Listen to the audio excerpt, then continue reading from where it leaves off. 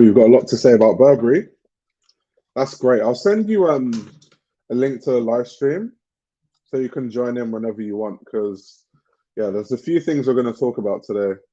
Obviously, mainly Phoebe Philo, Pharrell Williams, and Burberry rebranding. But it's something I want to like incorporate more into the channel because like so much fashion news happens and people ask me what my thoughts are, and I always end up talking about it on Instagram, but I never actually bring it to YouTube. So if we do these live streams like really frequently, then yeah.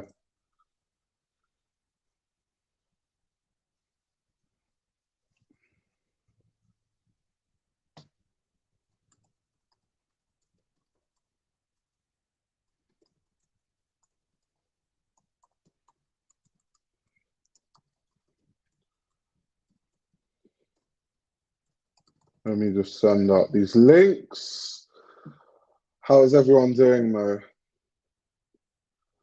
Shout out for the South African video. Yeah, I love making that video. It's so much fun. It's one of those videos that I know aren't going to get a lot of views. I think I even said it in the video that it won't. But it's just so fulfilling to make content like that and sort of highlight new designers and like new scenes. It's always cool. I love doing that. I think it is a real shame that when people talk about fashion, or let's say what people are willing to learn about fashion is very rigid.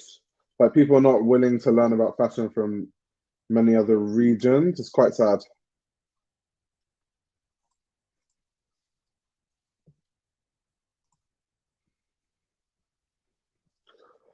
Oh, nice rings. Thank you very much. This was made by a custom ring made by one of my friends. It's actually quite cool because it sits on this part, like it doesn't fall off.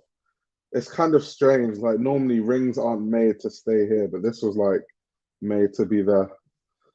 And I promise I'm not giving you the middle finger.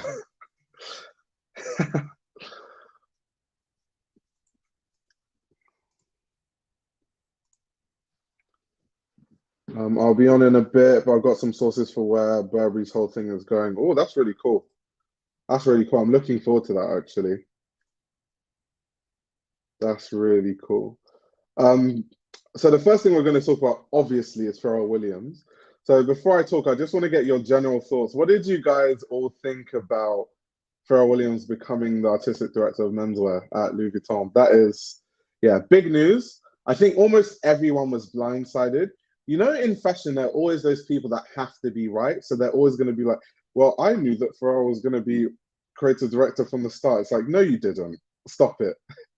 Stop it. The people we were talking about were people like Martine Rose and Grace Wells Bonner and Sharaf from Casablanca and Telfar Clemens and those kind of people. Like no one talks about Pharrell.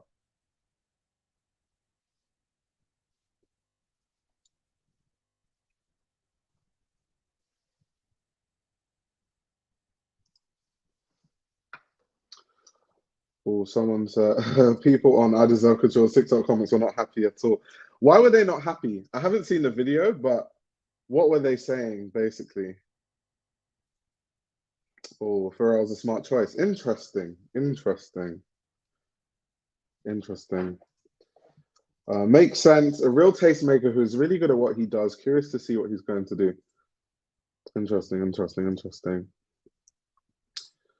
Dammy, I sent you the link. I'm waiting for you to come on so we can discuss the Pharrell Williams thing because I know you had a lot to say and said stop hitting on me. I'll send you the link also if you're free. You can hop in and give your thoughts. And also, Hanan, I actually want to know what because Benson said that people were mad in your comment section when you made a video about Pharrell Williams being the creative director of LV. So I want to know what people were saying. That's hilarious. That is so funny. He comes with a pre-packaged brand and fans. That's definitely very true. Definitely very true. LV continues to pick people nobody expects. Is that true? I think with Virgil, I think like people could see that coming. But this time, I think, yeah, we were all blindsided, like completely blindsided. He's cool, not sure what he can bring based on his work in fashion before. Excited, but for me, a bit of a letdown. Interesting. Interesting. Excited to see where it goes, but I just wanted to see Martine Rose. Yeah, to be honest, I wanted to see Martine Rose too. Like, I'm a Pharrell fan, by the way, but yeah, in terms of like LV, I just wanted to see Martine Rose there. But we will never know the true story, like the 100% true story. So who knows why she didn't end up being the creative director? Like, who actually knows? Yeah, he has been friends with Nigo forever. I mean, geez, they made like Billionaire Boys Club together in like 2003. That was ages ago. That's so long ago. So yeah. Hello there. Hello, sir. How are you? I'm good. How are you? Doing well. Just literally came to my other place where I'm staying. Uh, I'm not Where going are to. you now? Huh? Where are you now? In New York. Okay, you're still in New York. Cool. Yeah, I'm not going to London, so I'm fine. How are you? I'm great. I'm good. Just taking in all this fashion news recently. Out of nowhere. Out of nowhere. But people are. I don't know. Like people are like for it or like down or not down for it. Like Oh there's. yeah. Yeah. No middle. I don't get it. I don't get it. What do you What think? was someone said that in your TikTok video that you made about it, the comments were crazy. What was going on? I didn't even. I didn't have. I honestly did not have time to read the comments. But I mean, like people in my DMs were like super. A lot of them were Right. upset. Yeah. A lot of them were upset because I guess that the biggest thing that they have against him is that like he doesn't have like a design school behind him. But if that's like the biggest negative, like Yeah. I was talking to Carl actually, one of our friends last night about that. And he said, Carl made a good point. He's like, like he's going to surround himself with a great team. Oh It's yeah, of course. the same thing as like Virgil did. Like Virgil had a great team around him, and then they're just going to like take it from there. He just like picks and chooses and kind of like improves the product. But I mean, they can afford whoever they want. I was looking at their financials quickly before this live stream, and last year they made 20 billion in revenue, like 20 billion euros. That that's is insane in that's 1 year. So they can afford whoever they want to they're gonna be fine. like And be a and I designer. think even if the product is not good, like they're gonna shove it down your throat. They have like the Yeah, go about it. You know. yeah. I don't know. I think generally, because as I haven't actually shared my thoughts, but generally, I think that it's good. The reason why is because I've already accepted that Yeah. ever since Bernard Arnault put his hands on luxury fashion, it was no longer about like the art and the craft, and it wasn't about for the love of fashion. Because like couturiers, they were doing things that would like lose them money, but it was just about the love of fashion and stuff like that. We don't exist in that sort of fashion market anymore. Bernard Arnault is a businessman. I think a lot of people forget that. He's after the money. Trust me. Literally, He doesn't care about like the tradition of it, and that's fine. of course not. I mean, like it is what it is. Some stuff like this are not going to change. He's not like, oh yeah, but I appreciate the history.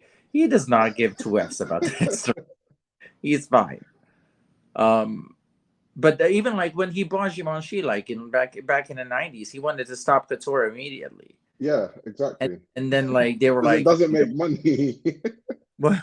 And then Because it Matthew, doesn't make money. That's what he's about, money. exactly. But like, I think that like to be honest, I think that they did the right move. Because they're trying to go in this Virgil direction still, which I don't know how well that's going to. It's something that cannot be fabricated. Right. That's the thing. So my concerns are there. Will he do a good job? He's been in the industry for such a long time. Wasn't he like an advisor to Chanel and stuff? Yes. I know he advised on certain things and he did collabs and like helped with the sunglasses and all sorts of it. I think even he had a collab with LV that was one of the most successful sunglasses they ever made, But like see, like sales wise. his where and Carl made such a good point. He said where where he's going to thrive is jewelry, because like internet is obsessed with celebrity, and he knows what celebrities want. Like stage wear and stuff like that. That's going to kind of like influence, I think, his aesthetic at LV, which could be really interesting. And I mean, he comes with great connections and great experience when it comes to fashion. So, like, was he my first choice?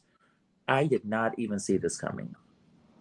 What I will say though is it was kind of funny how a lot of people didn't know about Billionaires Boys Club. So a lot of people literally thought or saw Pharrell Williams as just like a producer and a rapper, like with no fashion knowledge in any regard. Like, that's the difference in generation. Like, we know him as a rapper. Gen Z and like younger kids know him for his fashion.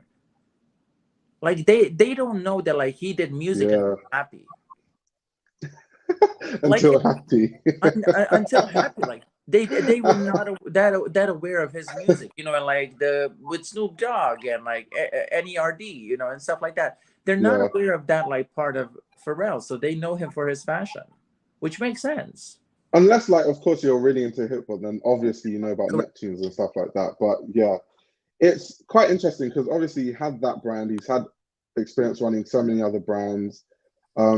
Cactus Plant Flea Market is run by someone that basically works closely with him. He's collaborated with LV, collaborated with Chanel. He has a sneaker line with Adidas. He's done so many things. I love how you pronounce that, Adidas. I love Adidas. That's how it's supposed to be pronounced. Every time you pronounce it, I'm like, yes, man. I know Americans say Adidas. Yeah, Americans are very. But yeah, he's just done so many things, and he definitely has experience like working on different fashion projects and working with a team to make products. So I don't think that's going to be too much of an issue. Is it like sort of a look on going to fashion school doesn't sort of get you these jobs anymore? Yes. 100%. But like so many people don't have fashion schools. Come on. Or another criticism that they said was like, oh, can he sew? But come on, like some of the greatest designers, like Christian Dior was not out here sewing clothes and making his own. Karl Lagerfeld does not know how to sew. Daniel Roseberry does not know how to sew. Come on. Tom Brown, like we can go through the list. There's a long list. So that also I think was a bit of a bad argument in terms of Pharrell. Yeah. But in terms of like LVMH is literally just going for the most popular person and like obviously who works for the influence. I can see part of that point, but then I just feel like it refutes all the stuff that he's done in fashion. Like saying that basically it almost sounds like, Pharrell's never done anything in fashion. He's never had a brand. He's never had to, manage a brand and all that sort of stuff. No, I agree with that, but like, there's designers that are very unqualified for their jobs at this point, and not every designer is just going to be like the God's gift to humanity. That's the thing. But I think that he's going to do well because he knows the industry, he knows what people want, and that's it. And that's at the end of the day, that's what's going to sell, and that's what's going to keep Bernie happy. Damien, you're right. You're muted. I think you muted yourself. Yeah, I did. Okay. Calling him Bernie is funny still. Bernie. That's funny. Yeah. Okay, that's 57. Okay, yeah, no. What are your general thoughts on Pharrell? My general thoughts. Yeah, creative director. After the first impact, like, and my memes and all of that stuff, I actually kind of love it, to be fair. What do you love about it? I would actually have to do my whole like Damilare thing to do that, but like, I'm just gonna have to get permission for that first. But no. But yeah, no, it actually makes sense to me on so many levels, and not just on the influencer level. It makes sense to me on the business level and the design level also. So yeah. Well, on the business level, 100%. Design level also, and if you think of like, because when you think of like the clientele, like Virgil Abloh, who Virgil Abloh knows, who Virgil Abloh worked with, Pharrell is basically in the exact same circle. Exactly. that Yeah. Virgil Abloh was in. So like him coming after Virgil just makes so much sense. Yeah, that's really the end point for all of this, is the fact that they're in the familiar space, right? So they know how to sell to the heirs and the heiresses, and they also know how to sell to the new money people also. But Right. not only that, yeah, Pharrell has a taste level that is higher than most. He does, to be And I fair, he does. dislike anyone like speaking weird about it, to be honest with you. Like, it's just like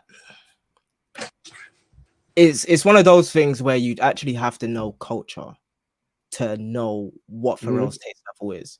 And if you don't know culture, then you're out of the loop on what Pharrell actually brings to the table. You probably, as Hanan said, you either know him from Happy or you know him for like, maybe BBC, but there's like very few other places. But like, he's had an RM, he's had Chanel, he's had like all of these other like Moncler, like Emily, Audemars.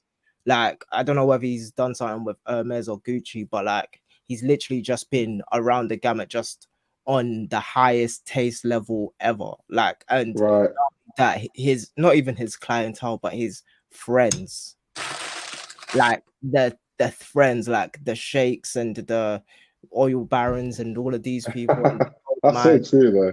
Like, no, because like when you have an RM, that means you're with the PG lot, the PG Tour lot, you're with the Formula One lot, you're with all of these people that like wear their RMs to flex on one another. Yeah. And he got his own RM, and that's the same as like Jay-Z as well. But Jay-Z doesn't have a taste level like Pharrell has a taste level, so I don't want to put those two in a bracket. But that is how these rich people, like insanely rich people, flex on one another. Like, it's the same thing with Rolls Royce. Like, when you get your own Rolls Royce, when you're like a major Rolls Royce customer, they customize your own Rolls Royce for you, and that's what happens. So like, but just to stick on his taste level, like, if I'm just gonna give 1 point out, like, it's higher than most people give it credit for. Right. No, that's 100% true. And even like on a style basis, Pharrell definitely dresses better than like most people I know. And it's not, and I know people will like be like, oh yeah, but you have so much money. Yeah, but it's not really that, because I know people with loads of money that don't dress like that. Like, I know a lot of people that don't. But yeah, it's so interesting how, I think someone said a comment like, the level of disrespect I've been seeing about Pharrell's appointment is wild. I think some of the criticisms are valid, like the whole, oh, it's a slap in the face to people that study fashion design and blah blah blah. But then at the end of the day, like, going to school is not the only way to learn skills. That's what people need to learn.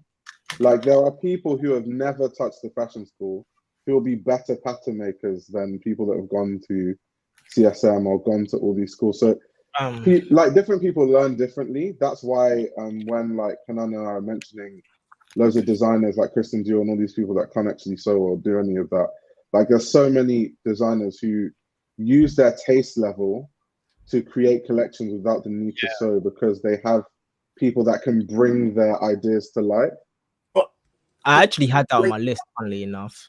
Right. I had Tom Brown draw shapes to make collections. Exactly. Have you ever seen Tom Brown illustrate? Yeah. He draws shapes. He does a circle, a line, and a square, and he says, "This is what this is going to look like," and it's brilliant. It's literally. But look at the outcome, though.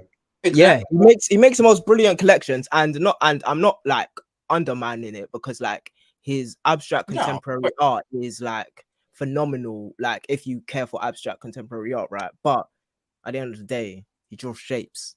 Like, if the like Norman person that just walked past it and like they were like, oh, they wouldn't know, oh, this is a reference for a design piece on the runway. They wouldn't know that. But yeah. Well, like going to fashion school does not guarantee creativity. Yeah, of course not. It's going to teach you skills, and then you're on your own, buddy. Like, and on top of it all, I think that like when it comes to like Louis Vuitton, there is and I think for when it comes to like response to Pharrell's, there is a lot of racism involved there to be honest. I mean, we've seen designers that are getting traditional fashion French houses that have been in a business literally for 4 weeks. Right. And I'm talking about Harris Reid, for example. Yeah. Like he got Nina Ricci, and good for him. God bless him. Whatever. That's what we, But this. Oh wait, everybody was thinking that, I think. I want to say anything. I didn't say it. But it's not like a read or shit. It's a fact. I mean, like no, you're being on it. No, it's true. It's true. I mean, like I think that he's going to do great at Nina Ricci, but I don't see these same opportunities being given to designers like I don't know, like for example, Telfar. Same. Right. Like it's just like fashion has always been like this, and like now when like somebody else gets this great spot, like Louis Vuitton men's is a huge thing. I'm like, you know what? I'm happy for him. Good for him, and he's gonna do great. He's a smart guy. I think people underestimate the shit out of him. Can I say didn't eat anything until since like yesterday, but it's fine. in the huh? I deserve a bagel. Bang. I deserve a bagel. No, you need a mic so you can give us some like chewing ASMR. Yeah, man. You gotta hit all of the notes on this video. All of the notes. Gotta get the metrics all the way up, fam. You get me? But wait, did you think that because my money was on Martine Rose? Same. My money, like I wanted it on the inside, but on the outside, like when my brain gets involved, I knew it wasn't gonna happen. To be honest, what? I knew it wasn't gonna happen. Like, what happened to Hanan? He's like disappeared temporarily. Martine doesn't sell $1 million a month. She doesn't sell $1 million a month. You're not gonna give a $20 billion grossing company to someone that doesn't sell $1 million a month. It's actually ridiculous. I can't and I'm not even trying to be shady or anything like that. It's just one of those things where it's like Virgil was in, I think, around the 25 to 40 range. He opened stores in Japan, South Africa, France, and America. He had multiple stores in America before he even got the LV position, right? And this was selling Off-White as well. Pyrex before that, but that wasn't when he had the stores. He had the stores with Off-White, and then he built up his nomenclature and his access to the zeitgeist as well as community with that. But like Martine Rose doesn't build those type of things. Right. Martine Rose builds different things that we like. However, the translation to community aspects and sales isn't there yet. And that's just on the business brain side of me, where it's like, we're not going to play this game where it's like, let's just find out. Like, Louis Vuitton is not a let's find out type of position. It's not at this point, definitely not. Maybe before Kim Jones left LV, because it wasn't even popping like that until LV Supreme. Do you know what it is? Now more than ever, there's so much pressure from like stakeholders and stuff like that, and they're already making 20 billion euros a year, so they can't go below that. Like I was reading a BOF article where the new CEO was coming up with like strategies on how to grow from 20 billion a year. So at that point, when you're playing with those kind of numbers, you can't really take risks. Like LV is their marquee brand, is LVMH's marquee brand.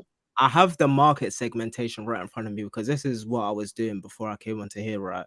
I wanted to look at the market segmentation because I actually have like one of the big tickets. I've got obviously all my notes and then, the pièce de résistance. And within the pièce de résistance, it's America and China make up more than half of the rest of the world combined. Yep. Like, how do I translate that? So the emerging markets. So what happened during COVID was that China became an emerging market and then a market leader in buying luxury, right? And then America also done the same the year after, right? So 2020, then 2021, because China didn't shut down in the first year. 2021, America started buying a lot of luxury, PPP loans, all of those type of things, right? And then that changed the luxury game forever. Like Louis Vuitton saw its biggest years and it's now continued to see its biggest years, right? And giving that like access and knowledge, it's like there's two things that Pharrell has that all of the other people don't have, right? And that is access to the American market, as well as emerging markets around the world, and then access to China via Chanel, because Chanel and Pharrell are affiliated in that way. Yeah. So we want recognizable faces all around the world. Not to forget Japan, by the way, because he's obviously Pharrell is huge in Japan. He's got that legal connect and everything like that, and Japan is 6% in the luxury sector, right? So by that, like when you have those like, you know, big areas of like grossing money, you can't give that to someone who hasn't accessed that market yet. Like I said, Virgil had stores in America and Japan, which were the bigger markets at the time, as well as France and like just European stores in general. Like, and obviously China was a growing sector back then. I think it was like 2015, 2016. So it wasn't even a deep thing like that. But today, if you're going to grow, yeah, true. you need China, you need America, you need Japan, you need the Emirates. You need everything. Yeah. You can't be, oh, I'm a growing design. I'm one of the best designers in England, but I don't sell 52 million a year. It doesn't actually work like that. Like them. Oh, question. AO without Y. Hi. What do you think? We want to hear your thoughts. So on the Louis Vuitton side of things, the big thing for me is that Pharrell is bringing, like, I think his ability to collaborate like across many different fields at the same time and kind of become like a lifestyle ambassador for like the Louis Vuitton brand. I think that's the biggest thing he can sell. Like, I don't think a person who is a creative director at such a big house as LV really has the need and responsibility to be in the trenches designing like that, you know. Like Pharrell is this sort of person that has more of a top level down way of like kind of instigating like projects into a sort of cultural space that he has like a great deal of knowledge about, of nuance about, and success communicating. For instance, his hotel ventures in Miami, I'm not sure if you're aware of those, but he does hotel stuff, he does hospitality stuff. Like, these are the sorts of things that they're thinking about when, like, you know, LVMH is making a Fendi furniture line, for instance, right? And its ability to kind of like collaborate and very concisely communicate not only to his audience but to like different sectors of the luxury market that kind of, I think, endear him to the brand. I think like a lot of people who keep saying, oh, you know, like Nigo and them are going to help him inside. I don't think he really needs that, honestly. I think like he's perfectly capable of like kind of navigating the sort of like executive position that this would honestly be. So I don't really have particularly that strong feelings about his hire. I think it makes sense for like the sort of customer base that Virgil like created for Louis Vuitton's ready to wear. And I see like his ability to like expand out into like, for instance, beauty. Like, I think that's like could be a sector of growth for the demographic, like especially men's beauty, because that's still like, untapped. Even something as simple as fragrance, starting from He's that. got his skincare, own skincare like, how line. famous is his glowing skin, right? And you got to think about like those like lanes that he's just able to continuously work on from like an executive position. Okay, if we're gonna talk about this, like when we start talking about nomenclature and zeitgeist, and I know that's like, you know, funny VIF words, but literally he accesses the zeitgeist in whatever way he chooses to pick. This is like, you know, fashion bingo right now. So inside trading. But yeah, like, and where like if I start to talk about psychographics and demographics, I'll lose everybody in the weeds. But what I want to actually say is that what Al said was exactly right, because he does have that level of market segmentation, right, where he's able to access these different areas and enhance. Like I don't know many people that buy Louis Vuitton fragrances like that, like when it comes to cultural like influence, but that could be a thing. Like when it comes to all of these other areas, like the skincare lines and even men's health and skincare, as well as, fragrances. Like, that is one of the biggest emerging markets in terms of beauty today. Like, when you go onto job boards on BOF and all of these other places, you see that the beauty people want men in these positions, and they want people to be able to actually go for the menswear side of things and not necessarily just like beauty as a whole. When we start talking about nail polish, lipstick, all of those type of things. So it's actually one of the better markets to be able to get engrossed into. And when we start talking about people like Lil Yachty, when we start talking about Tyler, the Creator, all of these people, all of the influencers that Pharrell can access in terms of celebrity like pool, when it comes to like when Virgil first came in, and someone said something on the thing, yeah, so I want to answer that. When Virgil came into Louis Vuitton, everybody hated it, and I want to say everybody hated it more than Pharrell. Like, I don't think like people really remember, but I was there. They definitely. I remember those live streams we did. Like that was a crazy era, and I was like, I get it, but you know what I'm saying. But they hated it a lot more. Sorry, I have to say this. I have to interrupt. They hated him while he was alive in general. When he passed away, oh my God, he was the greatest. Yeah. 3 months before that, it was like, he's the shit. Yeah, 2 months, not even 1 month. 1 month. But no, you're right. But yeah, like literally, like, and like that first Paris Fashion Week where Virgil brought everybody out, and then the Paris Fashion Weeks after, and like Pop Smoke's infamous photo in Paris, where it's like one of his album covers, or wanted to be, but it's not anymore.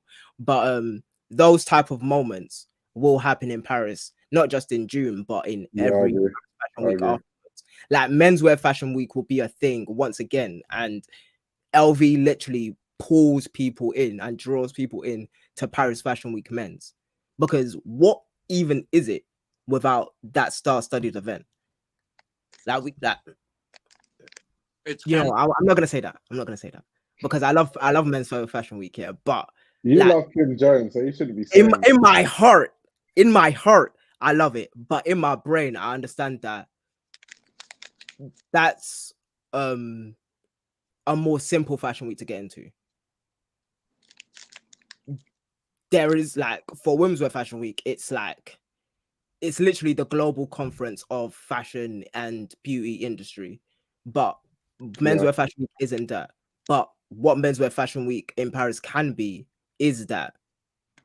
Depending on how you activate the market segmentations that Pharrell can have access to, because LV and Richard Mille doing a watch, or LV and Audemars doing a watch, or Patek and all of these other things, that is heavily like mutable. Like, I know Virgil did it while he was at LV, but Pharrell did it prior to him being at LV. Like, Pharrell doesn't need any more celebrity. And someone else said that Pharrell's not as hot as V was when he got the position. Pharrell is a cultural mainstay. He's like Snoop Dogg. Pharrell is way more famous. Like, like Pharrell was so famous. Like, Americans didn't know Virgil until Virgil was appointed. Like, if we're gonna keep it 1,000, like, they didn't know him. So, anyways, let me not run anymore. you were on the form. Yeah. But what you're saying also is really true, because like, going back to the 20 billion a year that LV makes, when you have to grow, you have to start squeezing all the markets that you're not taking advantage of. So in the case of LV, men's beauty is completely untapped. Like, when it comes to men's beauty and LV, it's just not even a thing that people think about. Fragrances can definitely be improved as well, and I think Pharrell can help that push. So there's so many like market categories that they still have a lot of potential to be big in, and Pharrell can definitely help in that. And he has experience doing a lot of those things as well. I know you guys know, because I just want to kind of do a survey quickly for you guys, because you guys know rich people, right? Do they buy Louis Vuitton? Do they buy Louis Vuitton cologne? Oh my God. Like, all the colognes that they have, do they have Louis Vuitton there? I personally don't know too many people with Louis Vuitton. Do you know any? I only know one person who has any perfume or a cologne which is Louis Vuitton, and that is me, and that is the reason because it was gifted. I didn't buy it. Does it smell nice though? Delicious. Okay, that's good. That's good. So at least they've got a base. Like, they got a baseline of like great smelling perfumes. But what about you, Al? Their perfumes, from what I believe from the fragrance community, are well respected, but those are like niche like collectors Yeah. and such, right? Like Okay, there's yeah, no yeah, reach cool. of like say Louis Vuitton as like a kind of a respected house like prior Yeah. to like I think like the last 10 years, because they just recently got an in-house perfumer to like do that stuff. And I don't think they do any cosmetic stuff like for Louis Vuitton.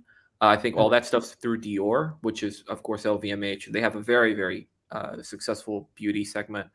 And yeah, I think if you want to expand, you can expand in like so many different directions because of like Pharrell's ability to collaborate with these kind of multiple brands, where it feels like more of like you're experiencing his lifestyle than like some sort of forced thing, like the whole Kering X Adidas deal. You know, like that level of corporate synergy stuff, I think will not happen if you have a Pharrell being Yeah. director.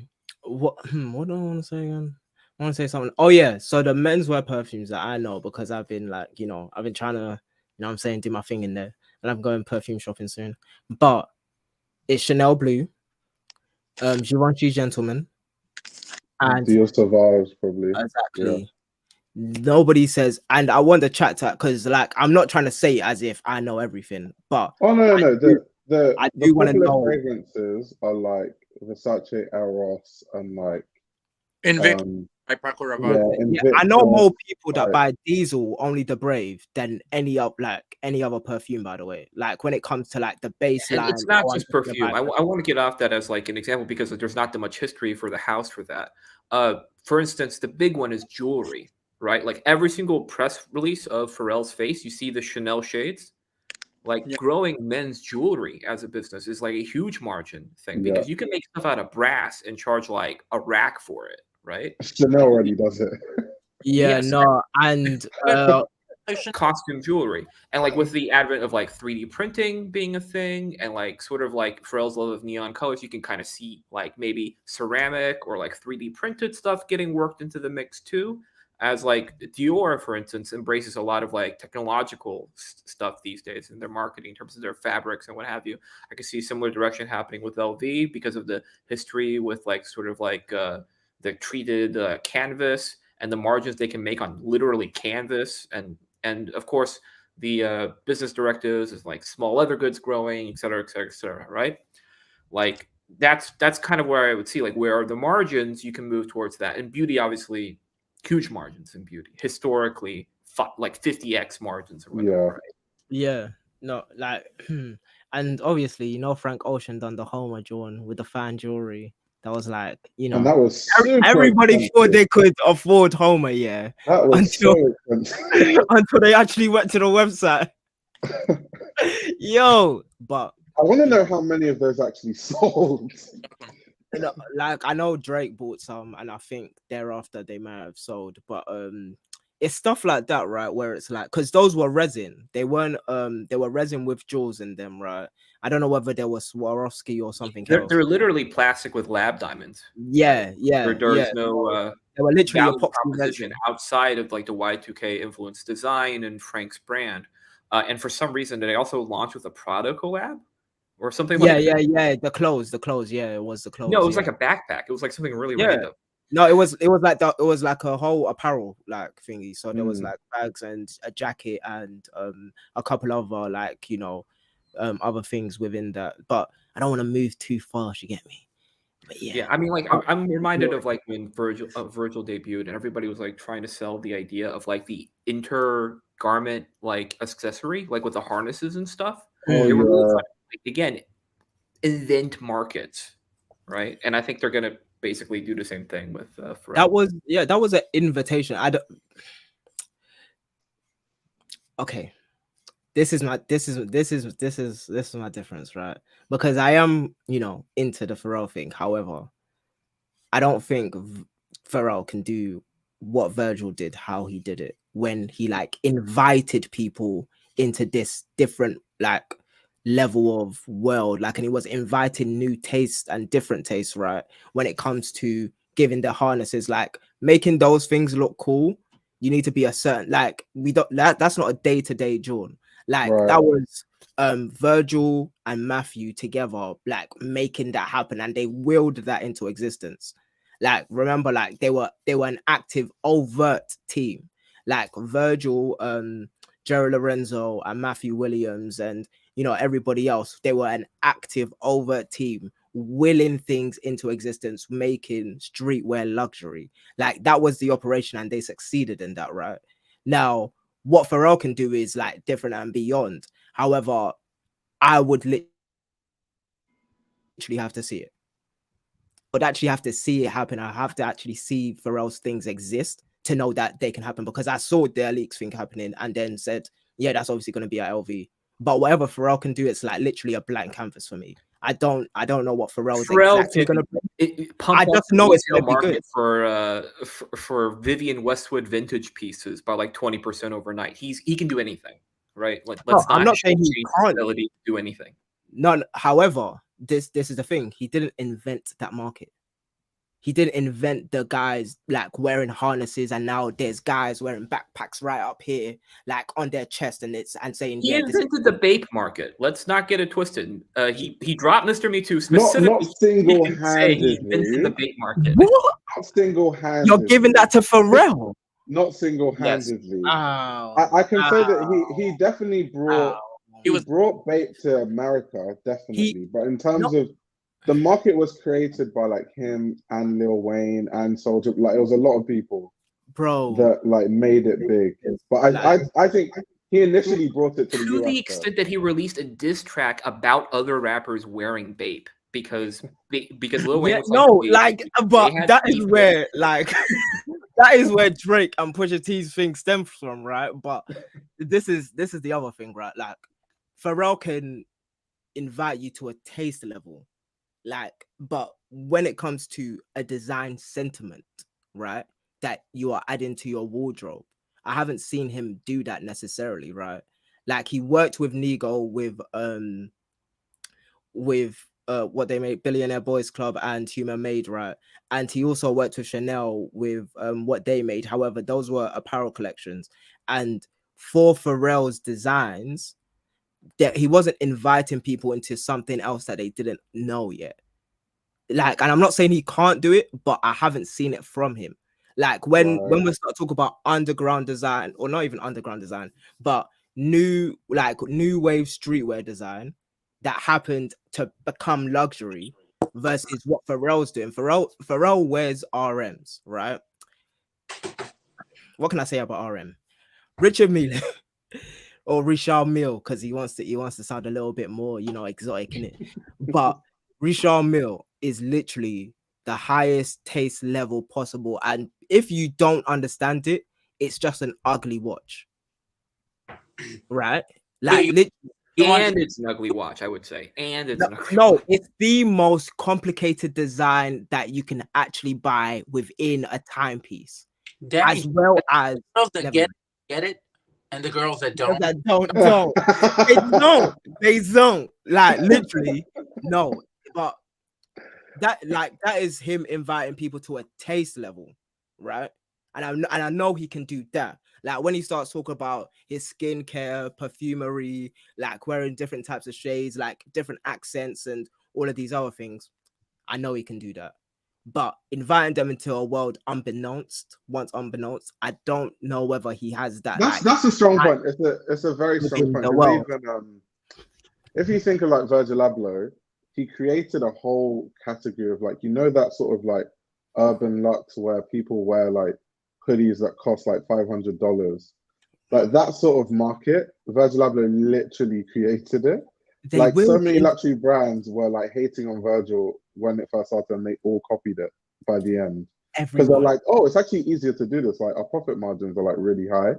Like if we just make a hoodie for like $50, $40, probably way less, probably let's say 10, and then sell it for 400. Like we're making so much money. Yeah, no, fam. I still see people wearing plain Chanel tees and plain Hermes tees to this day, and it's like, okay, no, do your thing, fam. Like, you understand? I got my vintage stuff now. Like Pyrex is vintage now, so yeah. But Oh my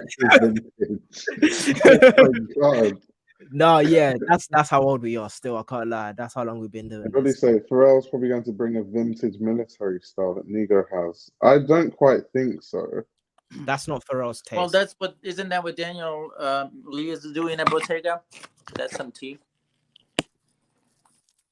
At Burberry. At Burberry, that's what he's doing. Oh, we're gonna get to Burberry, but it seems like Hanan has not come to take any prisoners today. If I just get my notes out for one That second. was nice. I said that's a nice thing. Young, You think he's bringing a vintage military style to Burberry? There's going to be a lot of coats, kind of like resembling Second World War. Well, yeah, because we'll get. Should we get to that now? We might as well. Are we? Might as well. Oh, I wanted to do. We can dip in between each topic. So the whole rebrand of Burberry, I found that really interesting, and I know like Al has a lot to say, so I'm really looking forward to the thoughts. But it's kind of interesting because obviously when you think about like Dami, we've talked about this a lot, like Christopher Bailey and how he revitalized Burberry when it was, you know, associated with football hooligans and stuff like that, and he like reframed the whole brand. And then what Ricardo was basically in there to do was to continue to modernize it and like push away from that even further. So they made the new stuff. Peter Saville designed like the new graphics, and they had this whole sans-serif font. And also I looked into the reason why a lot of brands did that, like the whole sans-serif thing. And it's to do with us moving into a digital age and people wanting fonts that actually work, like they look cohesive on a digital platform and stuff like that, which is quite hilarious because now all the brands all look the same and they don't have like any identity in terms of text. And the fact that Daniel Lee went back on that and is going back to the old logo and changed the font to the old font, it's just quite interesting. Wait, Hanan. It's not the old font. I've got news for you folks. No, It's part of a trend. Wait, we'll get to that. But Hanan, have you seen things that we haven't seen? You don't need to say like what you've seen, but I just want to ask the question. Yeah, because you're saying about the vintage jackets, right? I want to know if you see you've seen it. I haven't seen it. It's there's somebody that told me that it's going to be like very heavily inspired by Second World War. I'm sorry. Which part of the Second World War? The first trimester. Bitch, the Second World War. I don't know what. Okay, no. What I'm saying is it gonna be? Is it only gonna be the military aesthetic? Is it gonna be the London streets? Is it gonna be the political aesthetic? Is it gonna be like?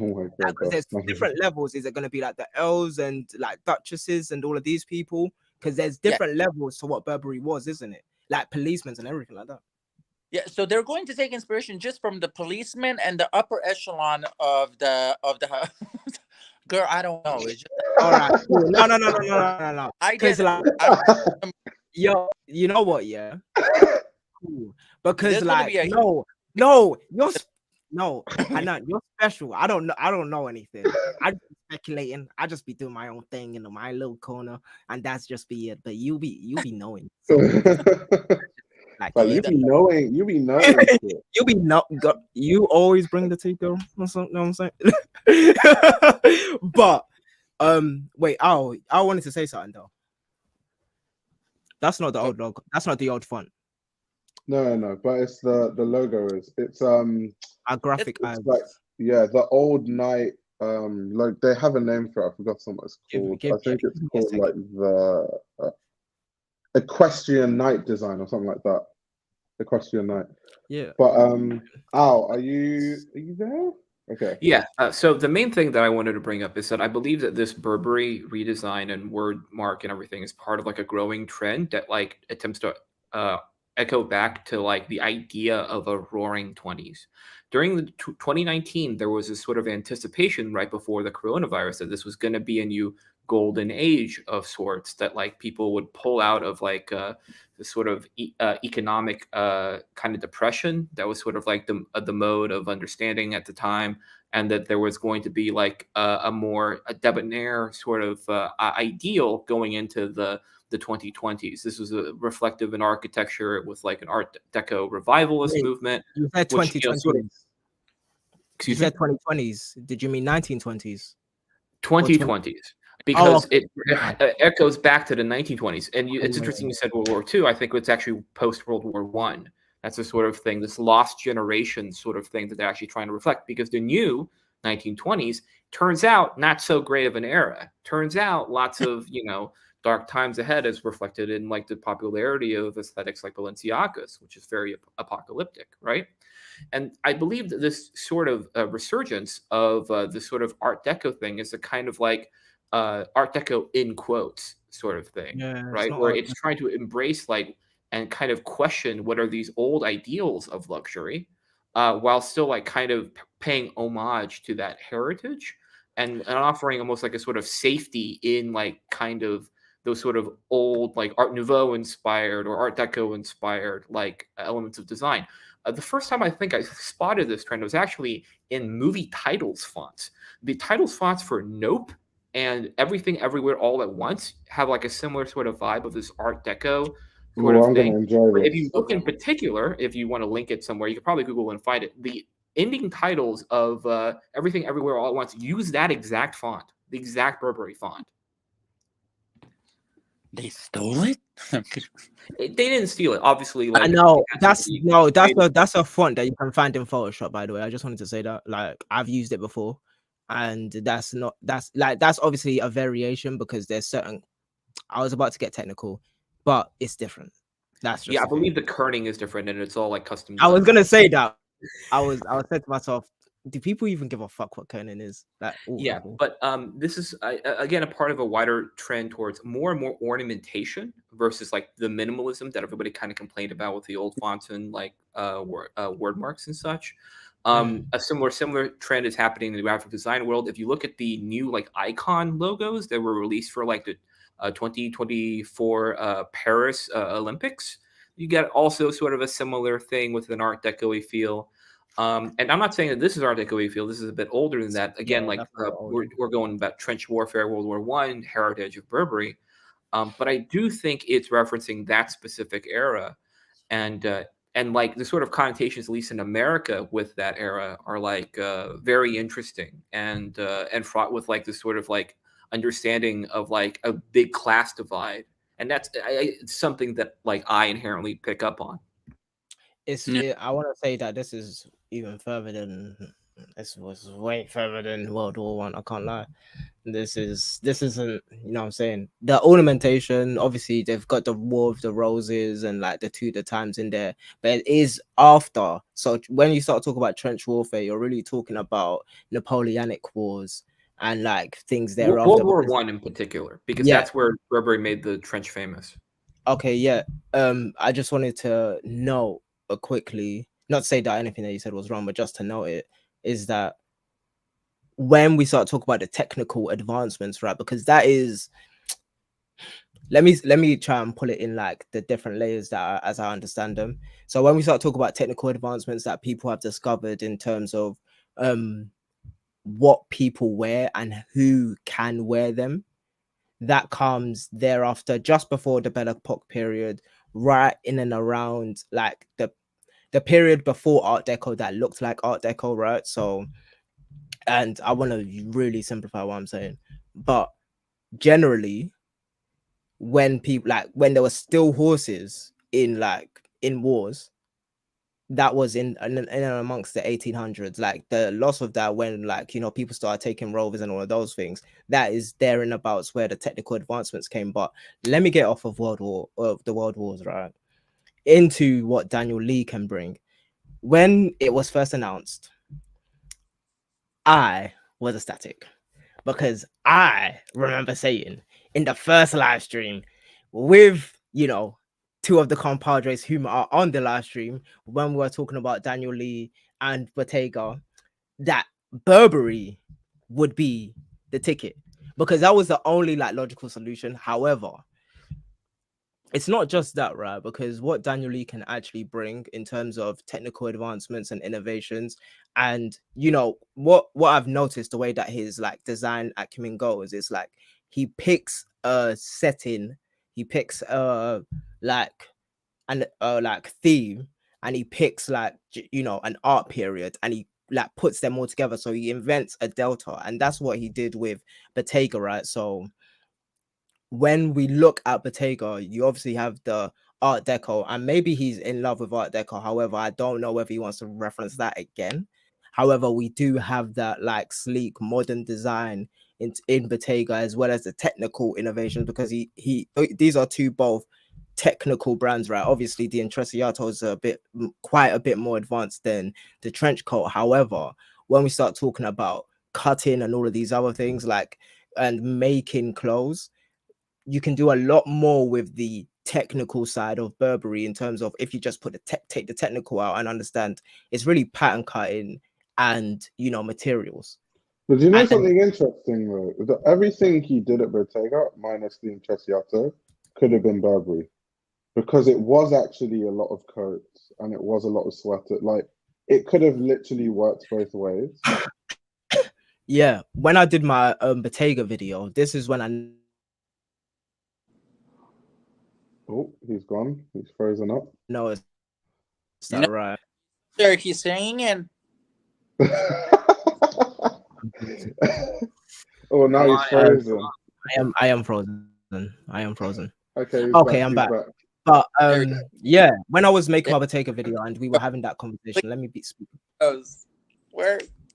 When we were having that conversation, and you know, me talking about me making the Bottega video and all of that stuff, right. The things that I noticed was particularly that how Daniel Lee decides to design and where he can pick his references from, even though they are obscure references, right? So he abstracts, like, remember in the last live stream when I was talking to the designer and I was talking about abstraction of references, and like imagery, like that is what Daniel Lee does, and it's like a fundamentalist British thing, I believe, but maybe it's in other places. But I know that they teach that in our schools. He was in school 3 years before I was, but it's in and around the same thing, like in terms of that fundamentalist almost Russian style design, where you need to know your fundamentals, you need to know how to draw, you need to know how to reference, and you need to know how to actually present your ideas, right? That's fundamentals. Like thereafter, people kind of start doing wishy-washy. Oh, you can do whatever you want. No, like when I grew up, it was like this, and this. But yeah, like, and me understanding that, like, and that made me understand him intrinsically in terms of, you know, British schooling as well as design acumen and references. So I know what you can do at Burberry is quite level still. But I want to hear what Hanan has to say, because, you know, the girl got the tea. We just let Hanan like eat his lunch. Yeah, and now he's back. No, I think that, like, to be honest, what made me, I wasn't that concerned when he got Burberry, to be honest. He's a good designer. He does overwork his staff a lot more than the other people that I know. But to be honest, I think that they're still having a PTSD from Ricardo Tisci, so they're kind of used to this at this point, which is sad. But on top of it all, what made me happy is knowing that Christopher is his mentor. And when I started watching fashion back in like 2010, Burberry was the shit. And nobody could match the energy of Burberry and what he brought to the table. So I have my hopes up. I'm interested to see what's going to happen. It's definitely going to be, I think, the talk of the season, of if he's going to do well or not. So I don't know. We'll see. I'm like, I don't know what he's going to reference. I think that, like, if he's smart enough, he's going to reference Christopher Bailey a lot, because I don't know a single person that didn't like his Burberry. But I think it's going to go a little more deeper in history, and like especially we're going to get like a couple of versions of like a trench coat, just like what we expect from him. Very much opposite of Ricardo Tisci. Thank God. Yeah. And I actually believe that Daniel Lee can produce sales for Burberry unlike that they have seen before. 100%. We'll see, because like everybody's being like, oh my God, he can revive any brand. Just because you had one time luck and it's a great design, that does not mean that you can go into every brand and be like, oh my God, yeah. If you want that, give him like Ungaro. Do you know what it is? I don't believe. Do you know what it is? It's the fact that Burberry has so much potential. Like, okay, let me ask you some questions. What's the Burberry it bag? Well, to be honest, the last one that I know is from Ricardo, is the TB. That one was everywhere. Was it everywhere because press, or was it everywhere because people actually buying it? I literally see it on the street. Do you? I literally, because I didn't see it. I didn't see it a lot. And I live in London. in Asia, it's huge. Honestly, it really is. I know in China, last time I checked their financials, which I'm always checking because I'm just so obsessed with business. Yeah, their main market is like China by far. But what actually they said people were buying wasn't actually bags. It was actually footwear and trench coats, which is weird because of the weather, but you know. That's just how it goes, I guess. Why not? Yeah. I want to also add, it's not because that he can do it at any brand. It's that the brands just have a similar level of what is actually there. Like in terms of what is the Intrecciato before, like, and then what is. Wait, okay, a question then for you. Do you think, what Bottega do you prefer? Daniel? I prefer Daniel's Bottega. Like that's my favorite Bottega. Like out of everything. Definitely. Like that's the Bottega that even makes the most money if we're gonna keep it funky.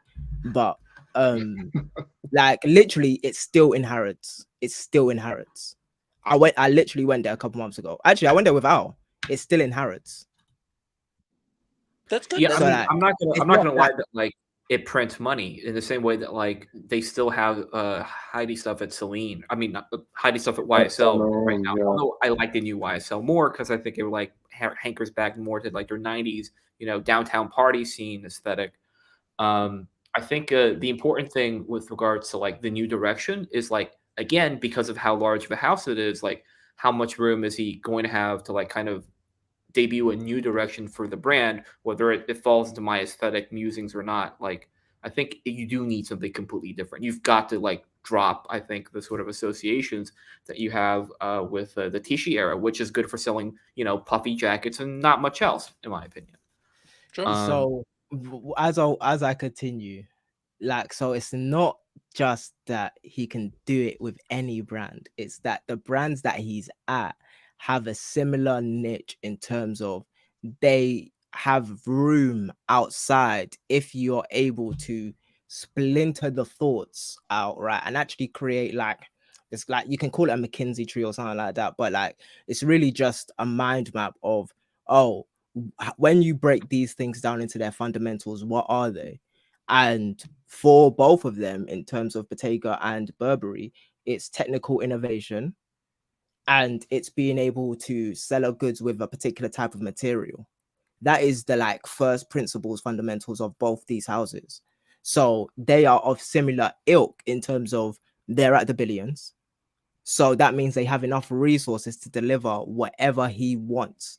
So it's not that he can do it at any place, right? It's that the places that he's going have the resources to allow him to be open to making new and different things.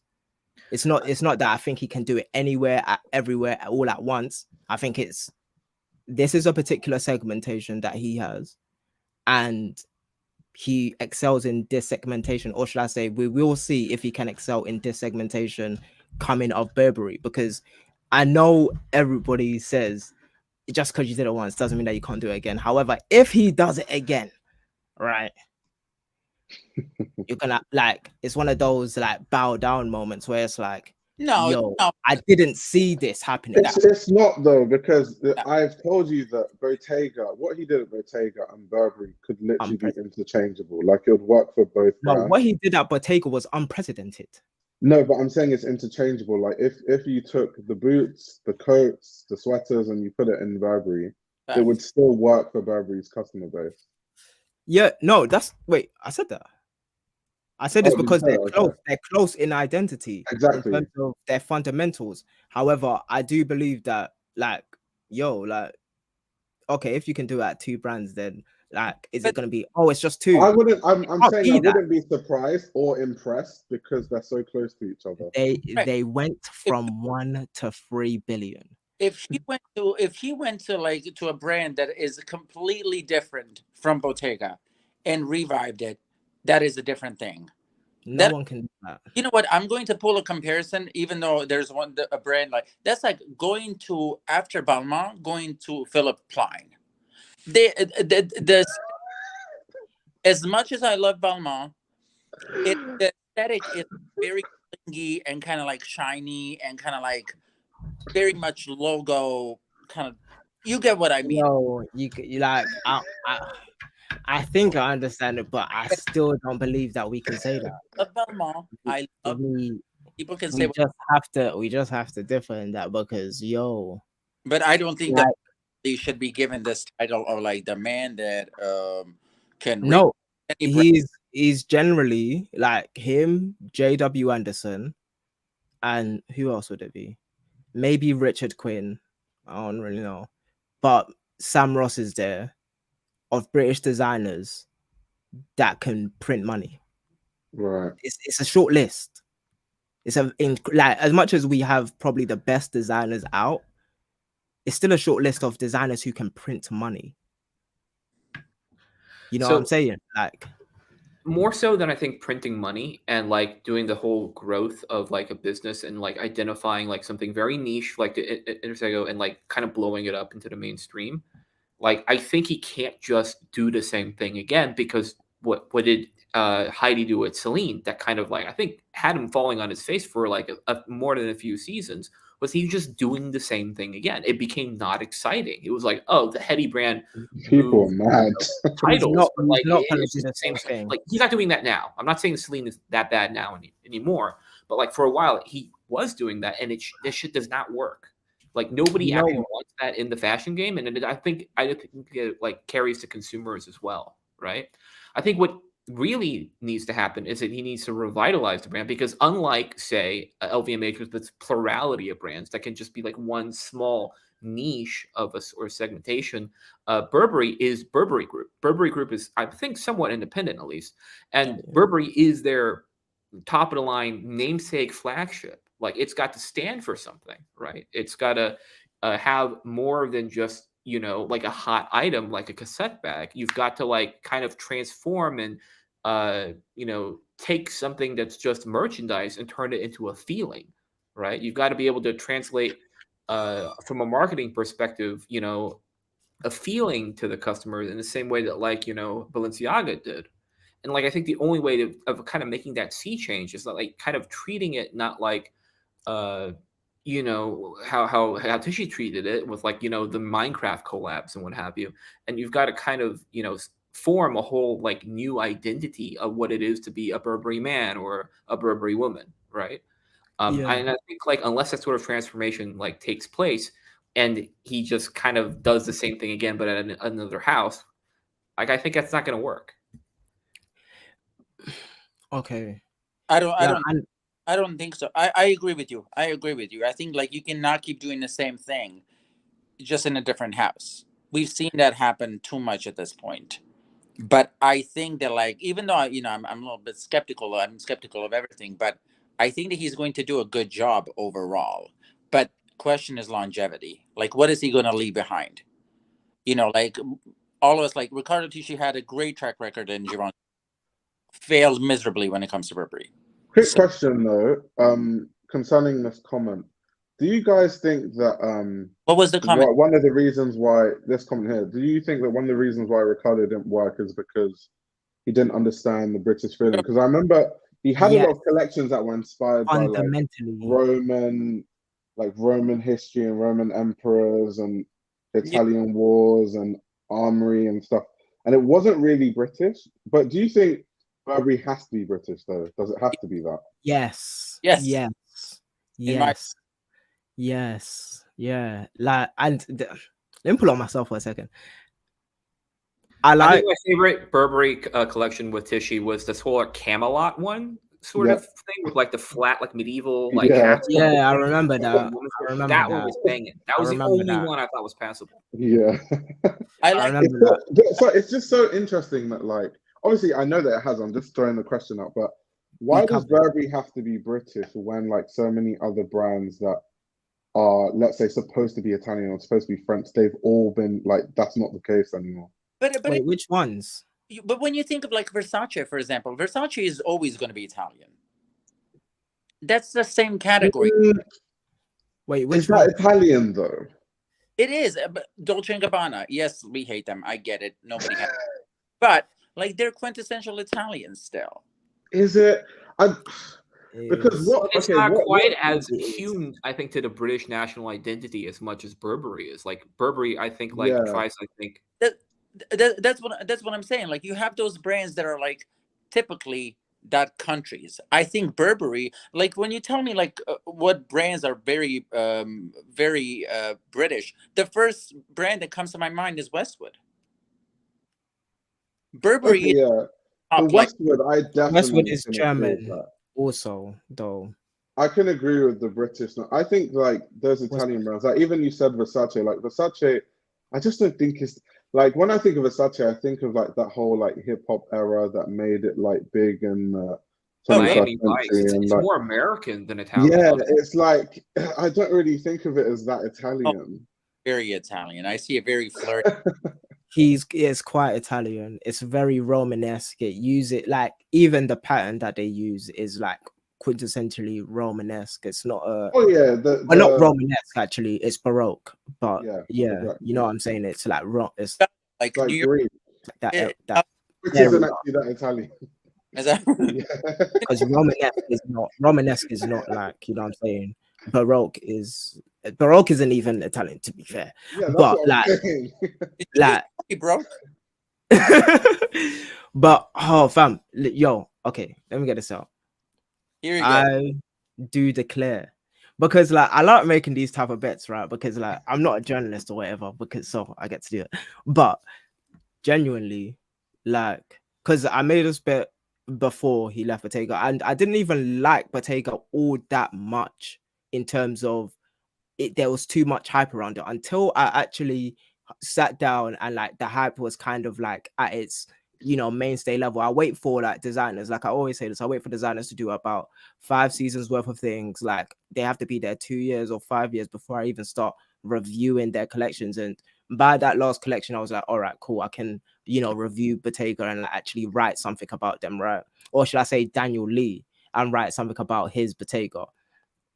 Like, and that's the same thing that I'm doing with Matthew Blaze as well. So like it's even within that scope of identifying. And obviously they both used futurism because Matthew Blaze, you know, he posted, you know what I'm saying?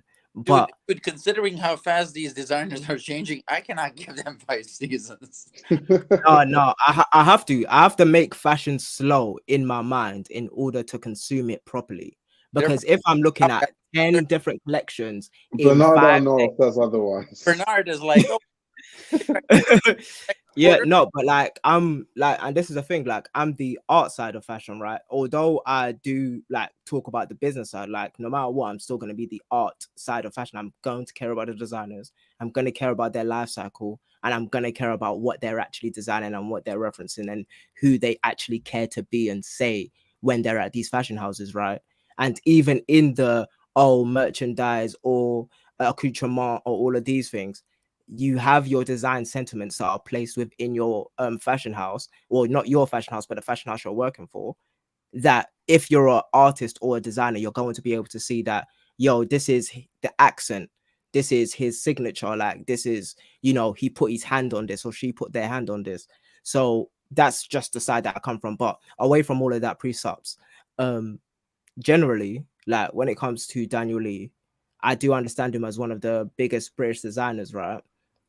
But that isn't just on sales, that is on design acumen also. Like it's measured on, like, you know, obviously a sliding scale, but there's also an understanding of what he actually brought to the table when he was at Bottega. And those, to be fair, I covered 5 seasons because I cared for those 5 seasons. However, he was there for a lot long. He done a lot more collections than that. But generally, what he's brought to Bottega was different, right? And that was my main thing. It was like you wasn't necessarily saying Italian when you saw Bottega. And at that same token, I don't think that you're not going to say British when you see when you see Burberry. However, I do know that there's going to be a wider sourcing of British consumption when it comes to Burberry, even though there's still a lot. There's still a lot. We do buy a lot of Burberry, and like I literally, like when it comes to my eyes, right? When I'm using my eyes to see who's wearing Burberry, like even I wear Burberry, right? But point being, I know his design acumen, and I know it's not just a one trick pony type of thing. Like design acumen is not, it doesn't matter where you are. It's literally the thing that makes artists artists. Right. Things that make designers designers. Like you don't go anywhere, or should I say your design acumen doesn't leave you once you learn it. Like your level of referencing and your level of understanding history doesn't disappear because you change house. It's literally who you are where you go. So when it comes to 1956 and damn, I froze. But when it comes to 1956 and French warfare and British history and technical design or material innovations and, you know, pattern cutting and all of these other things, I understand that if you take those down to first principles and decide that I'm going to go with technical cuts, and you're going to like put in historical sentiment in there, no matter who you are as a designer, if you understand like those three things, you can create something that looks good. Now, creating something that sells is different, right? And as we see from a lot of designers that, you know, make great designs but can't sell, that's totally different. And that's where your business acumen comes in when you're making these collections. And when you start thinking about accoutrements and when you start thinking about merchandise, you actually have to put those in place. And it's the same thing that we spoke about with Pharrell also. Like we were speaking about the accoutrements and the licenses and all of these things, rather than, you know, what he would probably actually make in terms of clothes, which is cool because, you know, we were talking about opening up market segmentations. However, when you're a designer, like fundamental, like this I was is your gonna life. say, but we can't really have that much of a conversation with Pharrell. No, and it's fine. It's fine. It's not an indictment. Exactly. I didn't say anything about his how he would make clothes. So it's not an indictment on this conversation. However, someone is fundamentally an artist or designer, that stuff, like it now comes into play. Like his futurism, his Italian futurism that is in, you know, these Bottega shows, it's there. If you don't know it, cool. Yeah. However, it's there. Matthew Blaze, he's doing exactly the same thing. I can't lie. When we start talking about Italian futurism and those people like Bocchini and, you know, Botticelli, like everybody, right? I have to add though that Anyways, we don't know where it was coming from because they're working closely together. So the fact that Matthew is doing the same thing doesn't necessarily mean that, you know what I mean, he's like taking part of Daniel's design language. No. I'm not even saying that. I'm saying they're doing the same thing. However, they both look different.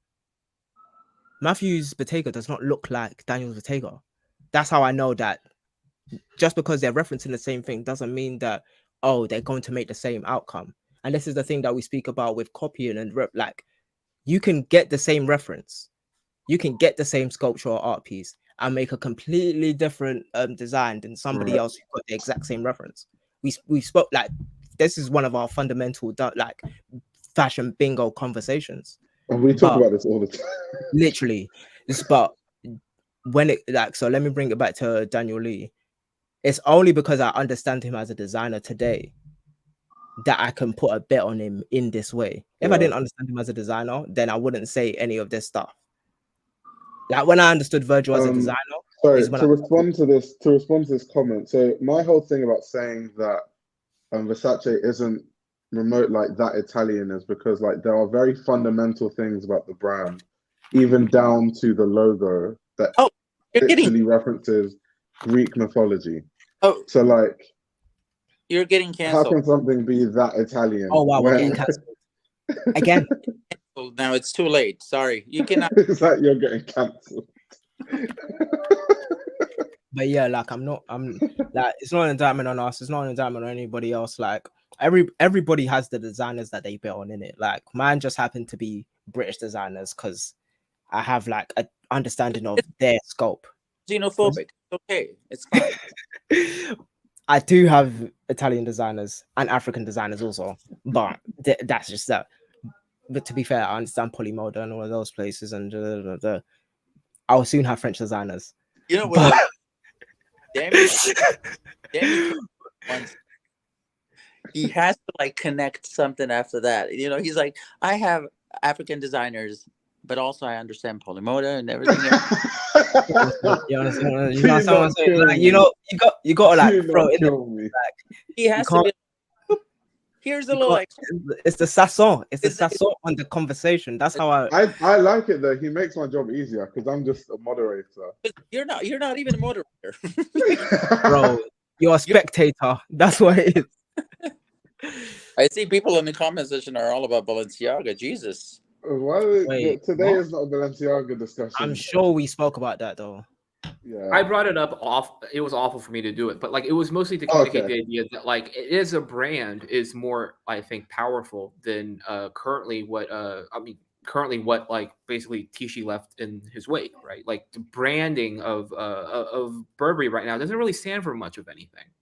And I think like part of changing the word mark so dramatically and bringing in all these British artists to like work on, UK campaign. artists. I'm not sure exactly how specifically British or whatever they are. I'm not American, don't know the terminology. But I think a very important part of that is trying to establish an identity of some kind for the brand, what it stands for, what its attitude is, who the customer is, right? Because right now they do not want to necessarily be associated with the kind of like upscale streetwear market that I think like Tisci kind of like took the brand to. And that their customer base currently, stands at. I feel like there is opportunity for growth only if he can sell a story, right? Like you brought up, like comparing him to like Pharrell and his ability to like message to a constituency, like even more so than that, because I don't know, like when was the last time Pharrell like invented a narrative for something, right? He didn't. I can't. Maybe he has. I'm not going to say he hasn't, because my conscious memory of his workings and culture do not go back that far. But I think that it is important to know that I think that the reason why they're leading with the not like teases with celebrities wearing like bits of the garments or what have you, but instead first with the rollout with all the images of the British artists, then with the word mark change, and then very slowly, painstakingly, kind of tapping in to a different like approach to like cultivating the culture of the brand, that they are going to attempt the wholesale like recreation, or not recreation, but like a revitalization of the brand as an ethos, more so than kind of corporate marketing and merchandising behemoth. This is a really good question, by the way. I love this question. That is such a good question. I was just looking. That is I was just looking at the question. It's such a good question. The thing is, it's the best question. So for context, obviously, because not everyone here would be from the UK, so a lot of the production and fashion used to be in the north of England. Like it was known as a production hub. Like that whole thing of made in Britain. It was like a prideful thing that used to come from the north. Like all the stuff gets produced in the north of England, sort of thing. And over time, as things have been modernized and as the UK has prioritized things like our finance sector, they've sort of neglected the production side, and a lot of these factories have closed down. So people that grew up so Yorkshire is in the north of England.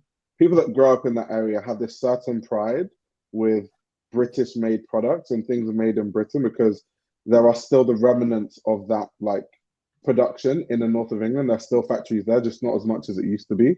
So you like her asking if, the fact that Bailey and Daniel Lee are both from Yorkshire, it's quite an interesting point, because they both would have grown up with that pride of like made in Britain being a thing.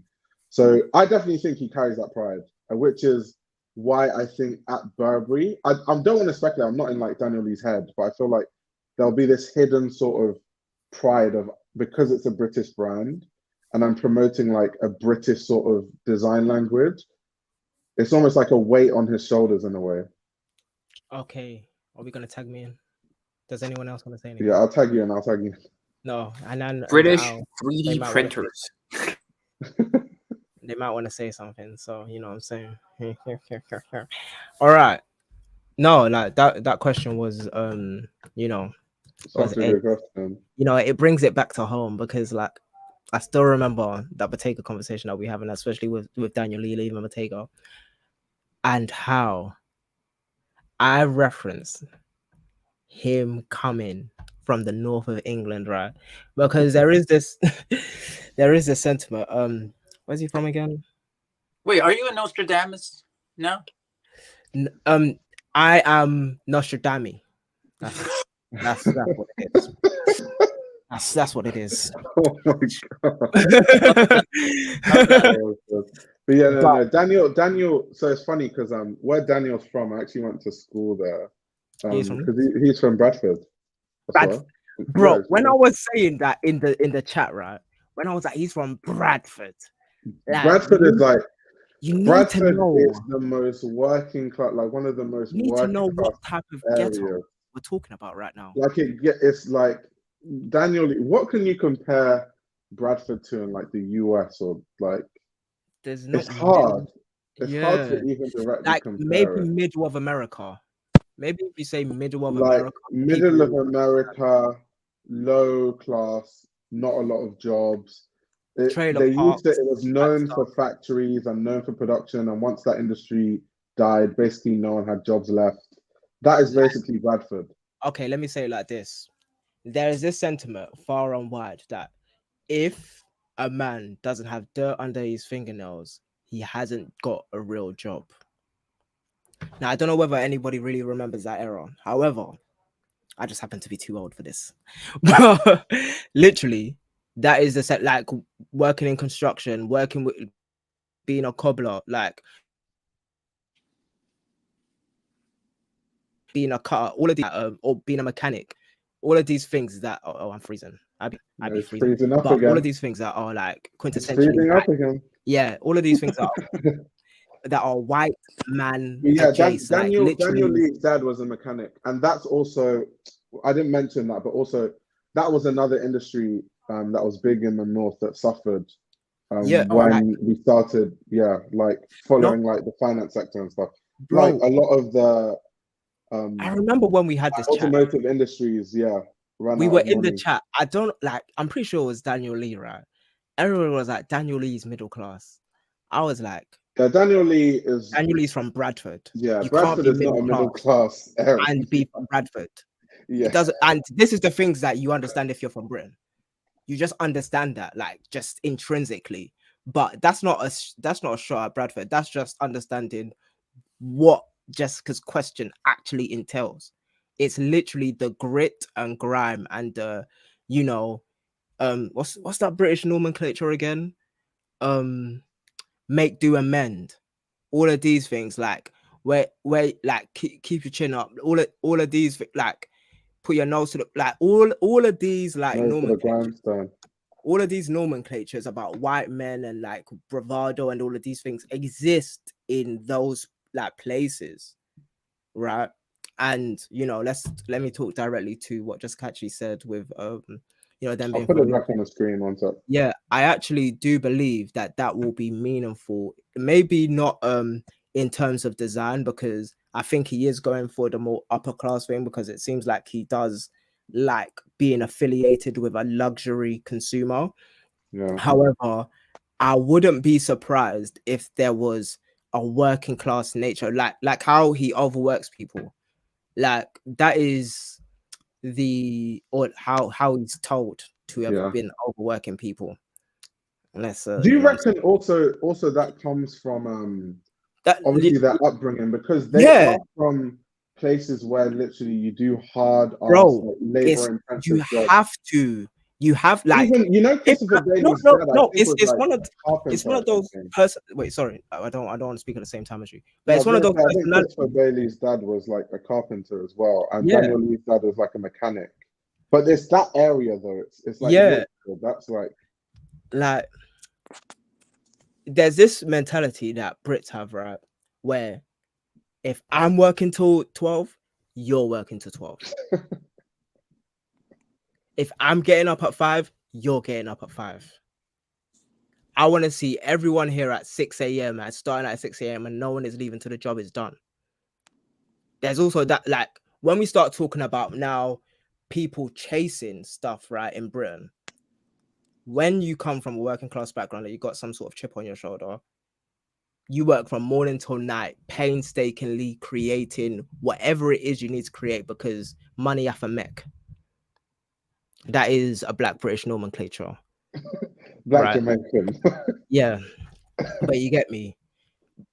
The point being that, yeah, I do believe it's going to be important, but I think it's more important to his personality, right? Because people do say he overworks people and he's a taskmaster and all of these other things. Like, that comes from that space. Like, that comes from understand. Like, me personally, I used to be like that. I can't even lie. Okay, West This Virginia. comment is probably the most accurate because, Danny, remember Margaret Thatcher? Like what they say about Margaret Thatcher, she basically took away the coal mines and stuff. Yeah, That is literally what people say. She decimated the industry. Yeah, she literally decimated the coal mining industry in the UK, and that was based in the north of England. So, yeah, literally, like that is the most accurate comparison, basically. Yeah. So, like, so you're predicting workwear is what we're saying. Workwear. No, like if Daniel Lee's a taskmaster, I understand it. I'm not saying that it's right. However, if like part of my personality back when I was like in my 20s was, if I'm doing this level of work, all of my like if I'm staying up till 4 o'clock in the morning to finish this, you mean like everybody's suffering? Yeah, no. Like all my friends, like because I also worked with people on the same background from me, and I was in uni with them. So and like we wasn't even in the same uni. We will sit down on Skype. This is a nice little story. We'll sit down on Skype and we'll talk on Skype while doing design work. We'll sit on Skype while doing fashion history. We'll sit on Skype while doing art history. We'll sit on Skype while doing like presentation stuff. Like that is what we did. Like because I was in Wales, my boys were in London. The only way we could talk on Skype, this is how old I am, right? There was like when webcams were just becoming a thing, and that is what we did. So like, it's not even I'm making my friends do it. It's that we come from a place where money have a mech. So we know that there's a gap between the working class and whatever is over here. And we know to fill that gap, you need to be able to know things better than other people, be able to understand history better than other people, being able to design better than other people, being able to articulate better than other people, and do all of these things. And then maybe you'll get a seat at the table or even get to speak, to get to the door, to see if you can get a seat at the table. But anyways, that being said, I understand when people say Daniel Lee's a taskmaster because like literally he comes from an area where this is their bad habits, but that is for him it's like I understand the psychology of it. Basically, it's not necessarily saying it's good or bad. It's like just understand the psychology of it. Like today, I like my sleep. I'm not staying up to 4 o'clock for nobody. Damn, you're making everyone feel old. Oh, the people that use Skype. Oh, yeah. There was no FaceTime. There was no Zoom. I use Skype. I used to use Skype. There was no. Dude, when somebody says I used to use MSN, I'm like, Jesus, bro. No, I used to use MSN. That was primary school. Primary school was MSN. Talking to my friends and being like, oh my God, Jesus got crucified on MSN. That's how. Did you also meet Jesus on MSN? Like literally one of them was lovely. Lovely guy. No, like, but generally, like, understanding, not saying it's right. Obviously, like, if that is his personality, then he has to change that. Like, I've changed. That's not to say that he can change, because that's another thing, right? Like, there's another thing. Bradford was mainly known for its textile mills. Yeah, we were talking about that earlier, but yeah, very true. Like, that's another thing that if you understand the psychology of it, like, if I'm changing, everybody around me has to change. That is literally what like there's so many British like psychological things that will happen, but obviously we'll see if like we get the rumors from Burberry again. I have a friend, or should I say had a friend that worked in Burberry before Daniel Lee, but you'll see. Well, two of my friends currently working at Burberry, working day and night until the last girl's off the runway on Monday. Damn. Yeah, it gets like that sometimes. He overworks them like crazy. It gets like that sometimes. I can't lie, yeah. if I was from Bradford and I saw these middle class people who got an internship, I don't have to pay a dime, I might have a feeling, not saying I'm going to do Bro, it, Bradford is I like, might have a feeling to make them work and to know what real work is. I might Bradford feel is, like that. If they can Bradford get is different, bro. if Be they like- can get a taxi home by themselves and not have to worry about how much the taxi is going to cost, I might show them what. No, Bro, fam, let me stop. Bradford is so working class that if you get an Uber, you know, No. like in London, if you get an Uber just like a few miles, it's like 10, 12 pounds. Bradford, most places you go within Bradford, it's £3 max. Bro, it's back row. It's back row. It's Like, not even everything is just cheaper. Like house, you can buy a house for 25k or 50k. It's yeah. crazy. I thought you were gonna say £25. No, Yeah, no. no. Like if Daniel Lee has a boot camp, I believe you still. I can't lie. If I were to see all of the Nepo babies at Burberry, I would have a feeling like, yo, you man ain't getting away. Like, I can't lie. From what I But that's understand, bad. from what I understand from like a hiring perspective, I was in London recently, and I did hear around the time that they were aggressively hiring new talent. They were trying to clean Yeah. house, I think.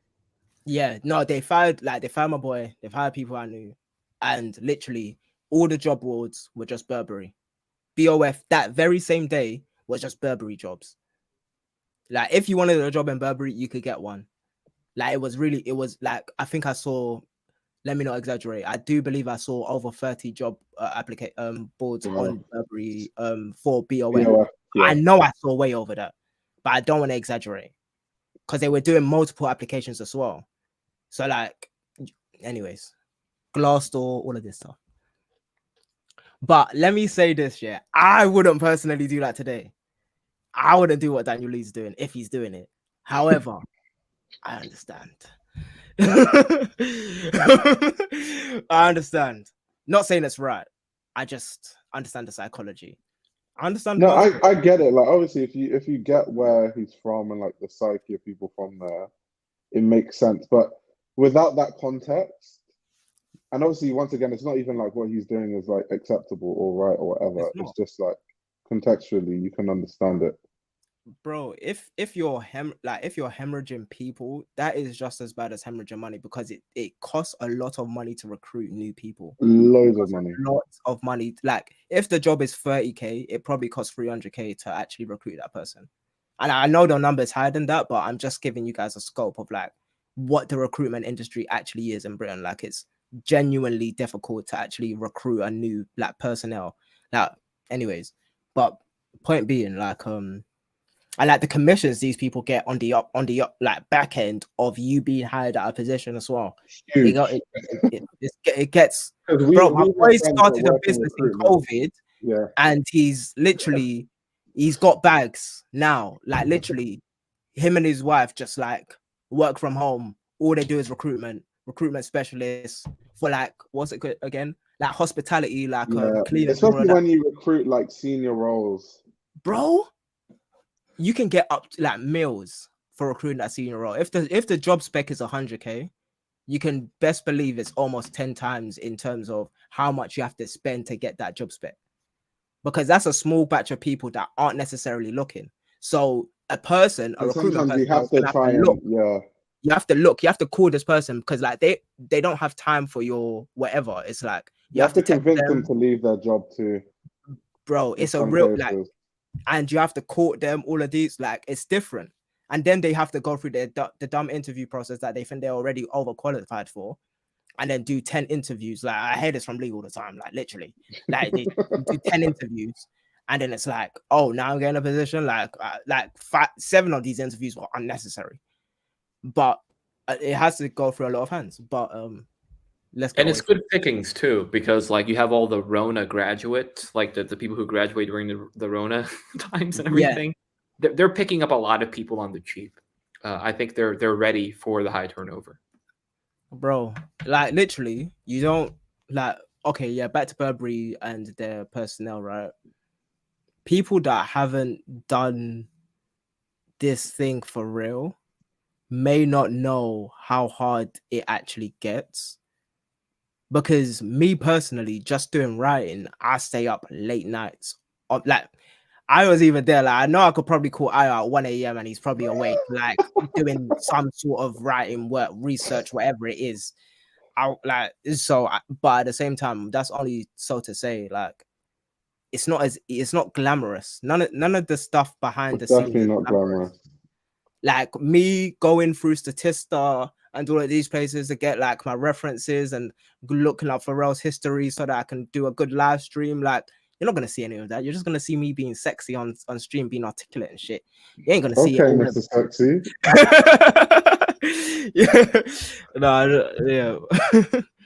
Kids have to learn these. Kids have to learn the strive. That's hilarious. No, I think we should move on to we should move on to the last thing that I wanted to talk about, which is basically the fact that Phoebe Philo is finally announced when she's launching her brand. It's basically September.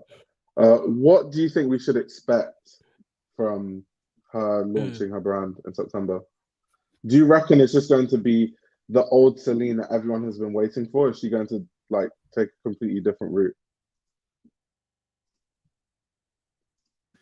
I mean, specifically with her, it's very hard to say because she's been gone for so long. It's as if, like, what if, I don't know, like Helmut Lang started like a brand up again or what have you. Like, I think like the impetus is, the first instinct at least, is to do something radically different, to show that, they have a new idea for a new era, et cetera, et cetera. I think like because LVMH is a major investor in the business, I think she's going to play the hits.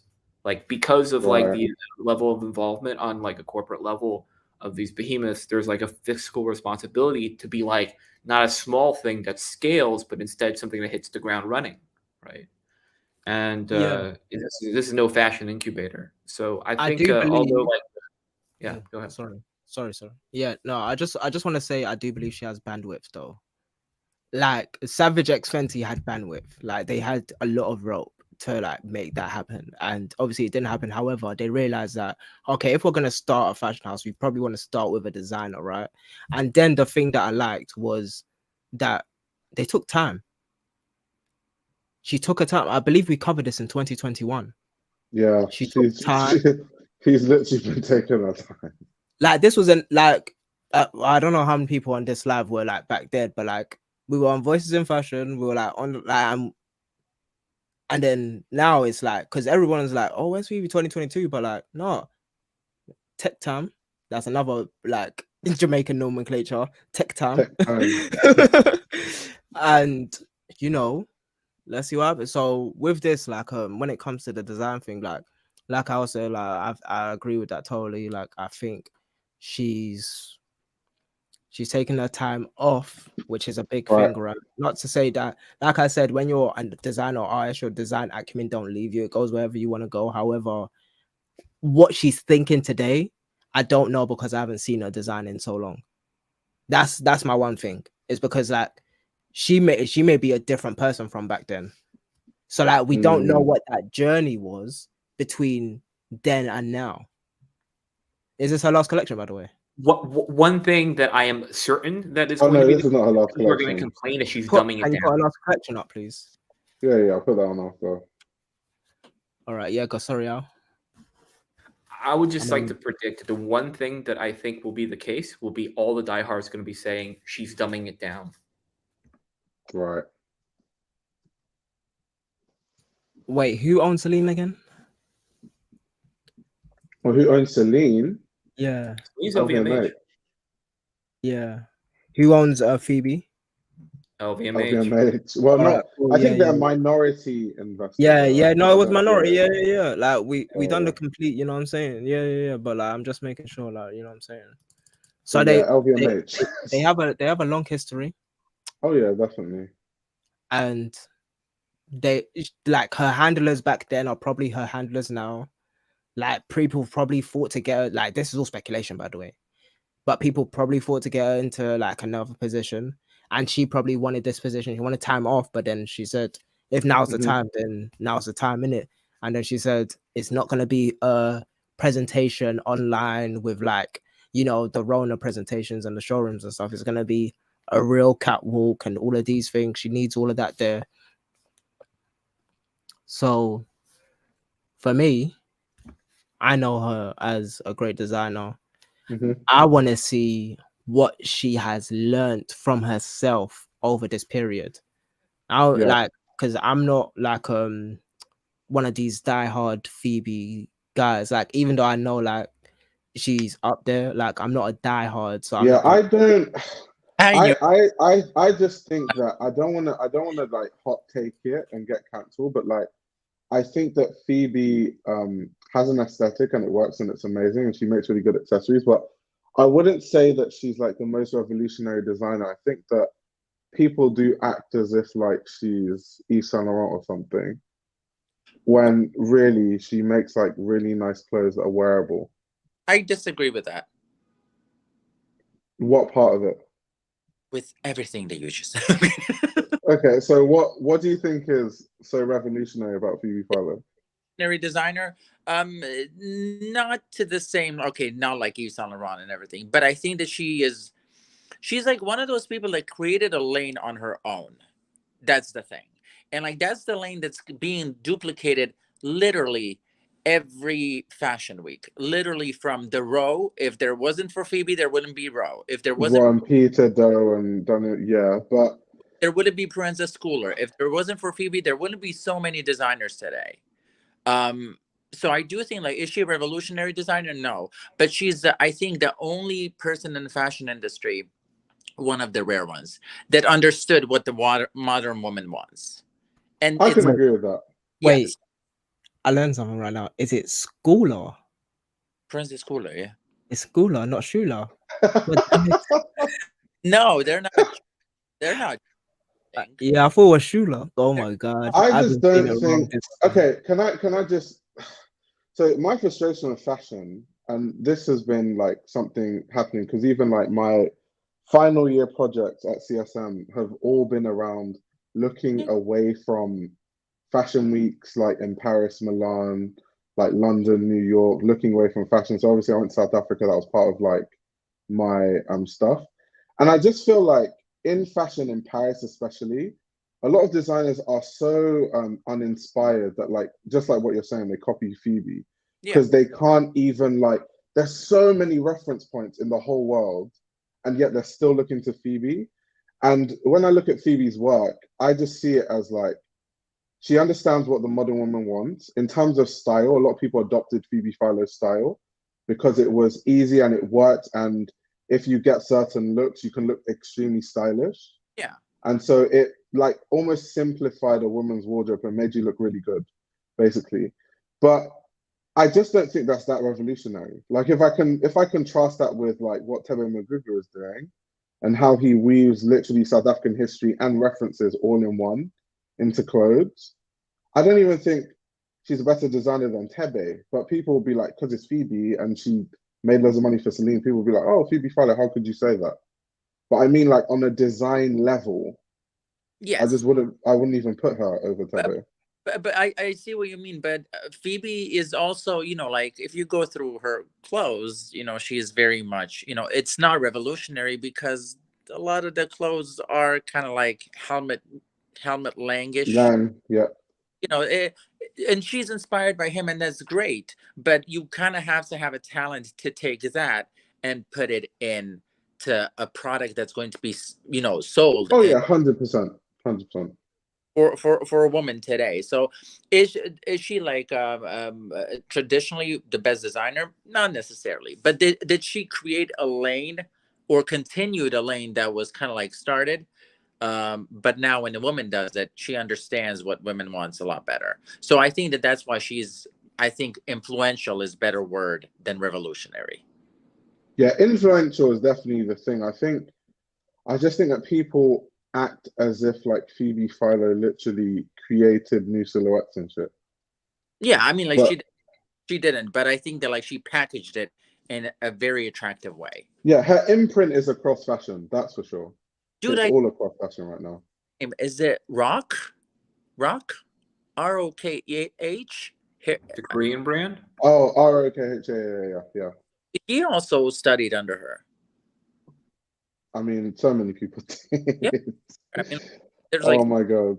that are like super, really kind of like good right now that studied under her. So no, she's good. I'm excited to see. I got another prediction. Prediction number 1: people are going to complain she's dumbing it down.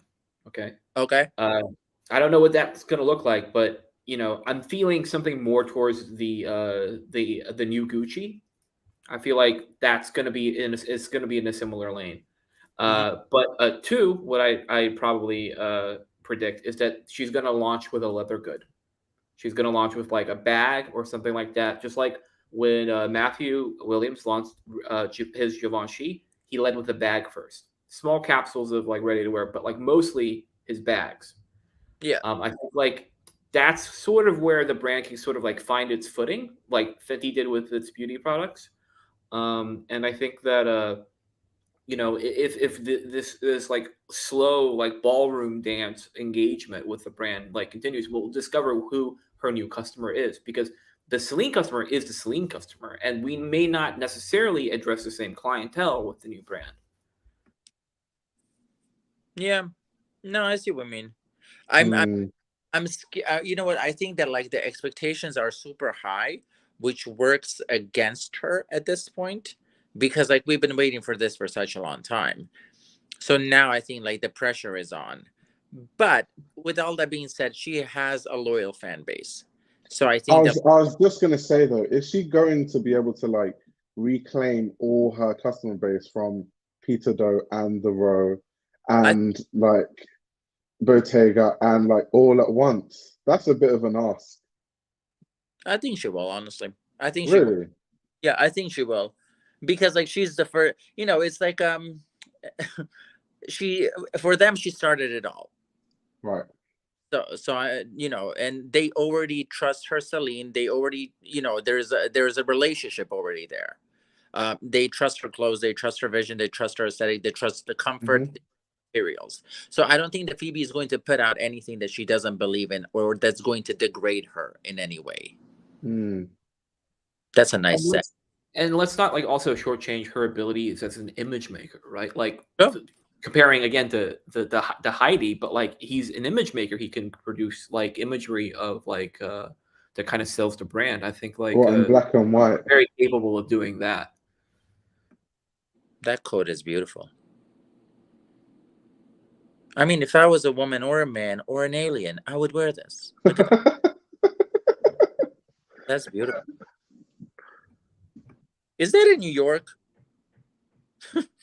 That looks like it's in New York. I don't know. With Phoebe Philo, her work has never really made me think on all levels. So like on the way something is cut, because I've always seen designers that have done similar things but better.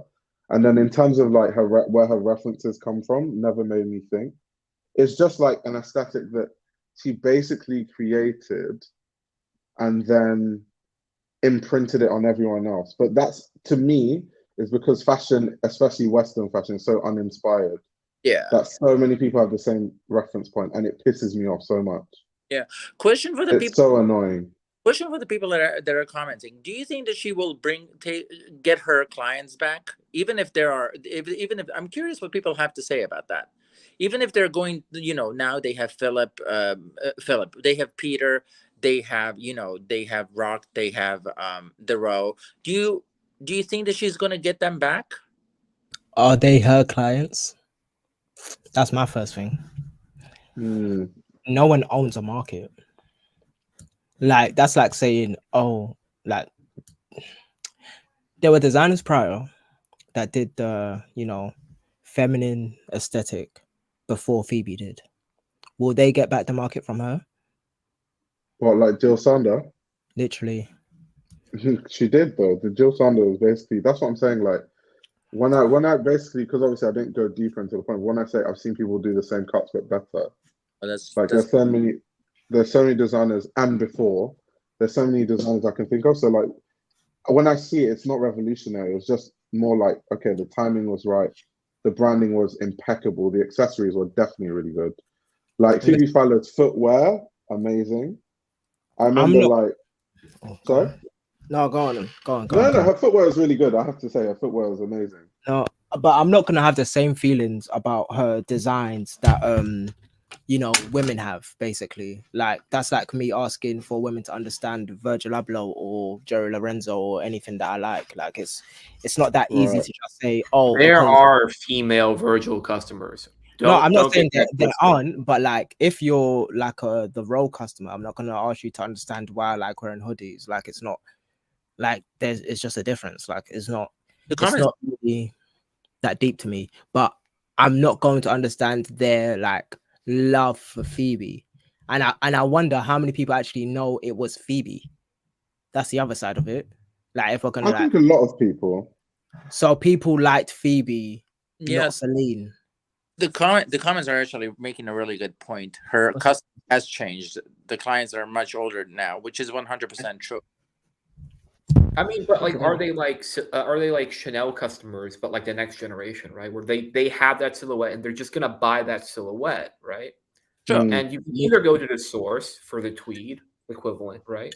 Can't lie, the Or customers you don't can go exist to like a wealth of different designers. But like, there's still like, I think this prestige of going to what's kind of come down in history as the most influential image maker of that. Yeah.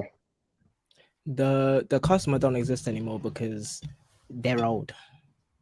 No, but like No, still, but that's like saying that the Chanel customer is old, right? Like it Chanel is customer an is aging old. demographic, but that demographic has stayed with the silhouette. The customer is old.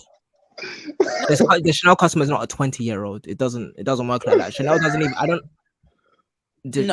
No. Like They her are old. customer. No, they are old. They are. His Yeah, customer. but her customer doesn't turn into a Chanel customer, is what I'm saying. Her customer is gonna buy that same cut Wait. silhouette. Tastes don't change as you age. Yeah, that's what I'm saying. that's what he's saying. Yeah, no, okay. So then we're in agreement. Then, so the Phoebe customer that was back then with Celine has now aged, and their tastes have probably changed. Probably buying the row.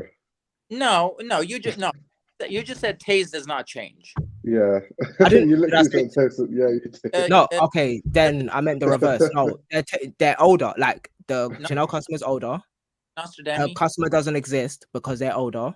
I was making an Their tastes analogy to Chanel. I are don't going to believe change. her customers are now Chanel Those customers. are the three. That's Those are not the what three I'm points. saying. Those are the 3 points that I wanted to make.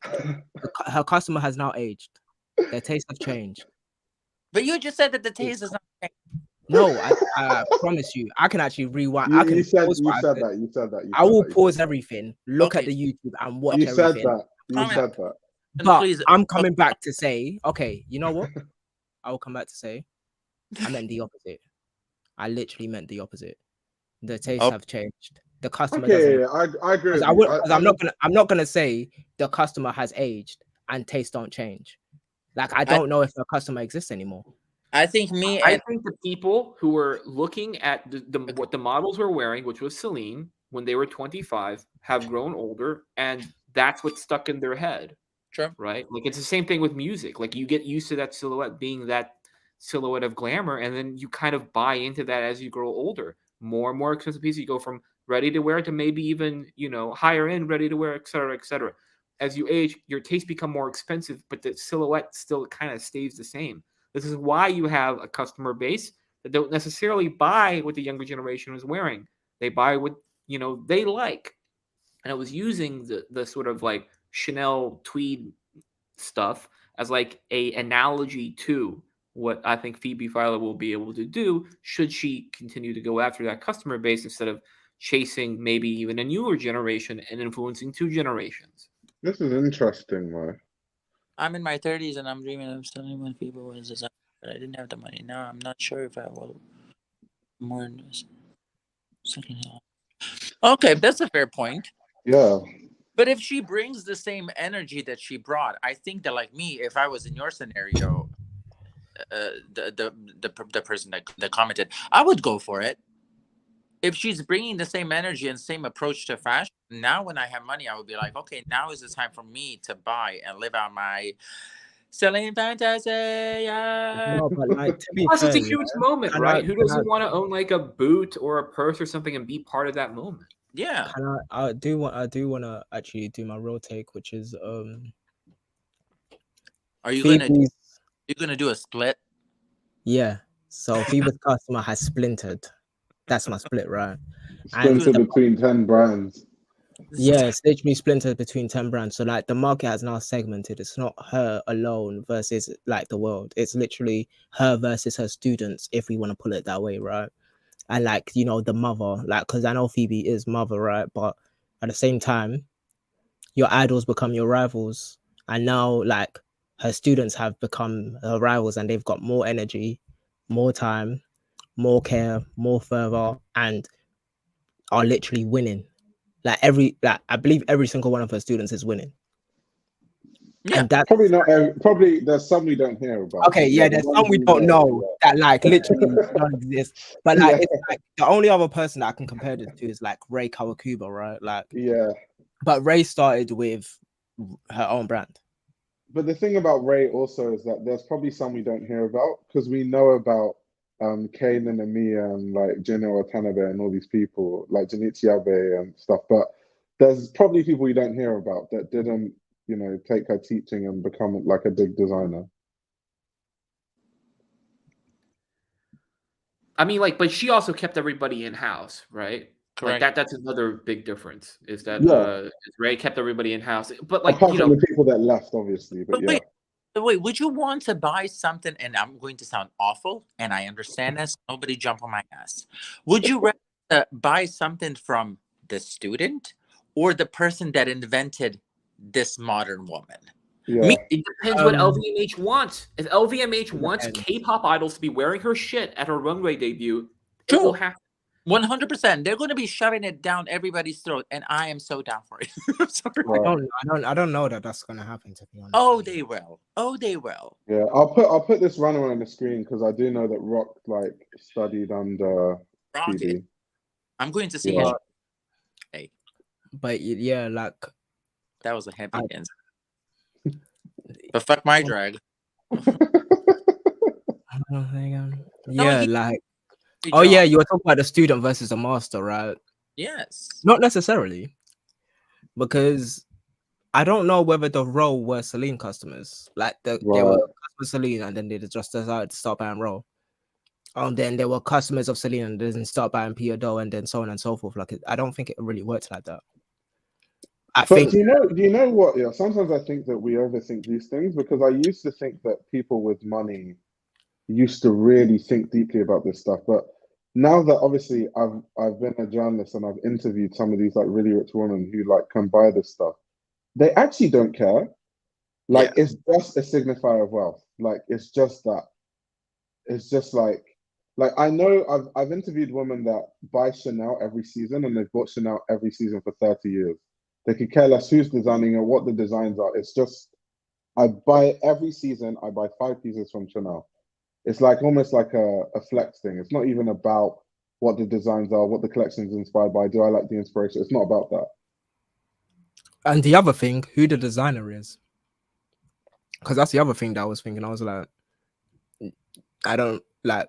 Would you really care if it wasn't Carl?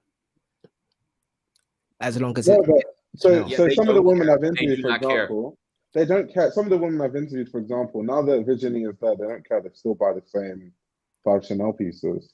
Exactly. So this is my. They look a lot worse now, but they still buy the same piece. This is my thing with Celine, or should I say Phoebe, particularly, right? And like I'm not even trying to slight on Phoebe, but I do, you know, have an inkling of what an uphill battle this is going to be.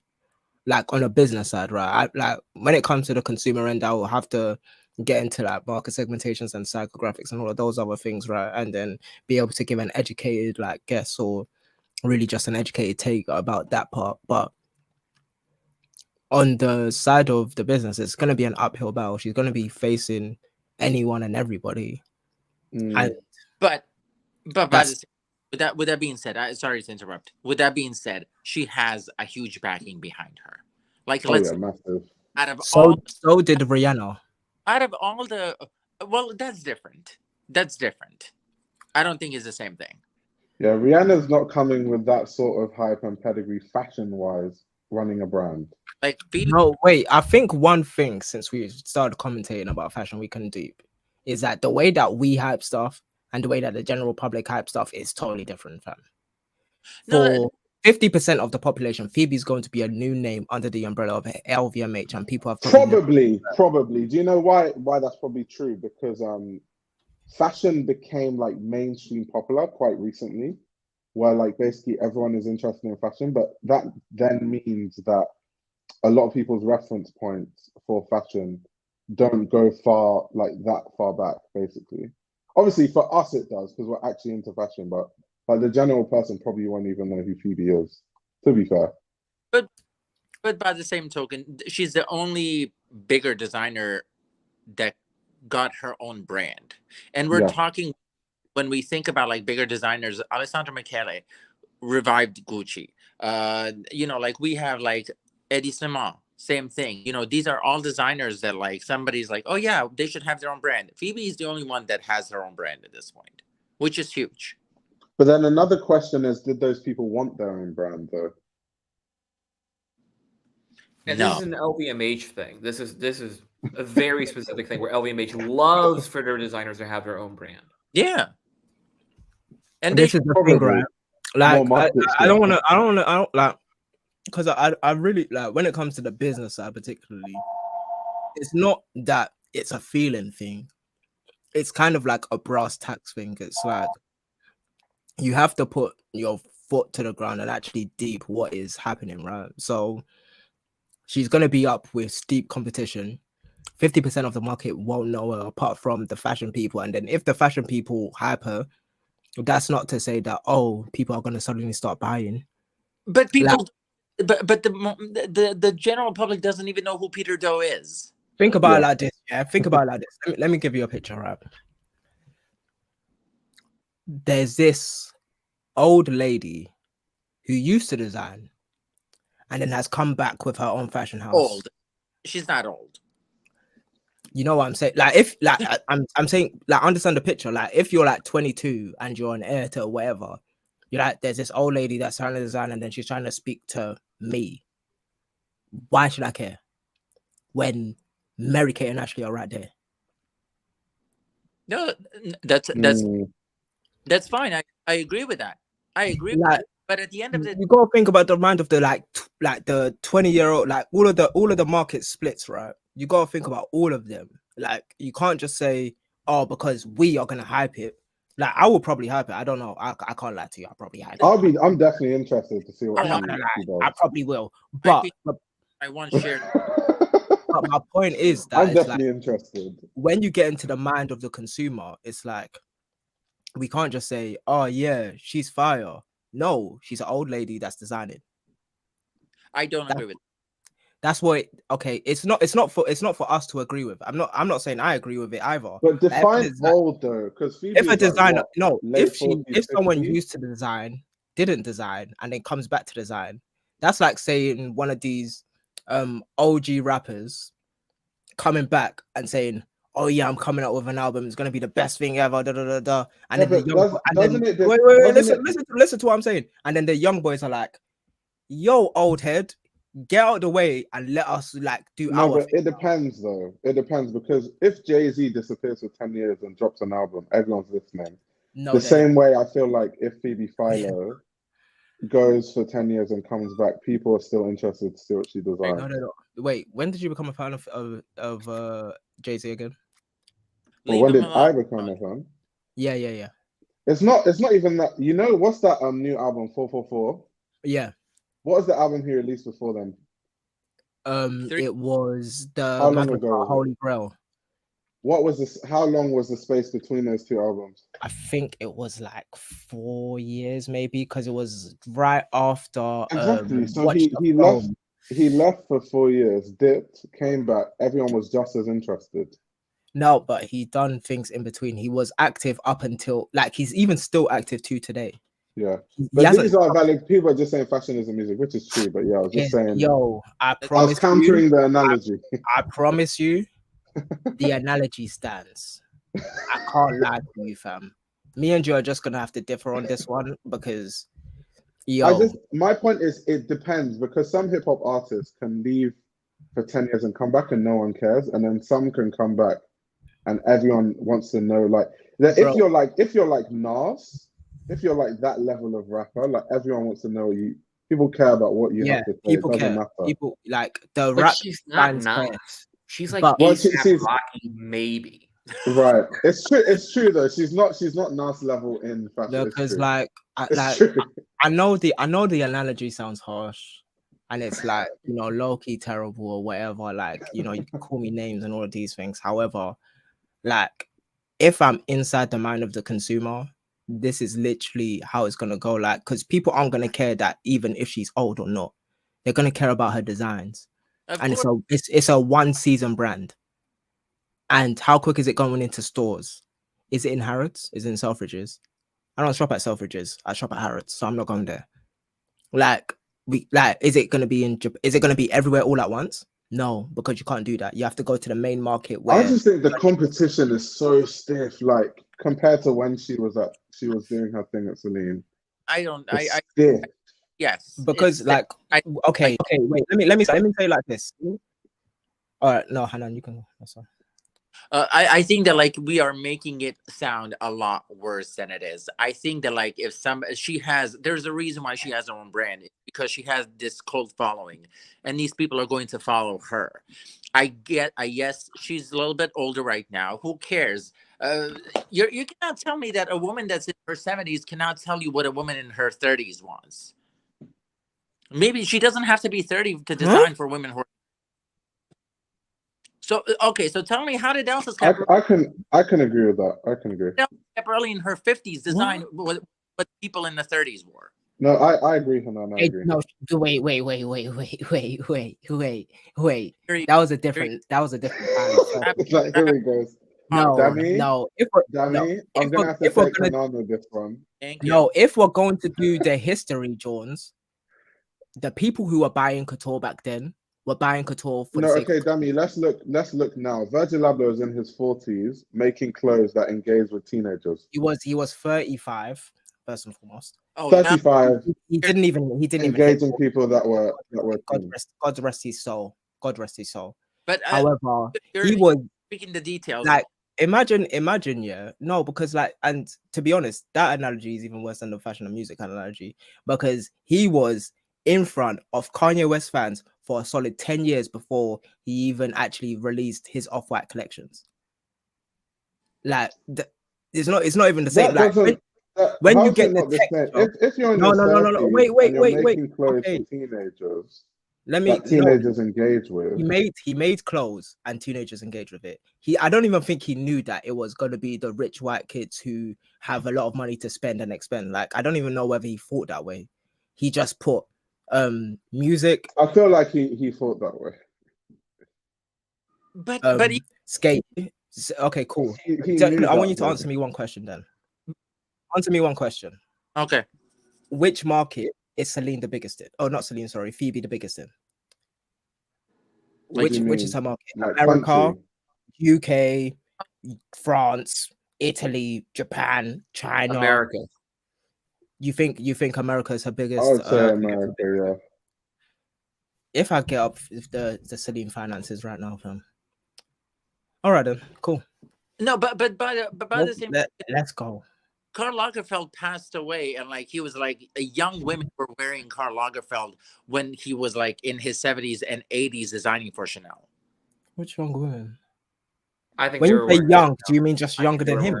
I don't think they were wearing Karl Lagerfeld. Wait, younger than him? I mean, I mean like 60-year-old women when he was 70. To be fair, Karl wasn't designing for young. No, but like, no, because young can mean 10 years younger than me. Like Virgil Abloh, like he designed for people that were 10 years younger than him. Like, I understand that, but like not 30, not 21. Karl was designing for old ladies. I'm not gonna lie. Karl was designing for his age mates and a Vanguard long gone. God rest his soul. Right, even though he was a bit, you know what I'm saying, but point being, no, he was designing for everybody. That's the thing. You had young girls decked out in Chanel. He was designing bags wise, he was designing for everyone. But if we're talking about like who brought the money, yeah, which is what brought the money. So fair enough. Like bags, everyone wears Chanel bags. Correct. But in terms of like the people that were going to the showrooms and buying like the ugly sweater, Yeah, Those were definitely the old ladies. correct. But like, like I don't think that like Phoebe, yes, the client is a bit more mature, but that does not mean that the young girls are still not going to like it. That's the thing. Whatever she presents. It's about whether or not the musicians will like it. Can Rosalia be fitted? Correct. Right? Correct. It's straight up just that, like, how do you communicate to people that like your brand is not some legacy thing, right? It's like as if she was a legacy house that was revived but is brand new. You know what I mean? It's a very similar sort of deal. I wasn't saying that she can't design for people. However, I was saying that the competition is stiff. And two, I'm not even going to say that she wants to design for 20-year-olds anyways. Like, we don't know who she wants to design for. That was my first instance when I was talking about the gap between her not designing and her designing again. Like, that's a big gap. So I don't know what has changed in her life, who she is today, how she thinks, all of these things, like blah, blah, blah, blah. Like, you need to, like, until I see something, I can't say this is for young girls, this is for old women, this is for blah, blah, blah. No, like, it's not mature, it's not like designs are designs first and foremost. However, the competition is stiff, right? And I don't know whether the customer that she was designing for back then exists anymore. But that's not to say that she's going to be designing for that consumer. She'll probably choose someone totally different that is not even like what we were thinking. Like, you could probably choose 30-year-olds, 40-year-olds, 50-year-olds. Sorry. Anyways, I'm done. Yeah. All I was going to say is that, like, that's the reason why I gave my second prediction, is that she's going to launch with a leather goods thing. Because I think you need to organically grow a new base from, like, an actual product that's working. Yeah. No, I could see that. I could definitely see that happening. Wait, and do you think America is her biggest market? Absolutely. Because it was like a sort of repackaging of European glamour for the American market, I believe. I think, like, what the tagline was the off-duty model, right? Because it was like sort of like inspired by like a lot of cuts that were more comfortable to wear and such. Yeah. So like that appeals to the American customer. I'm sorry, how do you pronounce your name? Al? Yeah, that's correct. There, look at me, like, learn. Fuck, that was impressive. I cannot call you Io without Y. Didn't you hear any of us saying it? And really, I said it like 3 times. Fine. Yeah, and the great thing, somebody said in the comments that like there's a lot of male fans of her work too, because of all the tailoring, I guess, or whatnot. That like I think that like that's again another reason for like the leather goods thing is that it's a unisex product. You can kind of launch that with everybody. Like anybody can like kind of be in on the cult following by having something that's unisex. Or even if you put it on Kanye, like remember that moment when Kanye wore the Celine? It was I remember that. That was huge. That was when he thought Phoebe Philo was the best designer in the world. Yeah. No, genuinely, it was like I think it was Raph, then Tisci, then Phoebe. Yeah, I thought he was obsessed with Raph. I thought Raph was like to him. Yeah, it was Raph first, then Tisci, because Tisci allowed Kim to go to the Met Gala, I think it was, or something like that. He signed the dress for her, and then Phoebe was like the last one. Phoebe was the first one before all that. That was like 2010. Again, like the height of her power is 2010. Yeah, whichever. Because the original resurgence of white forces. That was that era. Right. Oh, the one that A$AP Rocky took credit for. Oh my. He nowhere close. Oh my. That was 2012. He was talking. That was probably the worst take I've heard from revisionism in my whole life. That's revisionism. That's it. I think sometimes when you get too lost in the source, you start to believe your own shit. That was one of those cases. It was a weak moment from A$AP Rocky. Very weak. However, he's in a strong place right now. I can't lie. He's in the strongest position ever, fam. I mean, the man have to be literally. He has set himself up for life, fam. He's the front. He's gonna get alimony out the wazoo, fam. Do you know what's funny? I was speaking to one of my friends. I was like, basically, I'm joking. If he messes up in that relationship, I don't think he'll ever be able to walk anywhere safely again. I think he would make like a good like new creative director for like Dior if like we kind of promote Kim Jones some more. Oh, now we're going to like so. We're in fan fiction land now. Where would Kim Jones go?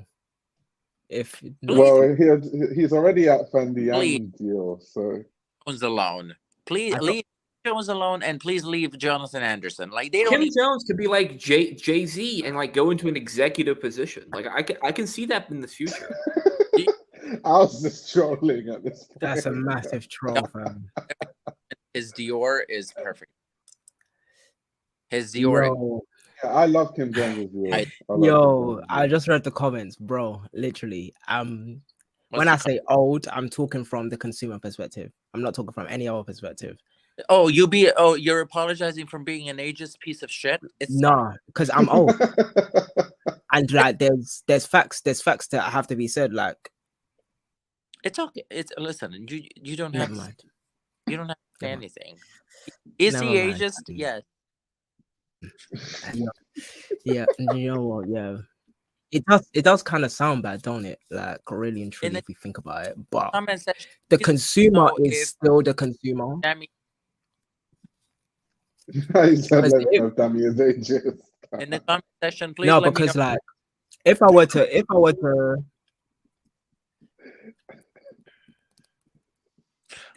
Be do Google keywords and analytics and organic search for Phoebe Philo, I'm uncertain that 18 or 17 to 23 is going to be the people that are searching for Phoebe Philo. Yeah. Is that That's yo. She's a It's cult figure. It's literally my business to know these type of things, to be honest with you. Yeah. Never She's mind. a cult figure, but you understand that like young people know who Margiela is, right? Like, correct? because he's a cult figure. Like it's a different thing than like just the like. No, but young people know who Margiela is not through fashion. They know about Margiela because of people like Kanye West and A$AP Rocky and stuff like that. I'm not saying that they know the designs, but they know that they're a cult figure, right? In the same way Which like people? the name has cachet. Which people? It has cachet, yeah, because like there's a split toe boot, but like, no, but what I'm saying is like the name has cachet with young people, like in a way where you can like kind of merchandise it. Do you know how I measure these type of things? Like I go back to where I'm from, because like that's what the white people have told me to do. So I go back to where I'm from, and I talk to them, and I know that if I say Margiela, they're gonna be thinking camel toe. That's what that like. They're not even gonna say. They're not gonna No, wait. No, you haven't let me finish. Not even split toe, nothing like that. But they like if they ever thought anything about Margiela, apart from the t-shirt, right? Because there's a white t-shirt that the people then wear that's just like Margiela like this. That's all they know of Margiela. So like, no, they know more than that. No, it's the footwear. They have so much. The Gats. Let me tell you. Even apart from the Gats, you know what's the glue ones? The ones that what they call the futures or something. The ones that rappers used to wear. Those are the ones that everyone knows. Gats were before the future. Oh yeah. No, wait. Gats were the earliest ones. Sure. I said where I'm from. I know these people. I know they don't know Margiela. No, I'm telling you. No, you think my friends know Margiela? Bro, I will actually message them today. I will message. Let me message Margiela right now, If I say Margiela and Lewisham, they'll tell me about the footwear. That's what they know about. Bro, I know. Like the glued Margielas, like that is the most recent footwear thing that they know. The Margielas with the glues on them. They're not even gonna say whatever the name is. Like I don't even know what you guys are saying right now. I know the white t-shirt. We're not talking about meme Margiela. We're talking about millennials know Margiela. No. Millennials know Margiela from the Gats. They know it from the footwear. This isn't a meme to these people. This isn't a meme. They wear the glued. They wear the glues because that's what it's called. It's called the glues. They wear the glues. It's not a meme. Like I'm not gonna say what they actually do, but the man them that wear the glues, they're signaling to people that they got the glues. They got the stuff with the white. They got the trainers with the white stuff on them. Do you understand what I'm saying? I'm not They're even not in even this called the conversation. glues. I'm They're called the sorry. fusions. I'm like, No, what? I am telling you, yeah. Whatever I want to say in terms of correcting them, they don't give a bumper. They actually don't care. They've got the Margielas with the glues and a Margiela Chris Wright tee that they bought 2 days ago. Right. I Now agree they're with in you. the I dark. agree with you. All I was That is trying to it. illustrate is that it's possible to like produce a similar situation with Phoebe Philo due to using her name as like a bit of like, you know, merchandising.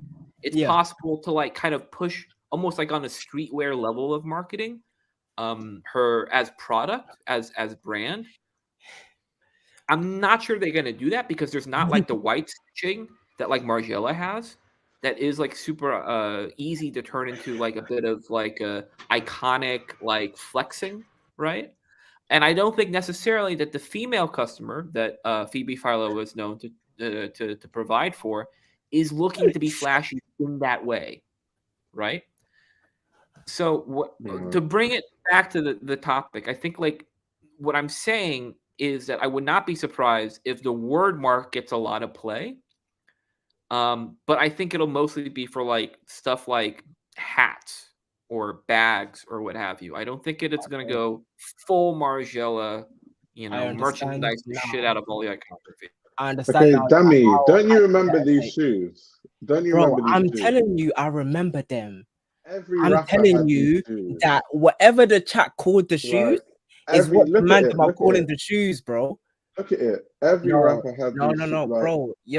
every rapper had these shoes. No, listen Like, to what I'm saying though. What the chat called the shoes is what they know from trust gold. me, every rapper had these. Trust No, me. I'm not saying that they didn't. I promise you, that's not what I'm saying. That's not what I'm saying. I'm saying that if I message my group chat right now about my jealous, I know nobody's. I'm not even gonna get a reply. I actually know that. I actually know that's a fact. Ask your group chat, you know, what the new Phoebe Philos are. Do they even know what the product is? They don't even know Phoebe Philo exists. Okay. Like, if I ask my girls, maybe. But would they say a shoe? Would they say a bag? Would they say like no, a like, jacket? and this is the thing, yeah. This is the thing. Like, when I think about the general populace, and then like I do that market research. This is what I'm saying. Like, you're the only one here with a real take. Like, I don't have a real take because I need to see something. I can't lie. I'm excited, but that's about it. Like, I posted it immediately on my story, everything. So I'm hyped. Like, the story got a lot of play. I can't lie, but I don't have a take. But I know that on the business end, the competition is stiff. It's gonna go crazy. No. I on that front, I agree with you because I think people are being quite like naive to say that Phoebe is just gonna come back and just collect all her customers from the Row and Rock and Peter Doe and Bottega. Like, it's an ask. It is an ask, especially for half of, probably even majority of the kids who don't even know who she is. Like, she has to be like reintroduced into the market. Does she have a store? Is she starting with a store? Like, because you said that she's big in America. Will she have a store? Are there plans? There's no way she's going to have a store. I think, like, again, you so will she be in Neiman product Marcus? that's going to be in Harrods, that's going to be in, you know, these like sort of like fashion temples, right? But you know, if she picks Harrods, that she can't be in Selfridges like that. She's going to pick Harrods because of all the fucking money LVMH spends at goddamn Harrods. I'm gonna ask you because you said her market is America, right? So is she gonna be in Neiman Marcus? Is she gonna be in Saks? Is she like, where is she gonna be? I'm predicting. Oh, honestly, I would say something akin to what Barney's used to be, but like it's got to be that level, like Bergdorf Goodman. Bergdorf, yeah, BG. Like, I was thinking Bergdorf, but I was like, was she getting Bergdorf? You know what I'm saying? Like, will she have a store or will she have a booth? She does have She's not maybe gonna have a pop-up. no. She's not Start gonna with have a a pop-up. store, bro. Let's start with a pop No up. You see way. what I'm saying? No You way. see She's not what gonna I'm have a store. saying, bro? Unless it's technologically savvy, like the direction that she's going in, and like what Jerry Lorenzo did with his manufacturing facilities in Canada, then I don't know. I'm just gonna have to see. But I I know think it comes down to her debut though, because for her debut collection, she's going to get all the press in the world. And it's really how she capitalizes on that. Because fashion, when they get tired of something, they get tired of it. bro. And they move on to the next. I said, let's start with a pop up, my boy. No joke. This is what I'm saying. Mannequin, 2 products, and they keep everything in the back. No joke. You This is gotta what not. I'm You gotta not saying. show this shit. It's gotta. You gotta like cultivate like the demand first. And honestly, this is the most like interesting part for me because like I'm not interested in like the old like Phoebe Philo aesthetic that much. Right. I do intend to buy like a billowing shirt at some point because I want to go to like the coast and have a vacation. But I don't think like the sort of like appeal of her imagery is for my demographic.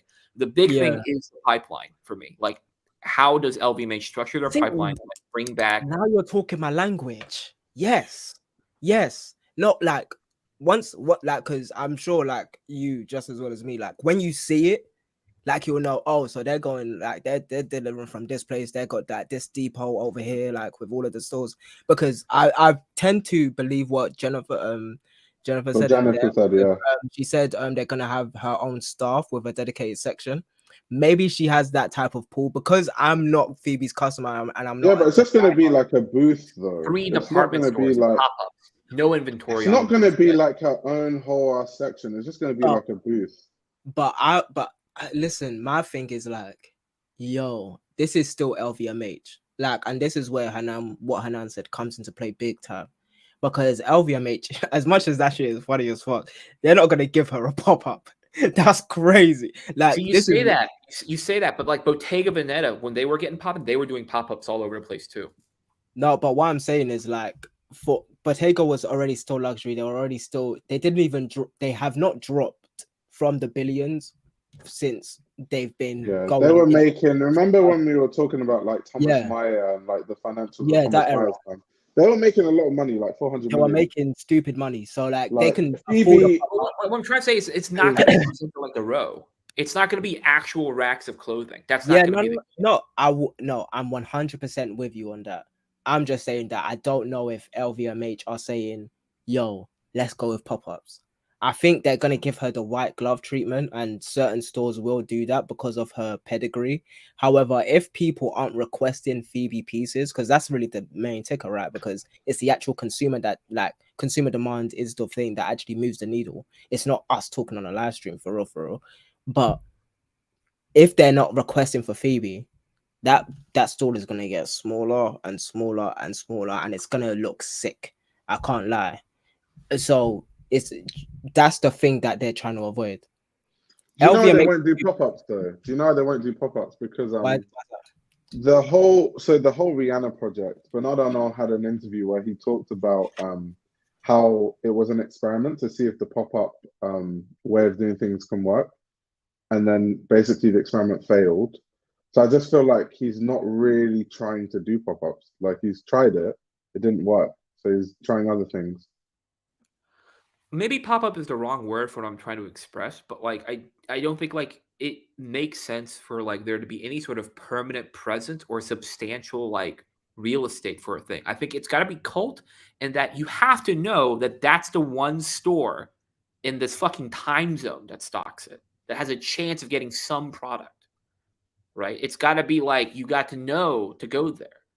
Right. Will she be in DSM? I'm trying to communicate, like with almost nothing on display for the general public in terms of like racks of clothing. No inventory on display at all. Will she be in DSM? I don't know how well LVMH does in DSM. Just stop. No. I'm just like, yo, when we start talking about business. How many LVMH brands are in DSM? Like in DSM, you see Gucci, you see like Yeah, no. No, like I said, like I'm just trying to get like temperature check because I don't know. Like this is Phoebe we're talking about. I believe that she's gonna get the white glove treatment wherever she decides to go. However, when it comes to consumer demand, department stores, having a brick and mortar, all of those things, that's a different ball game now. You're talking about us investing in real estate because LVMH has their own chain of hospitality places and stores and all of these other things, and like even in the airports and all of that stuff. Like, if you've been to an airport, you've seen an LVMH something somewhere, right? So they've got those things. So me thinking This is true. Someone saying that DSM is essentially a Kering, so that's true. Because okay, it's Kering brands that have like their booths in cool. DSM. Because it really and truly, I'm only asking for a temperature check, right? Because I'm naming all the stores that will do like luxury goods, and let's see if they can go there. But point being is like LVMH has places that they sell clothes, and cool, which one will she go in?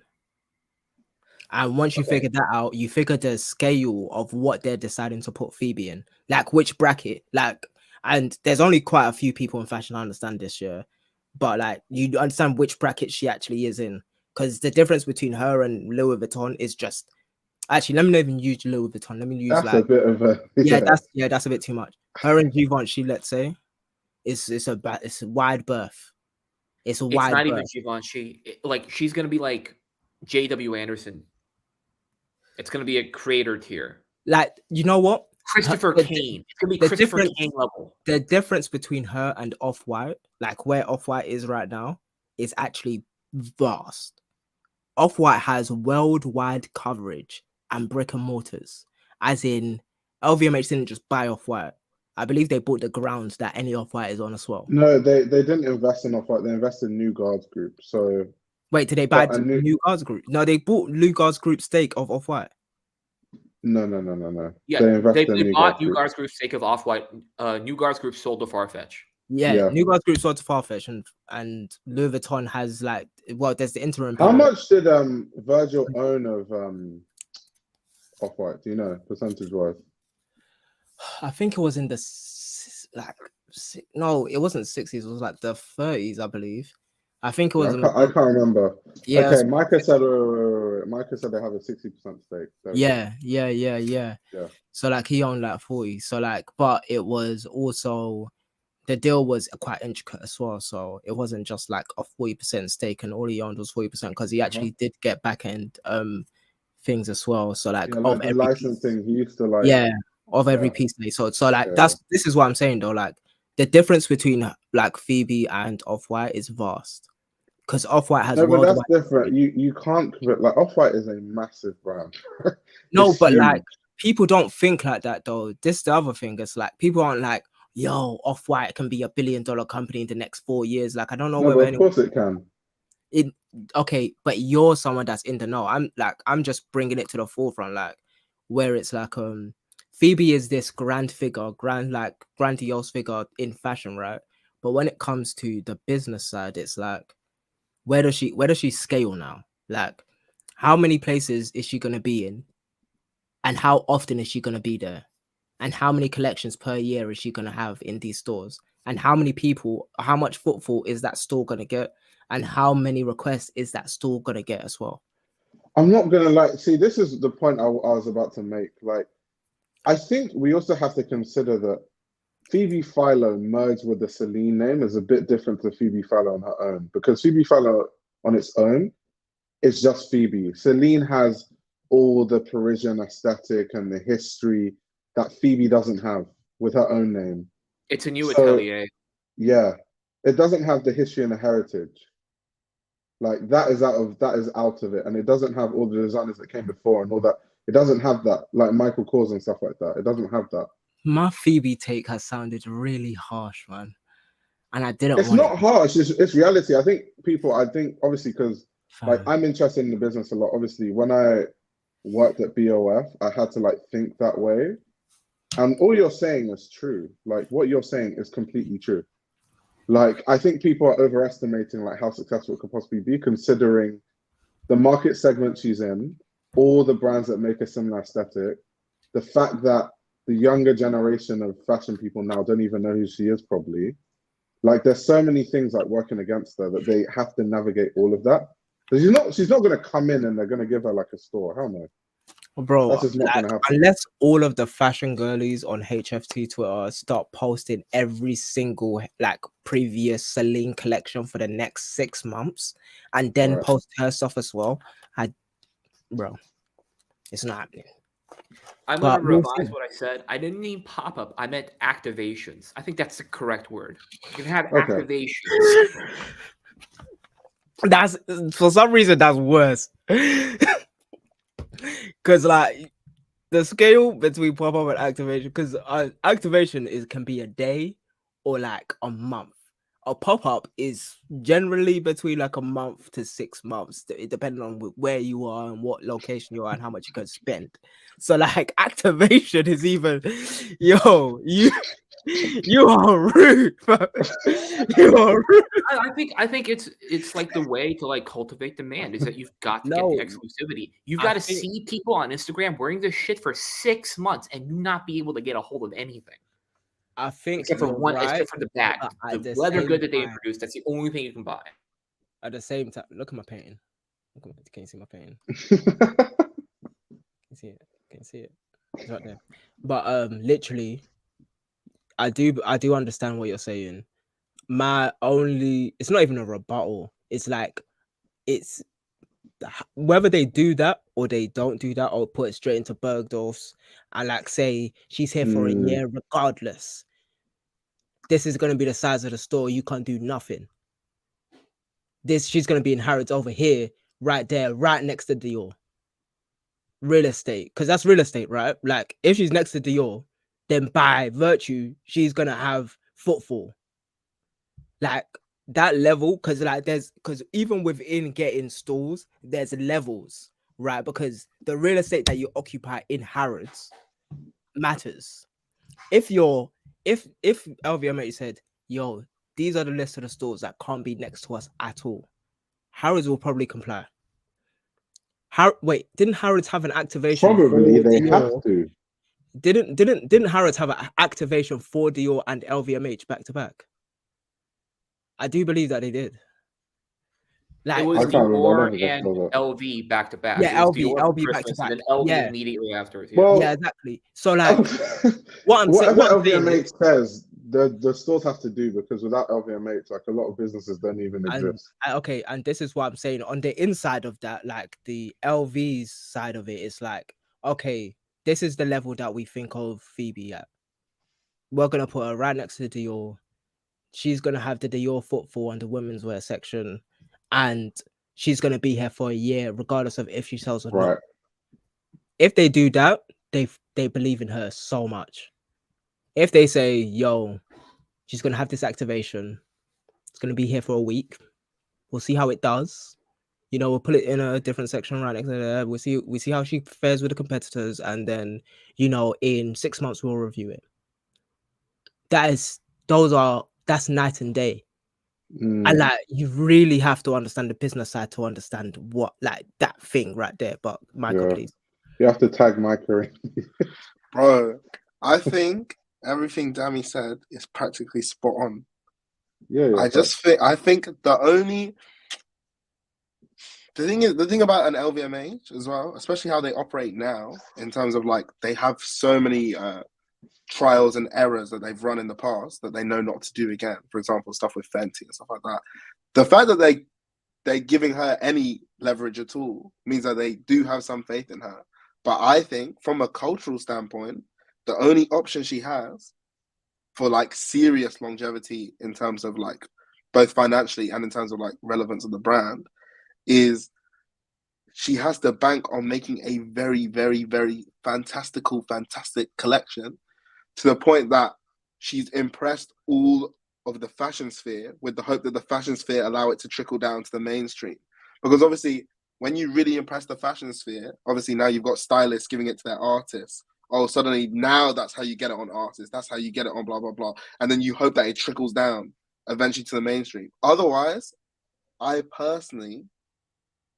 not sure But I Yeah, don't know. Margot Robbie's got to wear it. What's it? Anna Taylor-Joy's got to wear it. Like, yo, she's got to be this red carpet. No, there's 1000% gonna be a Phoebe piece on the red carpet. I don't know what you talk about. But what I will say I is, don't know what you talk about. I definitely get what I was saying in terms of obviously it's not at the level that Margiela is, but a lot of people don't know who Phoebe Philo is, but they know her name because she's not, in terms of culture, she's no Margiela. Where anyone, if you say Margiela to anyone, they'll know, oh, it's probably a brand, but they don't know anything more than that. But like, especially people who are in hip hop, they'll know of Phoebe Philo. They don't know what she does. They don't know what brand she's worked on, but at least her name has something to it, as opposed to having nothing to it. Because anyone who's like a big Kanye fan will know, oh, Phoebe Philo exists, even if they're not into fashion. I forget what song it is on Twisted Fantasy where he's gassing up Phoebe Philo there, blah blah blah. You know what I mean? So at least her name has something to it, as opposed to just being a completely fresh can. So I definitely get what I was saying when he's saying that, like, if they market it the right way and push it the right way, they can try and push it towards that area of a Margiela where, like, she's just a cultural name. You might, even whether you are into fashion, not into fashion, you know that she exists, and you know that there's some kind of clothing brand attached to it. But yeah, it's techie. That is right. Her treatment, like, so those will be the key factors, right? The name recognition, brand recognition, how LVMH treat, and they've been treating her quite well. They've allowed her 2 years to make a collection, right? Like, if from what everybody thinks they know about LVMH, I don't think they think that, oh, LVMH doesn't want to make money immediately. Like, I'm pretty sure everybody thinks that the LVMH wants to make money fast, but they've given her 2 years, and this has probably been in the works even longer than that, right? And then so how LVMH treats her, how the department stores treat her, what types of staff that they get in there, all of these other things, and then and then obviously coordinated with the wider fashion public. Then we can see some. This take. You can get some motion. Is that the thing about this kind of take is that while I agree, we're talking about business, and like most of the customer base that would make Phoebe Philo successful right now probably don't know who she is, and they don't know about her last collection, but they know about Bottega and Daniel Lee, and they know. So it's we're talking about like business for them now. It's a different market completely. Bro, anything that happened pre the pandemic doesn't matter. It don't. On top of that, it's that thing of like, how do you call it? Like, just because that demographic existed, but the second, if you're saying everyone stopped, no one else is producing that kind of good, that means everyone's forgotten about that, essentially. That, like, I don't know what to call it, like the loss of a zeitgeist, essentially. Imagine if everyone suddenly stopped making luxury streetwear hoodies, and that just stopped, and no one filled that bracket, and then in 10 years you want to just start it again. It doesn't quite translate like that. Like, once it's gone, it's gone. You now have to reintroduce it. It's like we can't suddenly bring back the BBC baked ice cream era. There was a time in life where that was everything. Them colors ain't coming back. That was that all over print, a hoodie with an all over print, triple XL white tee. There was a time where that was everything, but right now no one else is making that. That doesn't mean you can just bring it back and all of a sudden that market's here to stay again. You know what I mean? Oh, you're right. You like, that's good. Wait, she took her time. She may be in it for a long run. Okay, like, if Phoebe is willing to start in the trenches, yo, I would respect her so much. Do you think she is the? I don't know. I just don't believe that LVMH will allow it. I don't believe LVMH will allow it. Why? Because you think they're not going to be patient enough to do No, that? because it's luxury. Like, LVMH is pushing heritage and luxury. Phoebe Philo is a heritage designer, right? And they're investing in heritage designers because I believe it was Off-White. Her brand isn't going to be heritage though. It's going to be new. No, it's going to be new. It's going to be one collection deep. It can probably even go for the LVMH prize. Like, literally. It's that deep. It's that deep. One collection. Okay, I'm going for the LVMH prize this year. Just stop. Guess who's going to win? Me. You know what I'm There's saying? no way they're even going to attempt to do something No, like that. like she needs the Walmart prize. She needs everything, This bro. guy is bugging. No, I'm not That is even bugging. bug. I'm just saying, like, yo, she needs publicity. Man out the said, wazoo. best new designer. Bro, it can happen. All of this, no, everything is in play. Everything, like in my head, if I was on the marketing team for Phoebe Philo, everything is in play. Publicity everywhere. She's talking about everything. What I will say as well, which is something Sammy Zeitgeist said penetration. earlier, is that at the end of the day, we don't know what target demographic she's working for. We have no clue, and that I think that as well will indicate the trajectory of everything. Imagine if, because I'm assuming we're in a world where we all go to the show, guys. So imagine we're all sitting there sitting there at the show, and the clothes that are displayed to us are clearly aimed at 16 to 30-year-olds. I think that is very different to if we sit there and the clothes are very much aimed at 35 to 60-year-olds. Which is the market that knows who she is. Yeah. So I think that's a big factor too. Not to say whether that means there'll be mad longevity or not, but I think like that unknown is very much a big unknown. Bro, if she speaks to the writers who grew up on her that wanted to write about her, and then now she's designing for them, and then now she's giving those writers interviews because they're senior editors or whatever, bro, they will that publicity will last a year, like min, because she's gonna do 4 collections probably. So bro, like there's like if she doesn't do 4 collections this year, I'll actually be surprised. I'll be surprised. Considering she's under LVMH, Micah, from what we know about Bernard Arnault and his antics. No, I think well, she has 2 minimum. Pre-fall, bare minimum. cruise. Yo, resort, everything, bro. 10 As many collections collections as you can make me money. That's Bernard Arnault, bro. No, like to be fair, 2 years is a long time. When you put it like that, 2 years is a long time. It's a long time. The calendar's ticking. They've been probably like. But I guess we don't know. It's hard. There are just so many unknowns because again, we don't know how many people are kind of working under her, how big her atelier is. Because it's something like, obviously, that's why you can rock up to an LV and make a collection in 6 months because your atelier is massive. So like Pharrell being just announced, personally, I think this nigga accepted last week. I don't think it's he accepted months ago and they've kept it quiet and blah blah. I think this nigga accepted the shit last week and they whipped up the collection in 6 months. I know that Kid Super collection was also whipped up in about 4 months or something like that. But that's because you have a giant atelier who can just pattern everything for you. Bro, that is so right. That take is so that's a gorgeous take. The craziest thing is though, do you think LVMH will allow Phoebe Philo to like use their resources in the interim while they sort of hire, or are they just going to be like, get your own team completely and do? Because if they do that to her, that's rude. If they do that, that's rude. If it was a full build up, because I will tell you how she didn't do that, right? It's because I didn't see it on the job boards. Her name wasn't anywhere on the job boards. Because these are the things you have to look at. Nobody, like, LV did not spend that money to say 20 million in recruitment, 20 people, like, we're going to get all of these people for Phoebe. Also, she would have been in BOF, Glassdoor, Reed, like, somebody would have messaged me for a market position. No, movement within LVMH is very common as well. Like movement, designers move between the houses a lot. Yeah, even like common. CEOs. Like, isn't the CEO of LV right now used to work at Dior or something? Yeah. So like, they're just all the staff members just move between. Like, the brands. I think Bernard's oldest son, if I'm correct, works for the company that owns Dior, right? So the CEO before that, like, so he's the CEO basically. Huh? Wait, what?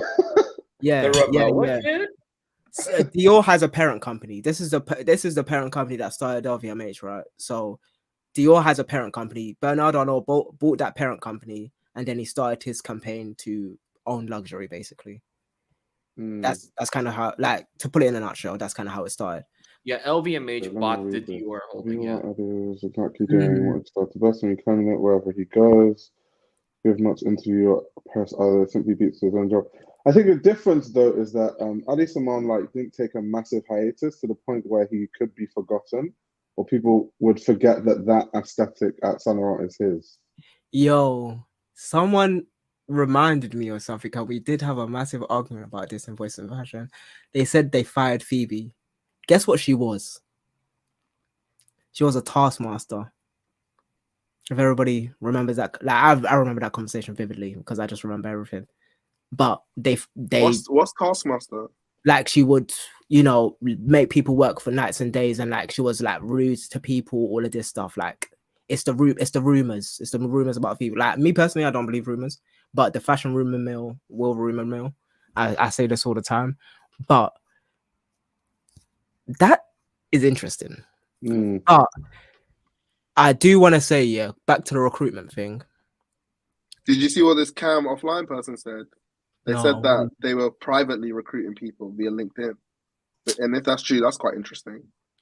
Bro, why would it be?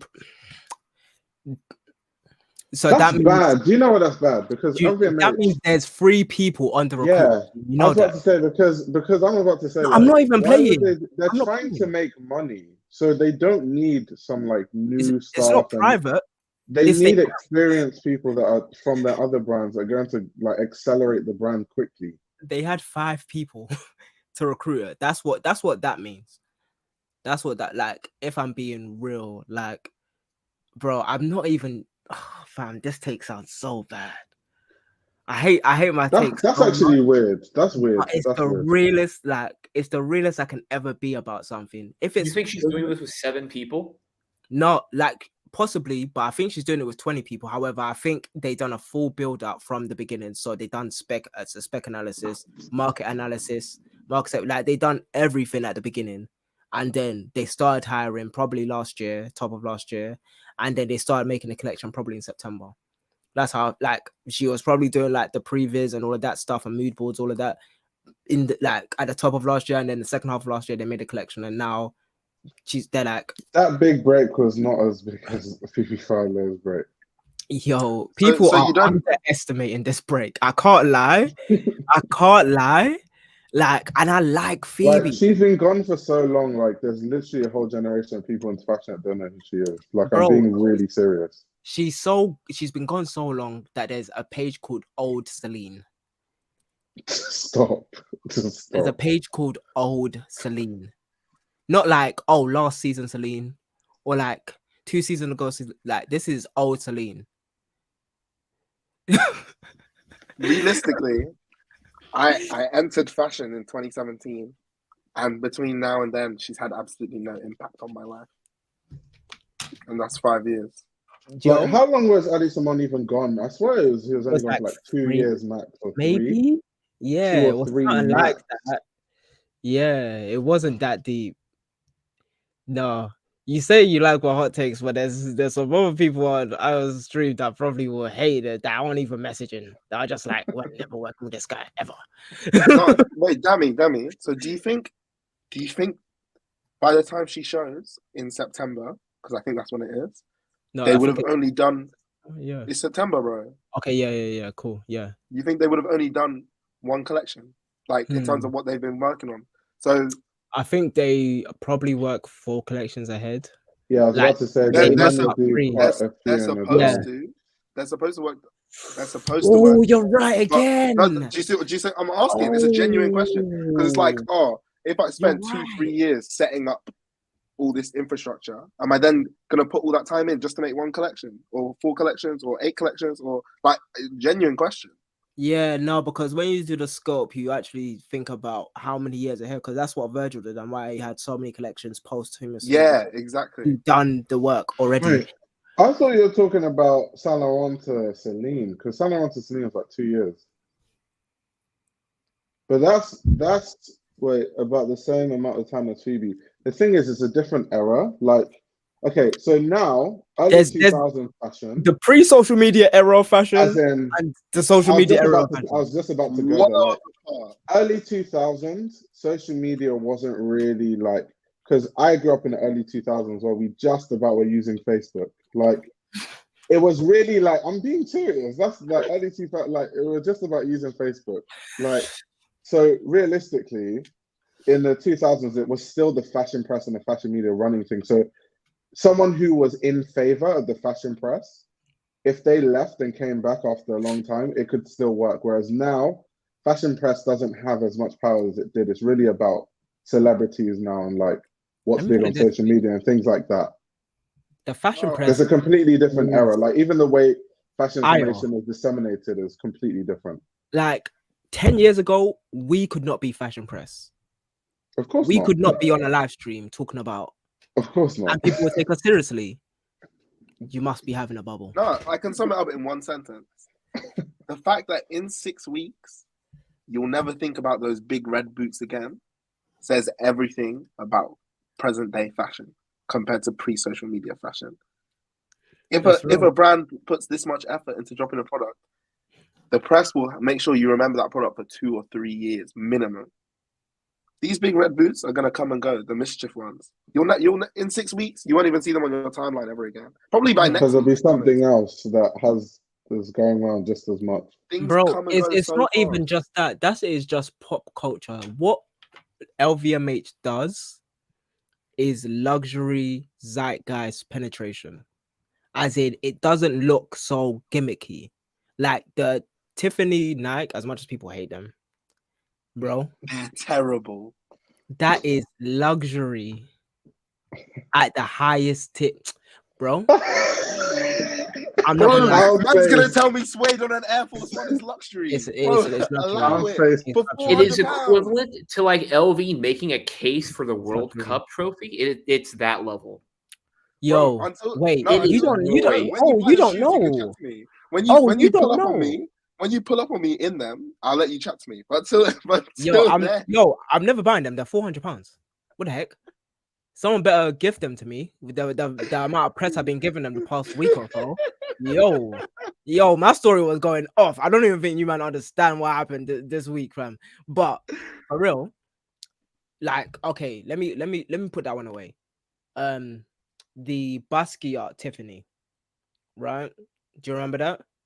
That's luxury zeitgeist penetration with probably two of the biggest influencers in the world with their, I believe that was a Bentley yacht, as well as they had the car, the one of one Bentley, like, so it wasn't ibby, like, so when I say so that's a better example of the luxury zeitgeist penetration when I'm talking about that. Like, that is the highest. We still remember the armadillo boots. Yeah, but the thing is, someone like Alexander McQueen is like a cemented staple of fashion history. The same way we're not going to forget the new look, or the same way, like, there's just certain, like, shocking pink, we're not going to forget that.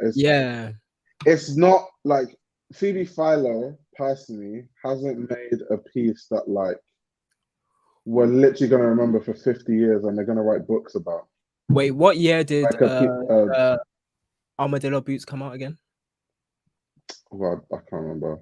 Was that like 2008, 2007? They're in different collectability. Like, yeah. Okay, my question is, do you or will you wear Ed Hardy?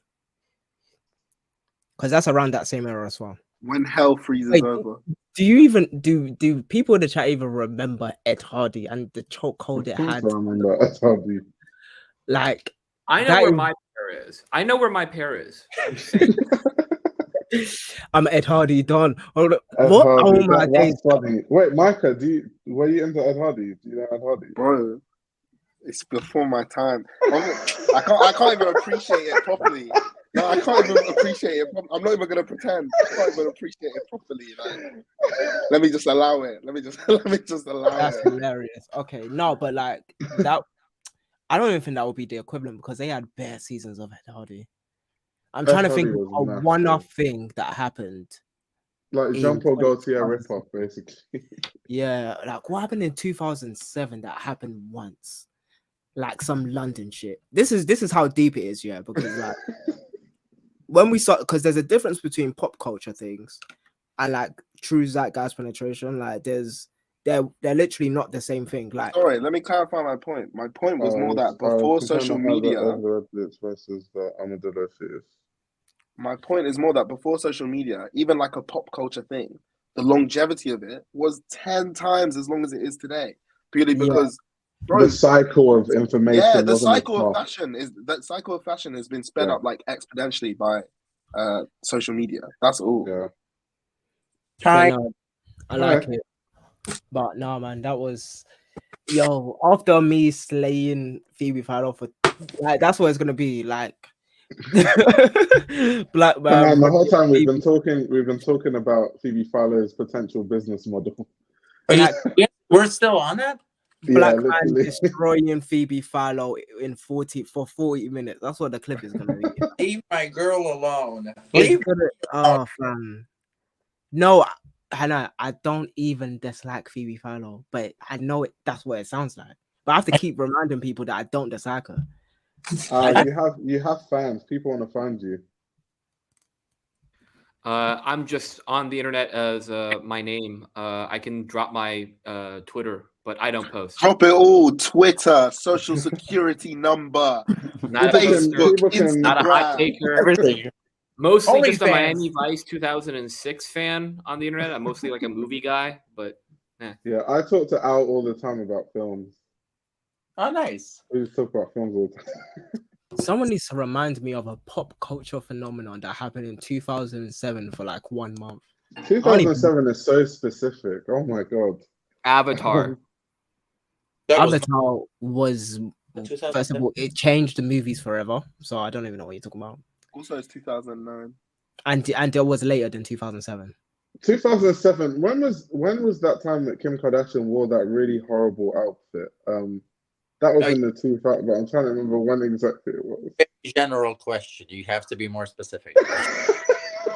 There's a very specific picture of Kim Kardashian wearing a horrific outfit. I'm trying to remember what. Wait, I just remembered a pop culture thing. What was it? When was it? You're looking for which one specifically? It was when Kim Kardashian used to wear like dresses with those really fat belts and stuff like. Oh, you talk about the one with the jeans? Is that the one you talk about? Well, that was one, but that was how she used to dress. Like she had a line of like. You see how it's hard. Now, I can't even pinpoint which one you're talking about. Had a line of like red carpets. Before Kanye, she didn't dress well. I'm gonna Google it. One sec. She had no taste level. It was actually. I'm literally gonna Google it right now. Okay. Do people remember when Madonna kissed? No wait, Lil Kim's nipple slip. No wait, that's a good pop culture reference. Does anyone remember that, by the way? What? Well, I was Lil Kim's nipple slip. You mean which one? You mean Janet Jackson's at the Super Bowl? No. Outside the girls in a chokehold. No, I'm talking about 2000 and maybe it was 4. Like, or 2002, Lil Kim like had those nipple pasties on. Oh, okay, like in the purple outfit. Yeah, I was thinking about that one. But that was before. That was like 1990. Yeah. See, this is 2007 Kim. This is what I'm talking about. That's my favorite Kim. Do you realize that? No, these outfits are hitting. Bruh. I can't lie. Bruh. They're hitting. What? You're trolling. This is the Black Eyed Peas era, right? I'm just trying to remember. Yeah, no, you gotta put yourself in that mode, man. You gotta like remember all the music you were listening to. Most of her outfits had those like fat belts. Like look at her outfit. She used to rock those belts for real. You gotta remember the Disney Channel era. You gotta Juicy remember. Couture. Trust me. Look at the belts. You gotta remember you watching Disney Channel and watching Asley Tisdale wearing jeans on the, you know what I'm saying, fam. You gotta like get in that brain. Unironic boot cuts. that belt thing, she used to wear that all the time. Like no, I don't think Americans have stopped dressing this. Never mind. Was it the first wave of cargo shorts? I think it was the second wave. Like, because the first wave is skating, isn't it? In the 90s. Someone said MTV was fun back then. Literally, it just her the way she's dressed reminds me of like Disney Channel and MTV based one in the early 2000s. Yeah, man, the Disney Channel fashion sense where you had to cover the shoulder and not wear like, you know, halter tops. Oh my god! That is actually taking me back. I That's feel good, innit? old. I'm not even that old. Yeah, no, the fact that you remember Skype makes me feel less old. That's how deep that was. Skype isn't that old though. Like, what was before my time was MySpace. So obviously, when I was younger, people used to talk about MySpace, and I'm like, what is MySpace? Like, what? I didn't even have a MySpace. There was also, I don't know if you remember, it was Perf Spot. I've Wow. never heard of that. I haven't even heard of that. Senga. There was you go. Senga. Bebo is what I remember. I remember Bebo, and I was like, will I have any friends that will add me on Bebo? I remember thinking that, and I was like, no, fam. Yeah. No, fam. I have to fight a couple more people to get popular. Belt collection needs to be auctioned through Christie's. No, you know what? She's right though. Yeah, that's right. not a wrong take. Yeah, Cultural Benson said phenomenon. AOL. AOL was the thing too. No, yeah. I remember Yeah, AOL yeah, pool, ASL. Yo, let's get it. Like people were. My era was MSN. Like it was MSN, and then Yeah. it was like Facebook, and then BBM, and then Twitter, Instagram, and I then didn't have Snapchat. any social media until Facebook. No way. Mm. Oh wow, interesting. I know, right? We're the same age, but yeah. No, I wasn't as popular as you. That's the thing. Okay, that's You were popular. I Those didn't. big ass belts need to come back. No, but like literally. I love that IO puts the comment up literally for 0.2. No, it's literally the most. It's under a second. Because I'm actually reading it for myself. Sometimes I forget. He legit. He's like, I love this comment, and then it disappears. No, but like the girls need to bring those belts back. They need to bring BB Simons back. They need to, you know what I'm saying? I know BB Simons is a bit, gauche, but BB Simons are still in, bro. it's in, but it's cold. I'm talking about That's true. Okay. penetrate, like mainstream. I need to see it. I don't know if that's happening Peckham, anytime soon. to collect meat when I go Peckham. I need to see it on the streets. If I see it, then I know it's that got I'm penetrated. not gonna lie though, the 2000s was a time though, like fashion wise. Everyone didn't dress the same, so it was a bit cool. Yeah. Like, people had their different styles, like people into different things. Listen, the 2000s was when they were doing layering. Like you would wear a long sleeve and then a short sleeve, and then you'd wear a jacket, and it was crazy. And then the belt. Bro, this was literally me in the 2000s. That's true.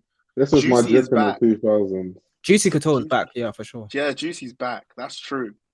What are they doing to get back? Yeah, the whole Y2K thing. They're actually know a lot of doing influencers nothing, who are but getting I paid by know them. bare people wearing Juicy right now. Like I don't know what they're doing, but I know bare people. No, I know influencers on their payroll. I know at least 4 influencers on their payroll. Okay, that makes more sense to me. Good for them. Is there anybody who's like a vintage Juicy Couture collector? I want to meet that person. They must leave a very. That's me. No, that would be an interesting conversation to have. To be honest with you. Like that one what I want to know video is that, like they did with like the calm like collector. I want to meet the Juicy Couture collector. when Al starts making films, yeah, I can't wait. Them fashion films are gonna be like so cold, Amazing. Like, I can't believe Soulja Boy used to dress like that. bro. What an impressive silhouette. Literally. It's like giving traffic cone, but at the same time stoplight. This It's is got the actually triangle drippy. aesthetic.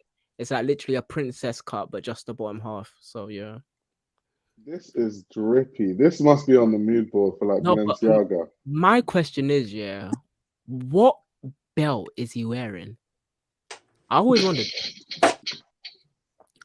Because men have never had pleated, or not never, but it's not common for us to wear pleated anything. So having anything that flares out on an A-line is crazy. So you have to use a belt to squeeze that in. Yo, 106 on Park. Oh my god, like that was a time. No. 106 and Park. No, Oh my gosh. Black Magic is right, fam. Like TikTok they're not drippy like this. I can't lie. Oh my god! No, What is these- it from Park? These Soldier Boy outfits are hitting. I can't even lie to you. I still think they're fire. I'm not gonna It's lie. because Soldier Boy was the first to ever do it. As an innovator, trendsetter, forward thinker, futurist, all of First the words. rapper to inspire Balenciaga. It gets like that sometimes, fam. He was Vetements before Vetements. The bathing ape god. No, actually, I do believe he was on a Vetements mood board. I can't lie. That actually makes sense. Yo, He's Soldier's this gotta picture was walk. definitely on. Soldier's gotta this walk was for definitely LV. on He's Balenciaga. gotta That walk for one- LV. That one, the one that you got up now, was definitely on a mood board somewhere at Vetements. Yeah, you know what? Even at Balenciaga, I wouldn't be surprised if. Remember when they did those pants where it was like sagging? I wouldn't be Right. surprised if he was on that mood board. You know, the one that they No. got loads of controversy for appropriation. He was the first rapper on mood boards in high fashion houses.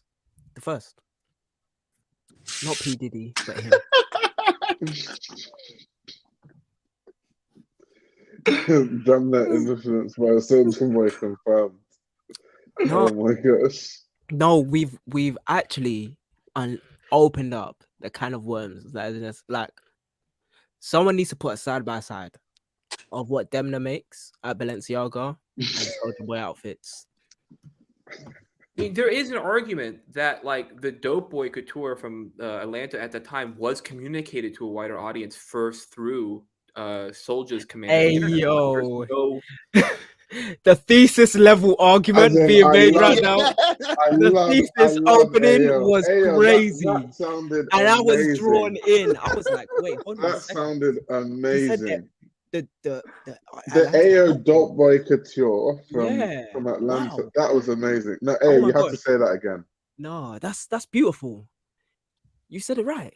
I don't think he invented it, but he was taking what he was seeing around him. You know, the innovations that kind of came with like stuff like sagging, these sort of like over XXL t-shirts, and obviously that has been like noted before in stuff like what the like big timers were doing, the that whole era. But there's definitely a point in which it took to the internet, and that was Soulja.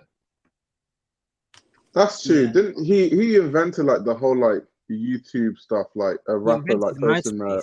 To be fair, I'd their music argue, videos on YouTube and like becoming famous, especially in like hip hop. No, this needs was to go Soldier Boy the back to first the- influencer? He was the first influencer. Was he? Or was it Kim Probably. Kardashian? Or was it Kim Kardashian? No, it was Soldier Boy. Do you know why? Because he was the one that was personally using his accounts to post his Okay, imagery. I hear it. Yeah, and like hear it. using YouTube to like Man, make yeah, man was challenges and finessing stuff. people. You type in, Yeah. Chris Brown new song. You're hearing Soldier Boy. Do you remember that time? You were That trying was to get. LimeWire. You want a certain ringtone. You want like who was it at the time? Who was popping like a Usher ringtone? Next thing you know, Yeah. you're hearing Soldier Boy, and you've already paid your £1. It gets like that from.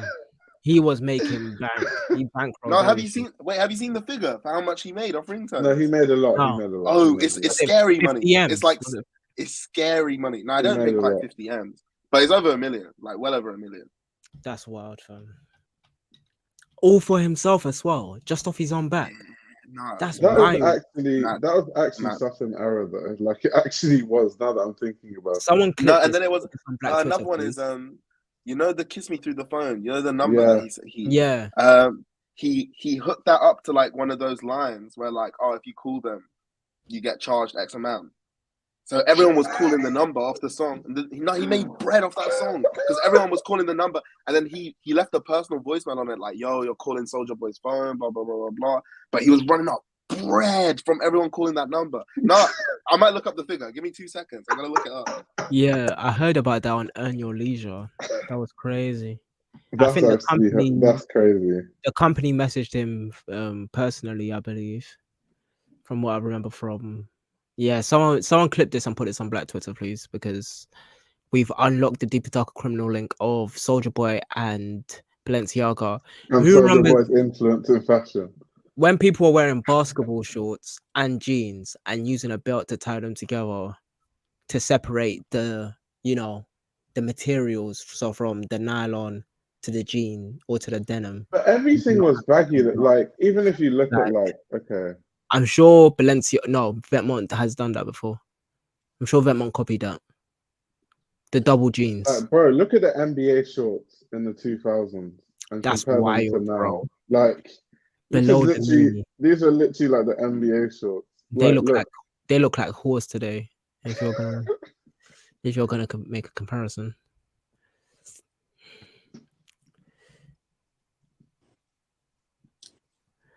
No, have a It's good quite night. interesting. Like, how did everything just get so slim and like short? I forgot he was a basketballer because they were also wearing suits back then as well, wasn't it? Baggy suits, very Yeah. baggy suits. But like, Apparently, it was Jordan. Apparently, wasn't it Iverson? I heard it was Jordan.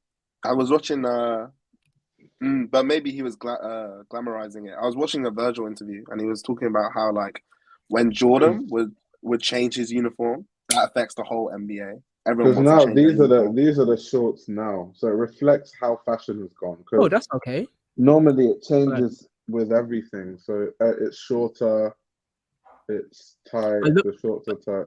Look at the 80s booty shorts though. The booty shorts from the 80s and 70s. I mean, show their legs. Let them be. Jesus.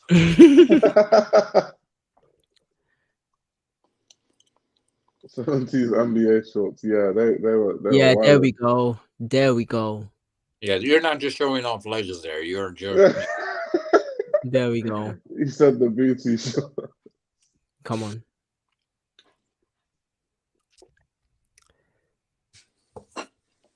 Mate, that's crazy.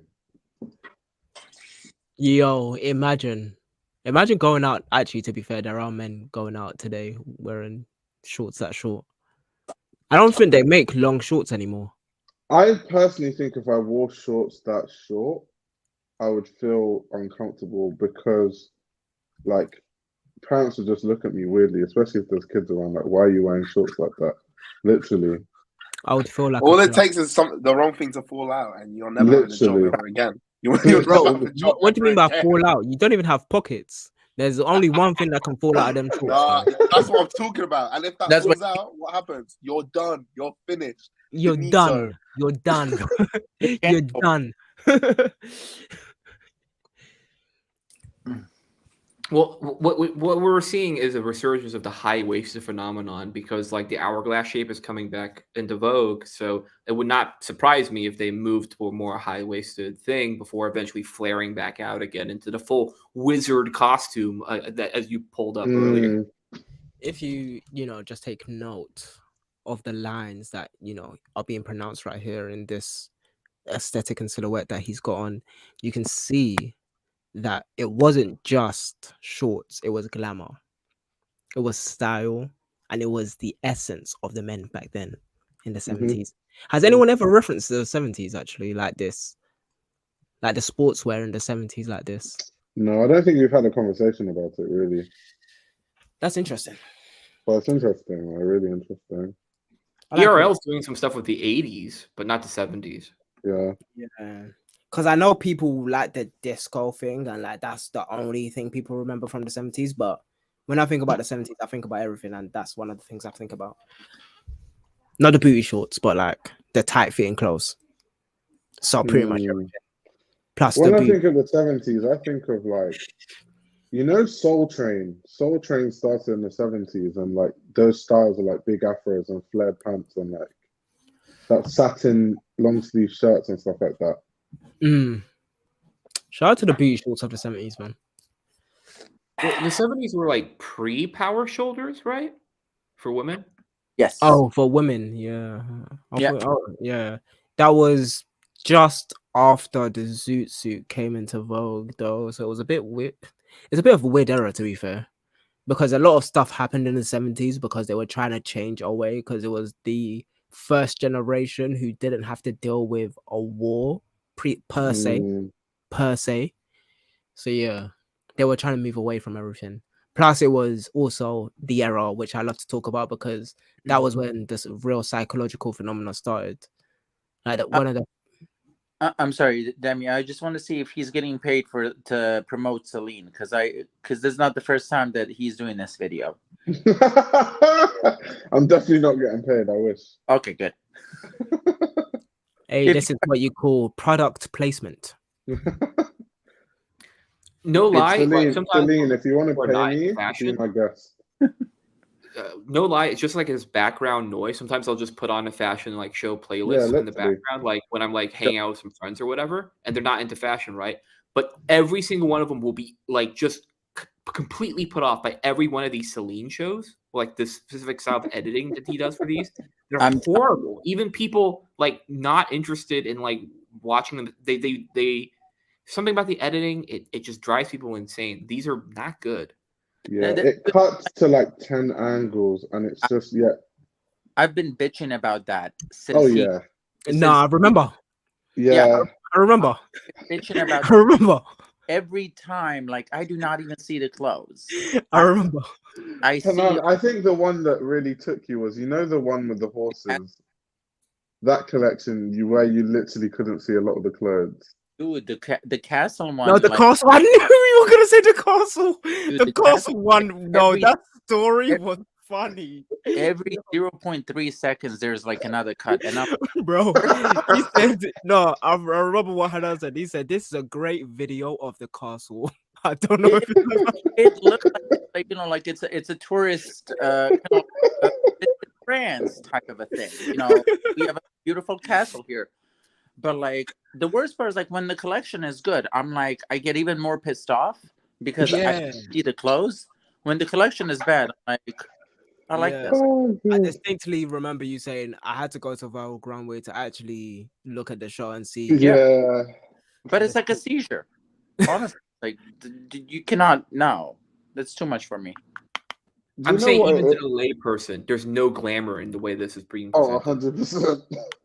At all. It's very. There's a lot of jump cuts and it's nauseating. But do you like when I think of time as Celine, it's like influencer. I don't think of glamour at all. At all. Who was that one rapper who was wearing a Celine like sweater with like a giant like mutton chop or something? He was walking around with like a mutton chop. I don't know this. This Does is anybody remember this? Wait, that's cold. That's cold. Burned into my mind. No, these jump cuts. The best view of the look is a city landscape shot. Yeah, man, this is a great video of the sea for sure. Beautiful city. Look at that pier. Yeah, look at that. Oh my gosh, very good coast. Gorgeous. Look at the coastline. Wait, 2 seconds. Wait. Yeah, there we go. Look at. Oh, damn. Oh, wait. Okay. Look at the coastline. Oh yeah, there. Oh wait, shit. No. Honestly, you can see a bit. There we go. Yeah. Oh, never mind. Yeah. What are they doing, fam? Like, after Celine shows, I usually get a headache because my eyes have to move so fast. I'm low-key getting a headache. The whole time. I beg you, switch the show. I beg you, switch the show. I'm getting so much entertainment from this. The entertainment value is high. You can edit in this way, but you have to like keep the eye in the same location in like the composition, right? Like you have to be able to like not have to jump around constantly. Like it literally gives motion sickness. And if the model is staying in the center and you're doing all these cuts, it doesn't matter. But if the model's going like this, your eyes are just gonna start hurting.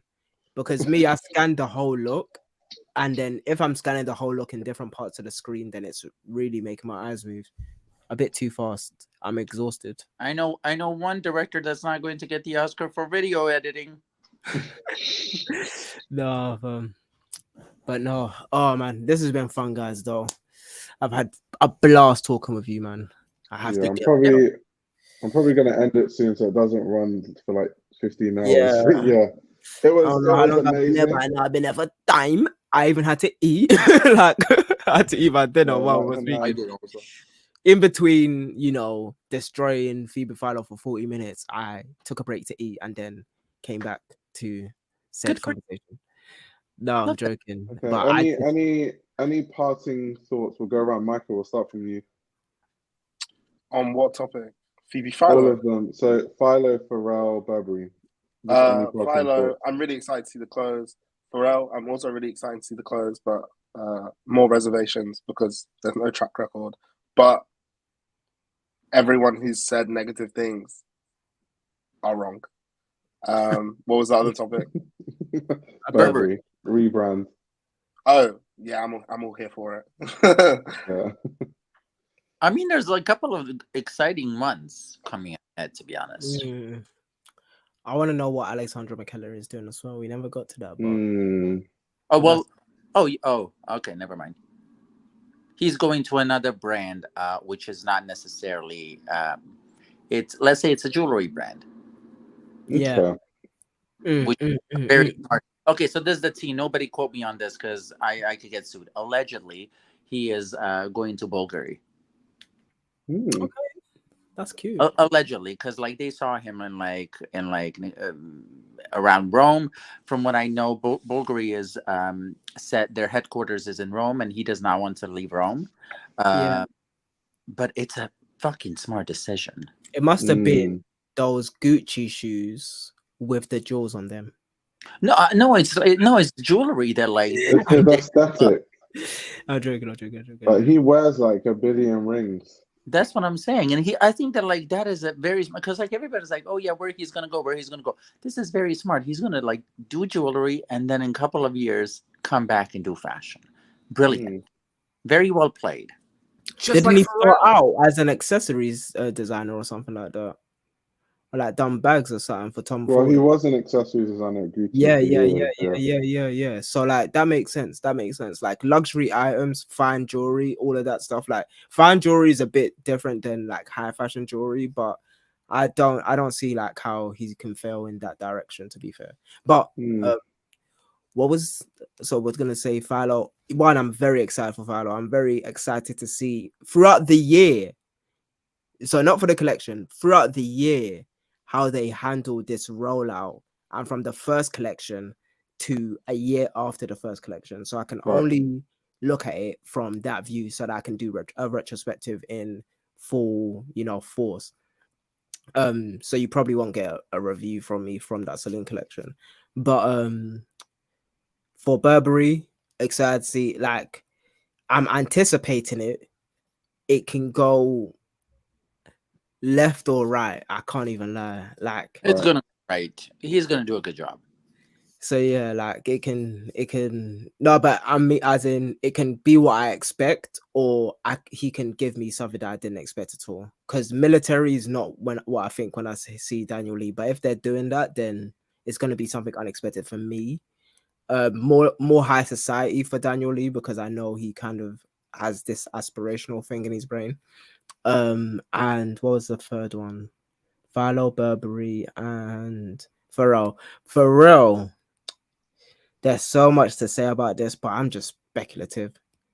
I need to see the collection. That's it. I need to see clothes. Do you think, but speaking of that, do you think that Paris Hilton should take over Juicy Couture? Yes. Yes. Okay. Yeah. Yes. Paris Hilton is actually a tech mogul right now, actually. She is worth, I think it's about $1 billion. I know she's worth like around, like she generates like about 50 million a year in the tech investments that she does. When you start with that last name and the resources that she has, I mean, come on. Like she done a whole rebrand about her, like, doing the reality TV show and everything like that, and being intelligent. And then she wrote the book, didn't she? But all right, Juicy Couture could work. That being said, Pharrell, I don't think that like Mark said, everybody else's take about him not being able to do this is wrong. It's wrong. The right take for him not being able to do this hasn't necessarily been said apart from here. But which is that we don't know. There's no track record. Exactly. Yeah. So that's really all it is. It's not like, oh, he can't design. He doesn't have like for us. No, it's something I haven't seen people saying, which frustrates me because it's glaringly obvious in my opinion. Creative direction, obviously his title is creative director, not head designer. And under that, like, creative direction to me is like your limitations are your imagination and how your imagination can be communicated into clothing. and how you can communicate then with your audience. I'd argue that Pharrell, in the world of music, has already proven himself to be one of the best communicators of all time. So if you can apply whatever skills he's developed for the last, how many years have you been making music? 3 decades to fashion, then to me, that's a wrap. But I don't know. It could go left. But I do believe Pharrell's taste level and Louis Vuitton is too big to fail. So if he imagines something, they can possibly make it up. But what I mean is, like, especially with Virgil, capitalized off the fact that he was able to communicate with the audience extremely well. Yeah. Like at levels I'd argue many other creative directors have never even touched before. They haven't. And I'm saying that Pharrell has already achieved that, just in a different field, in music. Yeah. It doesn't matter what musician you ask, Pharrell's the GOAT in some way or another. Whether it's that, they heard him produce for the first time and they'd never heard production like that before, or they worked with him and they push him to higher heights, blah, blah, blah. So I'm saying, well, yeah, but you're saying you don't want to see happy clothing. So, that is rude. Like that's rude. That's rude. Who said that? That's rude. Someone in the comments. My god. But to be fair, that's what they did to Matthew when he went to Givenchy. They said they were gonna put a roller coaster buckle. On everything. Yeah. But to be fair, let's not act like the guy's not a hardware genius. Oh my god. No, he is. But also, let's not act like he's delivering something in Givenchy. Oh, I didn't say that. I just said he's a hardware genius. Yeah, let's not go too far. But yeah. To be fair, I think human-made LV will happen. I can't even lie. I think it will. That's probably a given. And I think as well, the things this is gonna do potentially for Parisian culture, I feel like no one's talking about that as well. So you're telling me Paris, bro? No. So in terms of like, look. For when you have a job like that, obviously we live in a digital age. There's Zoom, there's blah blah blah. But like, you have to go to the atelier. Like, you just have to, because I think Virgil was in Paris 50% of the year or something like that. So you're telling me these guys who were previously all streetwear guys and our boys, suddenly at the atelier in 50% of the year has to be in Paris. Nigo, Pharrell, Matthew Williams, Kim Jones. Like they J.W. Anderson.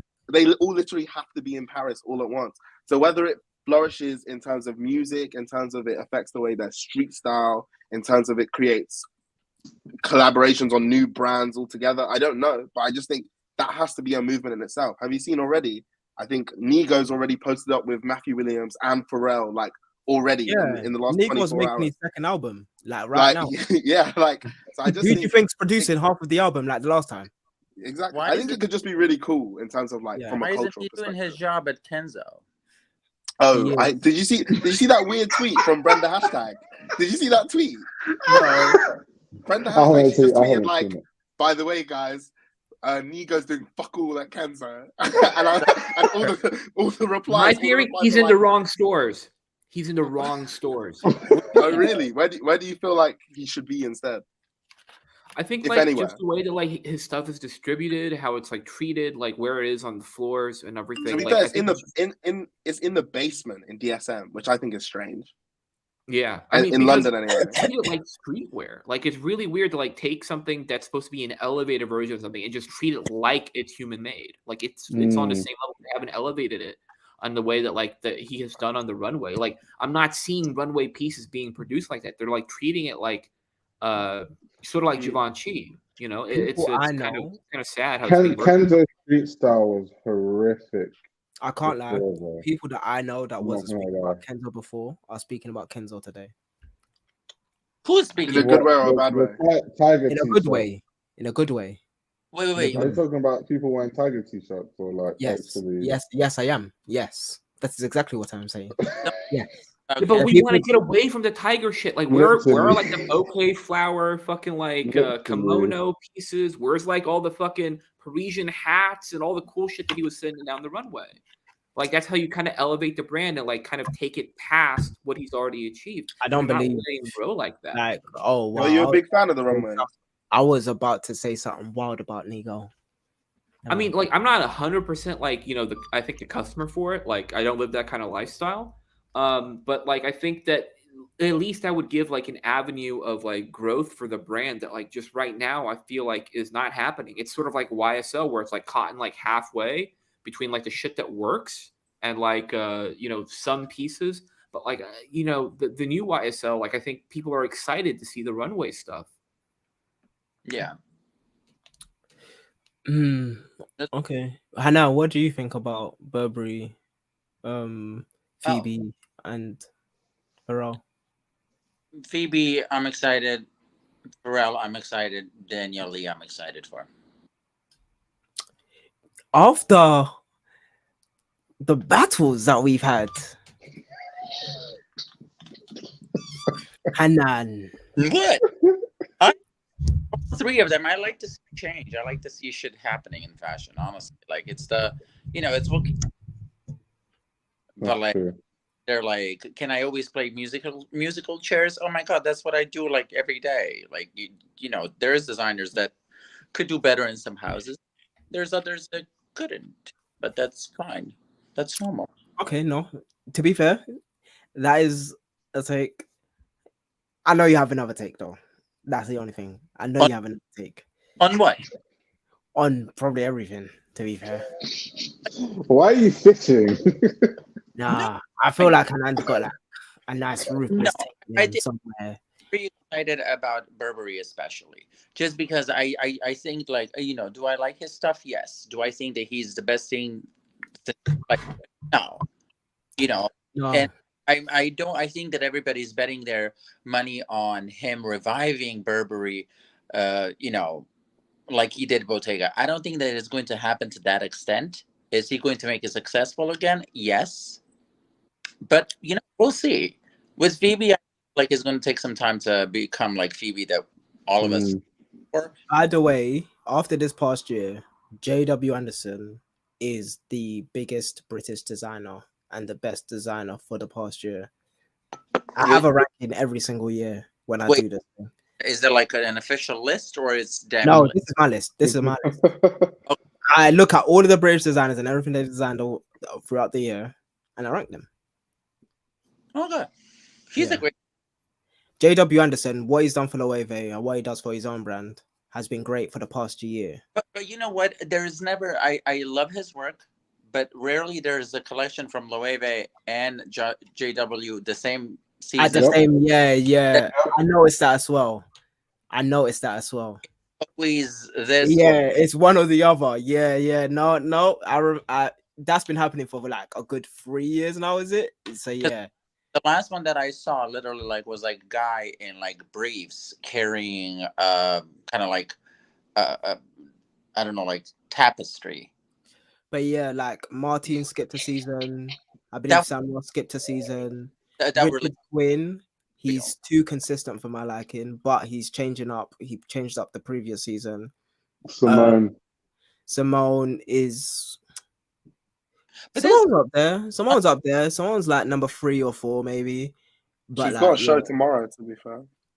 We'll see. Because like 2023 is a new year. So like but you can't be skipping seasons, so also a lot. Delara is actually very good. Yeah, from the code blue. Delara. Oh, okay. Yeah. Okay, yeah. And her clothing is more like Vivienne Westwood aligning, like it's like punk sort of like very red, like it's cool though. I like her stuff. Yeah. But in my list, you can't skip a season. You have to be doing well in stores. Yeah, like there's a bevy of things. But yeah. Richard Quinn. For me, Richard Quinn is like I love the best British designer right now for the past year. I'm only saying right the past year. Not overall, not throughout history, but like what they delivered the past year, 2022. I'm gonna say up there. He's like the one that's like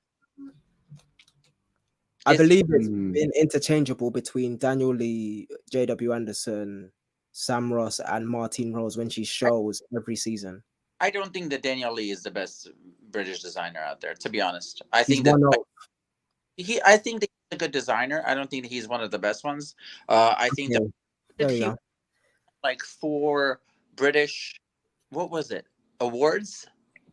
But I guess that's down to like obviously how much you do commercially and like other stuff, politics. A lot of things that go into it.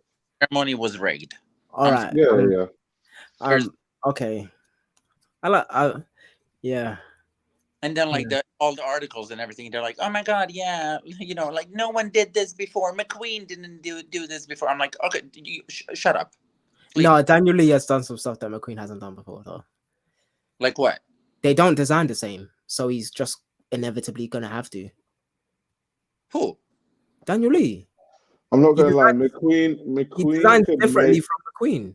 McQueen could make Daniel Lee's clothes with the blindfold. Hands literally. down. Yo. Okay, cool. No, I like when like the real takes come out because like because like cool. Let's go. Let's see what 2023 holds. Because literally every year with the British designers, because we always talk about the British designers, like I don't think there's a year that we've gone without like highlighting one British designer. Like we always talk about them all at the same time, innit? Martin Rose, Sam Ross, J.W. Anderson, Daniel Lee, Richard Quinn. Like last Voices in Fashion we spoke about Richard Quinn, didn't we? Like there's not a time that we don't speak about British designers. So whenever the time comes to like, you know, see, what did you produce last year? All right, cool. Let's see what you do this year then. And this is just one of those times. They're like, we can put them in the same box at all. And Lee at all. They're not. I don't believe so. Yeah. And McQueen's one of my all-time favorite in terms of like, not even on a design level, just like a human level. Like, so he lives in a different stratosphere for me in terms of not even just British designers, just designers in history. So yeah, like I'm not comparing the two. And then skill-wise, no British designer is actually coming near McQueen. I'm not going to lie to you. Skill-wise, you know what? Yes, I agree. But like, I think you have like Galliano. Galliano was very good. Skill-wise, not really. Wait, did he have the skills? I swear he was a director. Galliano's nowhere close to a skill. I don't think Galliano was a cutter, was he? He didn't cut. Not as good as McQueen. McQueen was like the shit. Yeah, McQueen could cut, he could draw, he could like do everything. And drape everything. Exactly. Yeah. But I think that up there for me at least are Westwood, because Westwood was like she would create like pants that were made like pirate pants. Yeah, literally, yeah. She was very good. I feel like McQueen is the like embodiment of what all the people complaining, saying like, oh, a creative director that can't design, blah blah blah. They're expecting someone to be a McQueen, and then obviously like that's realistically that's not going to happen again, and it doesn't need to happen again. Implausible thing you can ask. They say he did generational talent. In their head, they're thinking of like a McQueen. Dude, like I always think about this. If McQueen was alive right now, do you realize how many times he would be canceled?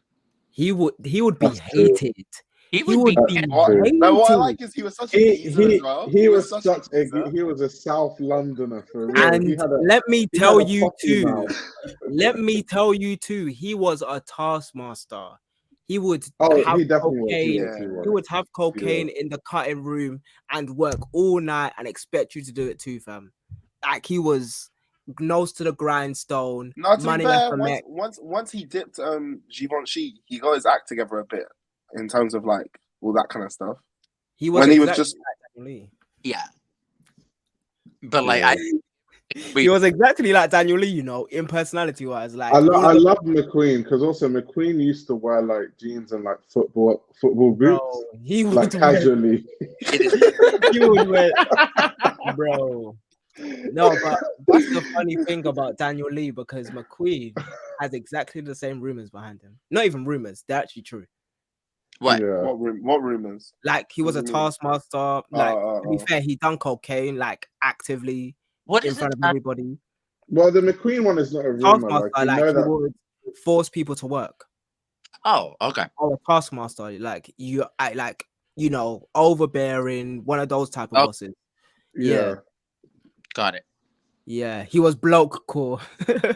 But yeah, no, and they say the same thing about Daniel Lee, but I understand that McQueen is quintessentially South London. Like, bro, if I saw McQueen on the street, I would dap him up. I wouldn't like shake his hand.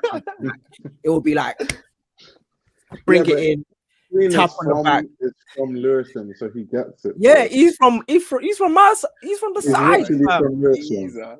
Literally, man, you understand? Like, no, because the funny thing is, and because I speak to this about McQueen's vault all the time. Like, I can't imagine being a white gay guy in the 90s, let alone the 70s. No, but Jennifer, it was more In than the Lewisham. Savile Row, because obviously he went like to Italy. He went Paris. And learnt it. He He went to Italy. Yeah, And he learned to make patterns. the Romeo. Yeah. I never yeah, pronounced he Yeah. done bare stuff. He done did a lot of like. and a I lot. think he done all of that and then went St. Martin's afterwards, didn't it? So he Yeah. actually And got they experience thought and he then was- went to school. They thought he But- was there to be a teacher because he was that good. No, but he was. I swear he was doing a lot of that stuff within his mind, wanting to catch up to Galliano in terms of career-wise. Well, they had What? Galliano Yeah, was he sleeping was. on couches, No, dying in no, his bro. dying clothes in his Galliano bathroom. went Paris first, bro. No, I'm not saying that, but I'm like, oh wait, you're saying Galliano was a celebrity first. Oh, that's what you're Yeah, saying. I'm saying as Oh. McQueen was doing all this stuff in his Yeah, head, he yeah. was always thinking, "I'm trying to catch up to Galliano. I'm trying to blah blah blah Yeah. Galliano Yeah, I understand that. the whole time." So But like, that's ironic. yo. I'm just saying it's ironic. Yeah, no, Galliano lived in the ghetto though. He was a ghetto guy as well. Like, Yeah, he was couch surfing. he was couch surfing, like dyeing dresses in his apartment, and because he had to do it in the sink, it would dye a specific way. No, I and feel then, like people bro, them don't stories from back then understand crazy. the money that's in fashion nowadays. Bro, the base salary for, and I imagine that Pharrell's will be the same, the base salary for Virgil when it was at LV was 10 million per annum. Back then, I wonder if they even got a milli each year. It was 50K. I would maybe, It but wouldn't have been that bad. No, it wouldn't have been. this was No, at but the I'm just beginning. This I'm just was saying at the the money in beginning fashion when now is Bernard dumb. The money in spent fashion is all the dumb. money. Oh, okay, I thought you were talking about like McQueen didn't make 50K. Yeah. No, he probably made around 100K, but he spent them all to make collections. This is the thing Oh about yeah, McQueen did spend. He specifically went to Givenchy so he could fund his own brand. he Yeah. was slicing his company up into pieces year over year to sell money so they can make collections. He's basically like Kanye West. Pretty Whereas much. now, if someone's paying you, let's even give a third of that figure, 3 million per annum to work at whatever house you're working at. That's It's close not- to what You Maximilian have got. a Like, lot of money to pour it into your brand, is what I'm saying. That's a lot of money to pour Yeah. into your brand. 3 million. I'm excited about Maximilian though to see where that goes. yeah. He's gonna be No, good. of course. Okay. What are your closing thoughts?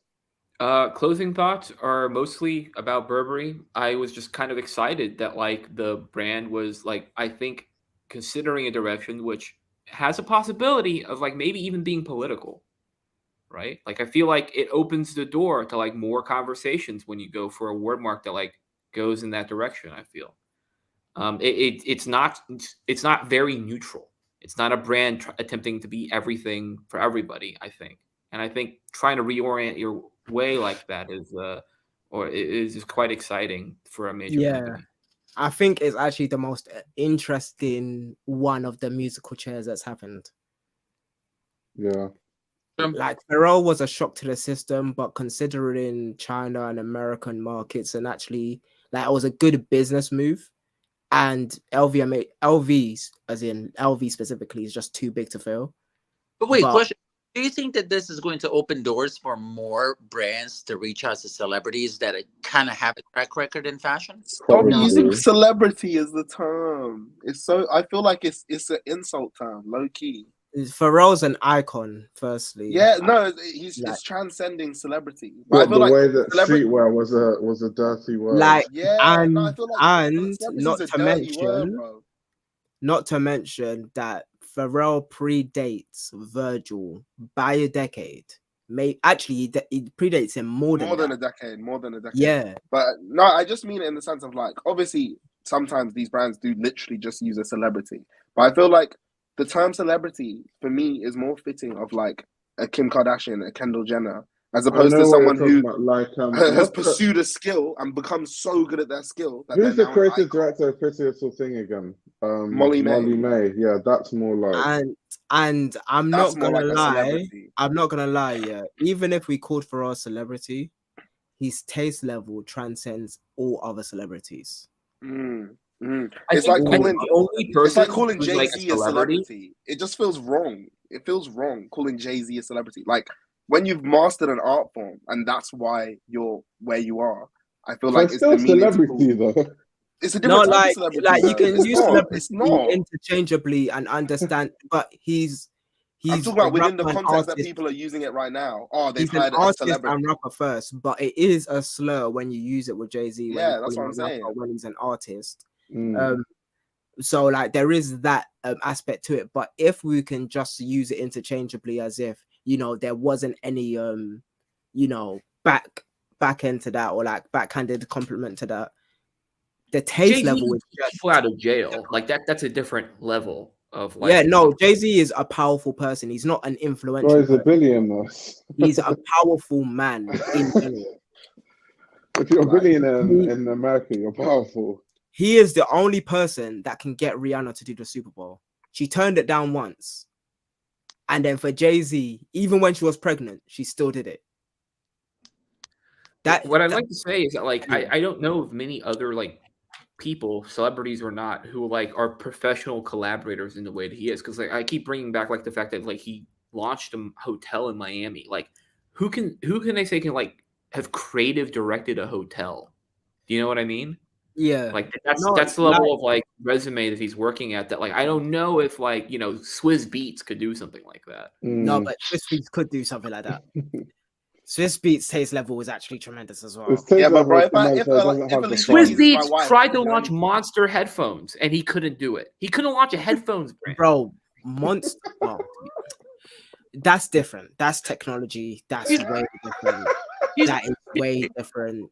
That is way different. Started with the headphones first.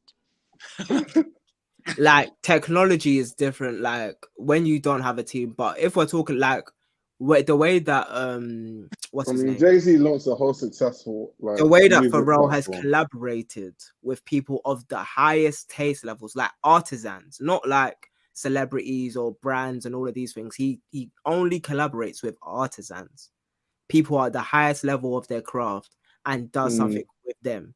Like if you look at him, other people who are at the highest level of their craft attribute their success to watching Pharrell and lessons they've got from Pharrell.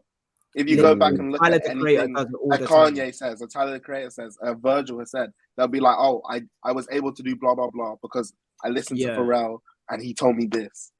Yeah, and they'll all say it. They'll all say it with their chest. It's not like a whisper. They'll all be like, "Nah, I couldn't do blah blah blah if it wasn't for Pharrell." And it's that simple. That's the thing that I wanted to say. Like, he predates Virgil by so much that he was in fashion way before Virgil. He was in fashion when black people couldn't be in fashion. Yeah, that's facts. Like, there's a documentary on Netflix. I've forgotten what it's called, but it talks about like Dapper Dan and like hip hop and high fashion in like the 90s. And they would not allow any hip hop artist to work with any high fashion brand because they thought it cheapened the brand.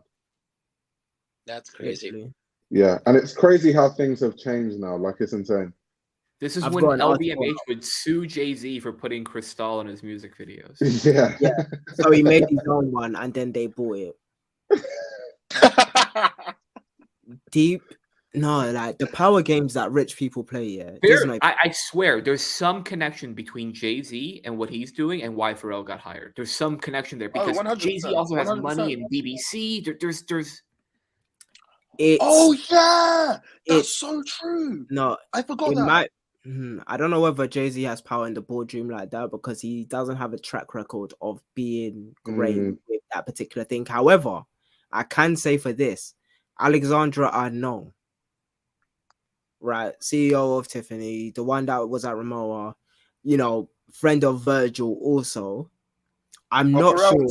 The one piece of information I don't have is whether he picked Virgil. If I know he picked Virgil, because Virgil was not the take that everybody thought LV was going to pick.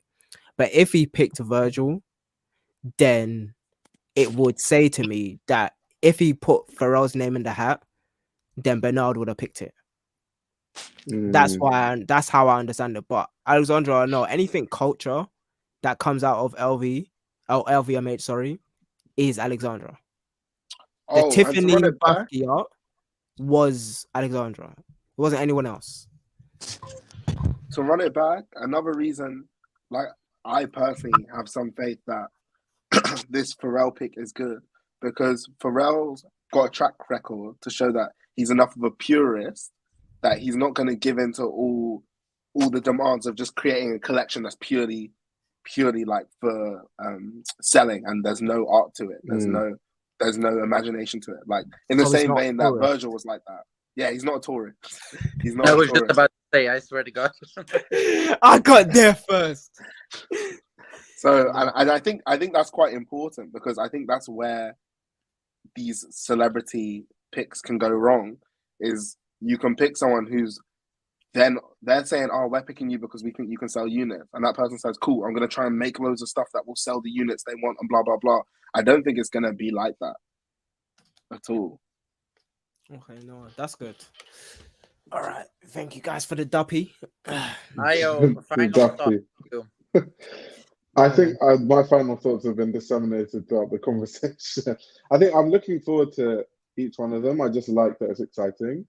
I like being I feel like excited about fashion's really exciting right now. It's not just like I want to go to Fashion Week. Like Men I'm itching to go to the next season. Let's go. Because it's just going to be amazing. Wait, so we're all going Paris in June? Well, in June, That was a I'm given. definitely going. That was a given. Yeah, in June, I'm going for sure. All right, cool. I'll try to go to menswear, but then like couture is right around the corner. So yeah, so that means you'd have to stay in Paris for like a month. And you deserve couture, so you can't miss couture. like, come on, it makes sense. It's like very on brand. But yeah, So, no. we'll see. Okie dokie. Someone says the fifth goodbye. Yeah, no. The second. Oh, by the Okay. Yeah, Mr. Fashion Roadman, thank you so much for having us. exactly. Thanks so much for hopping on. All right. And thank you for everyone that watched. See you guys in the next stream. Wow. Gammy is Peace. 8. Bye.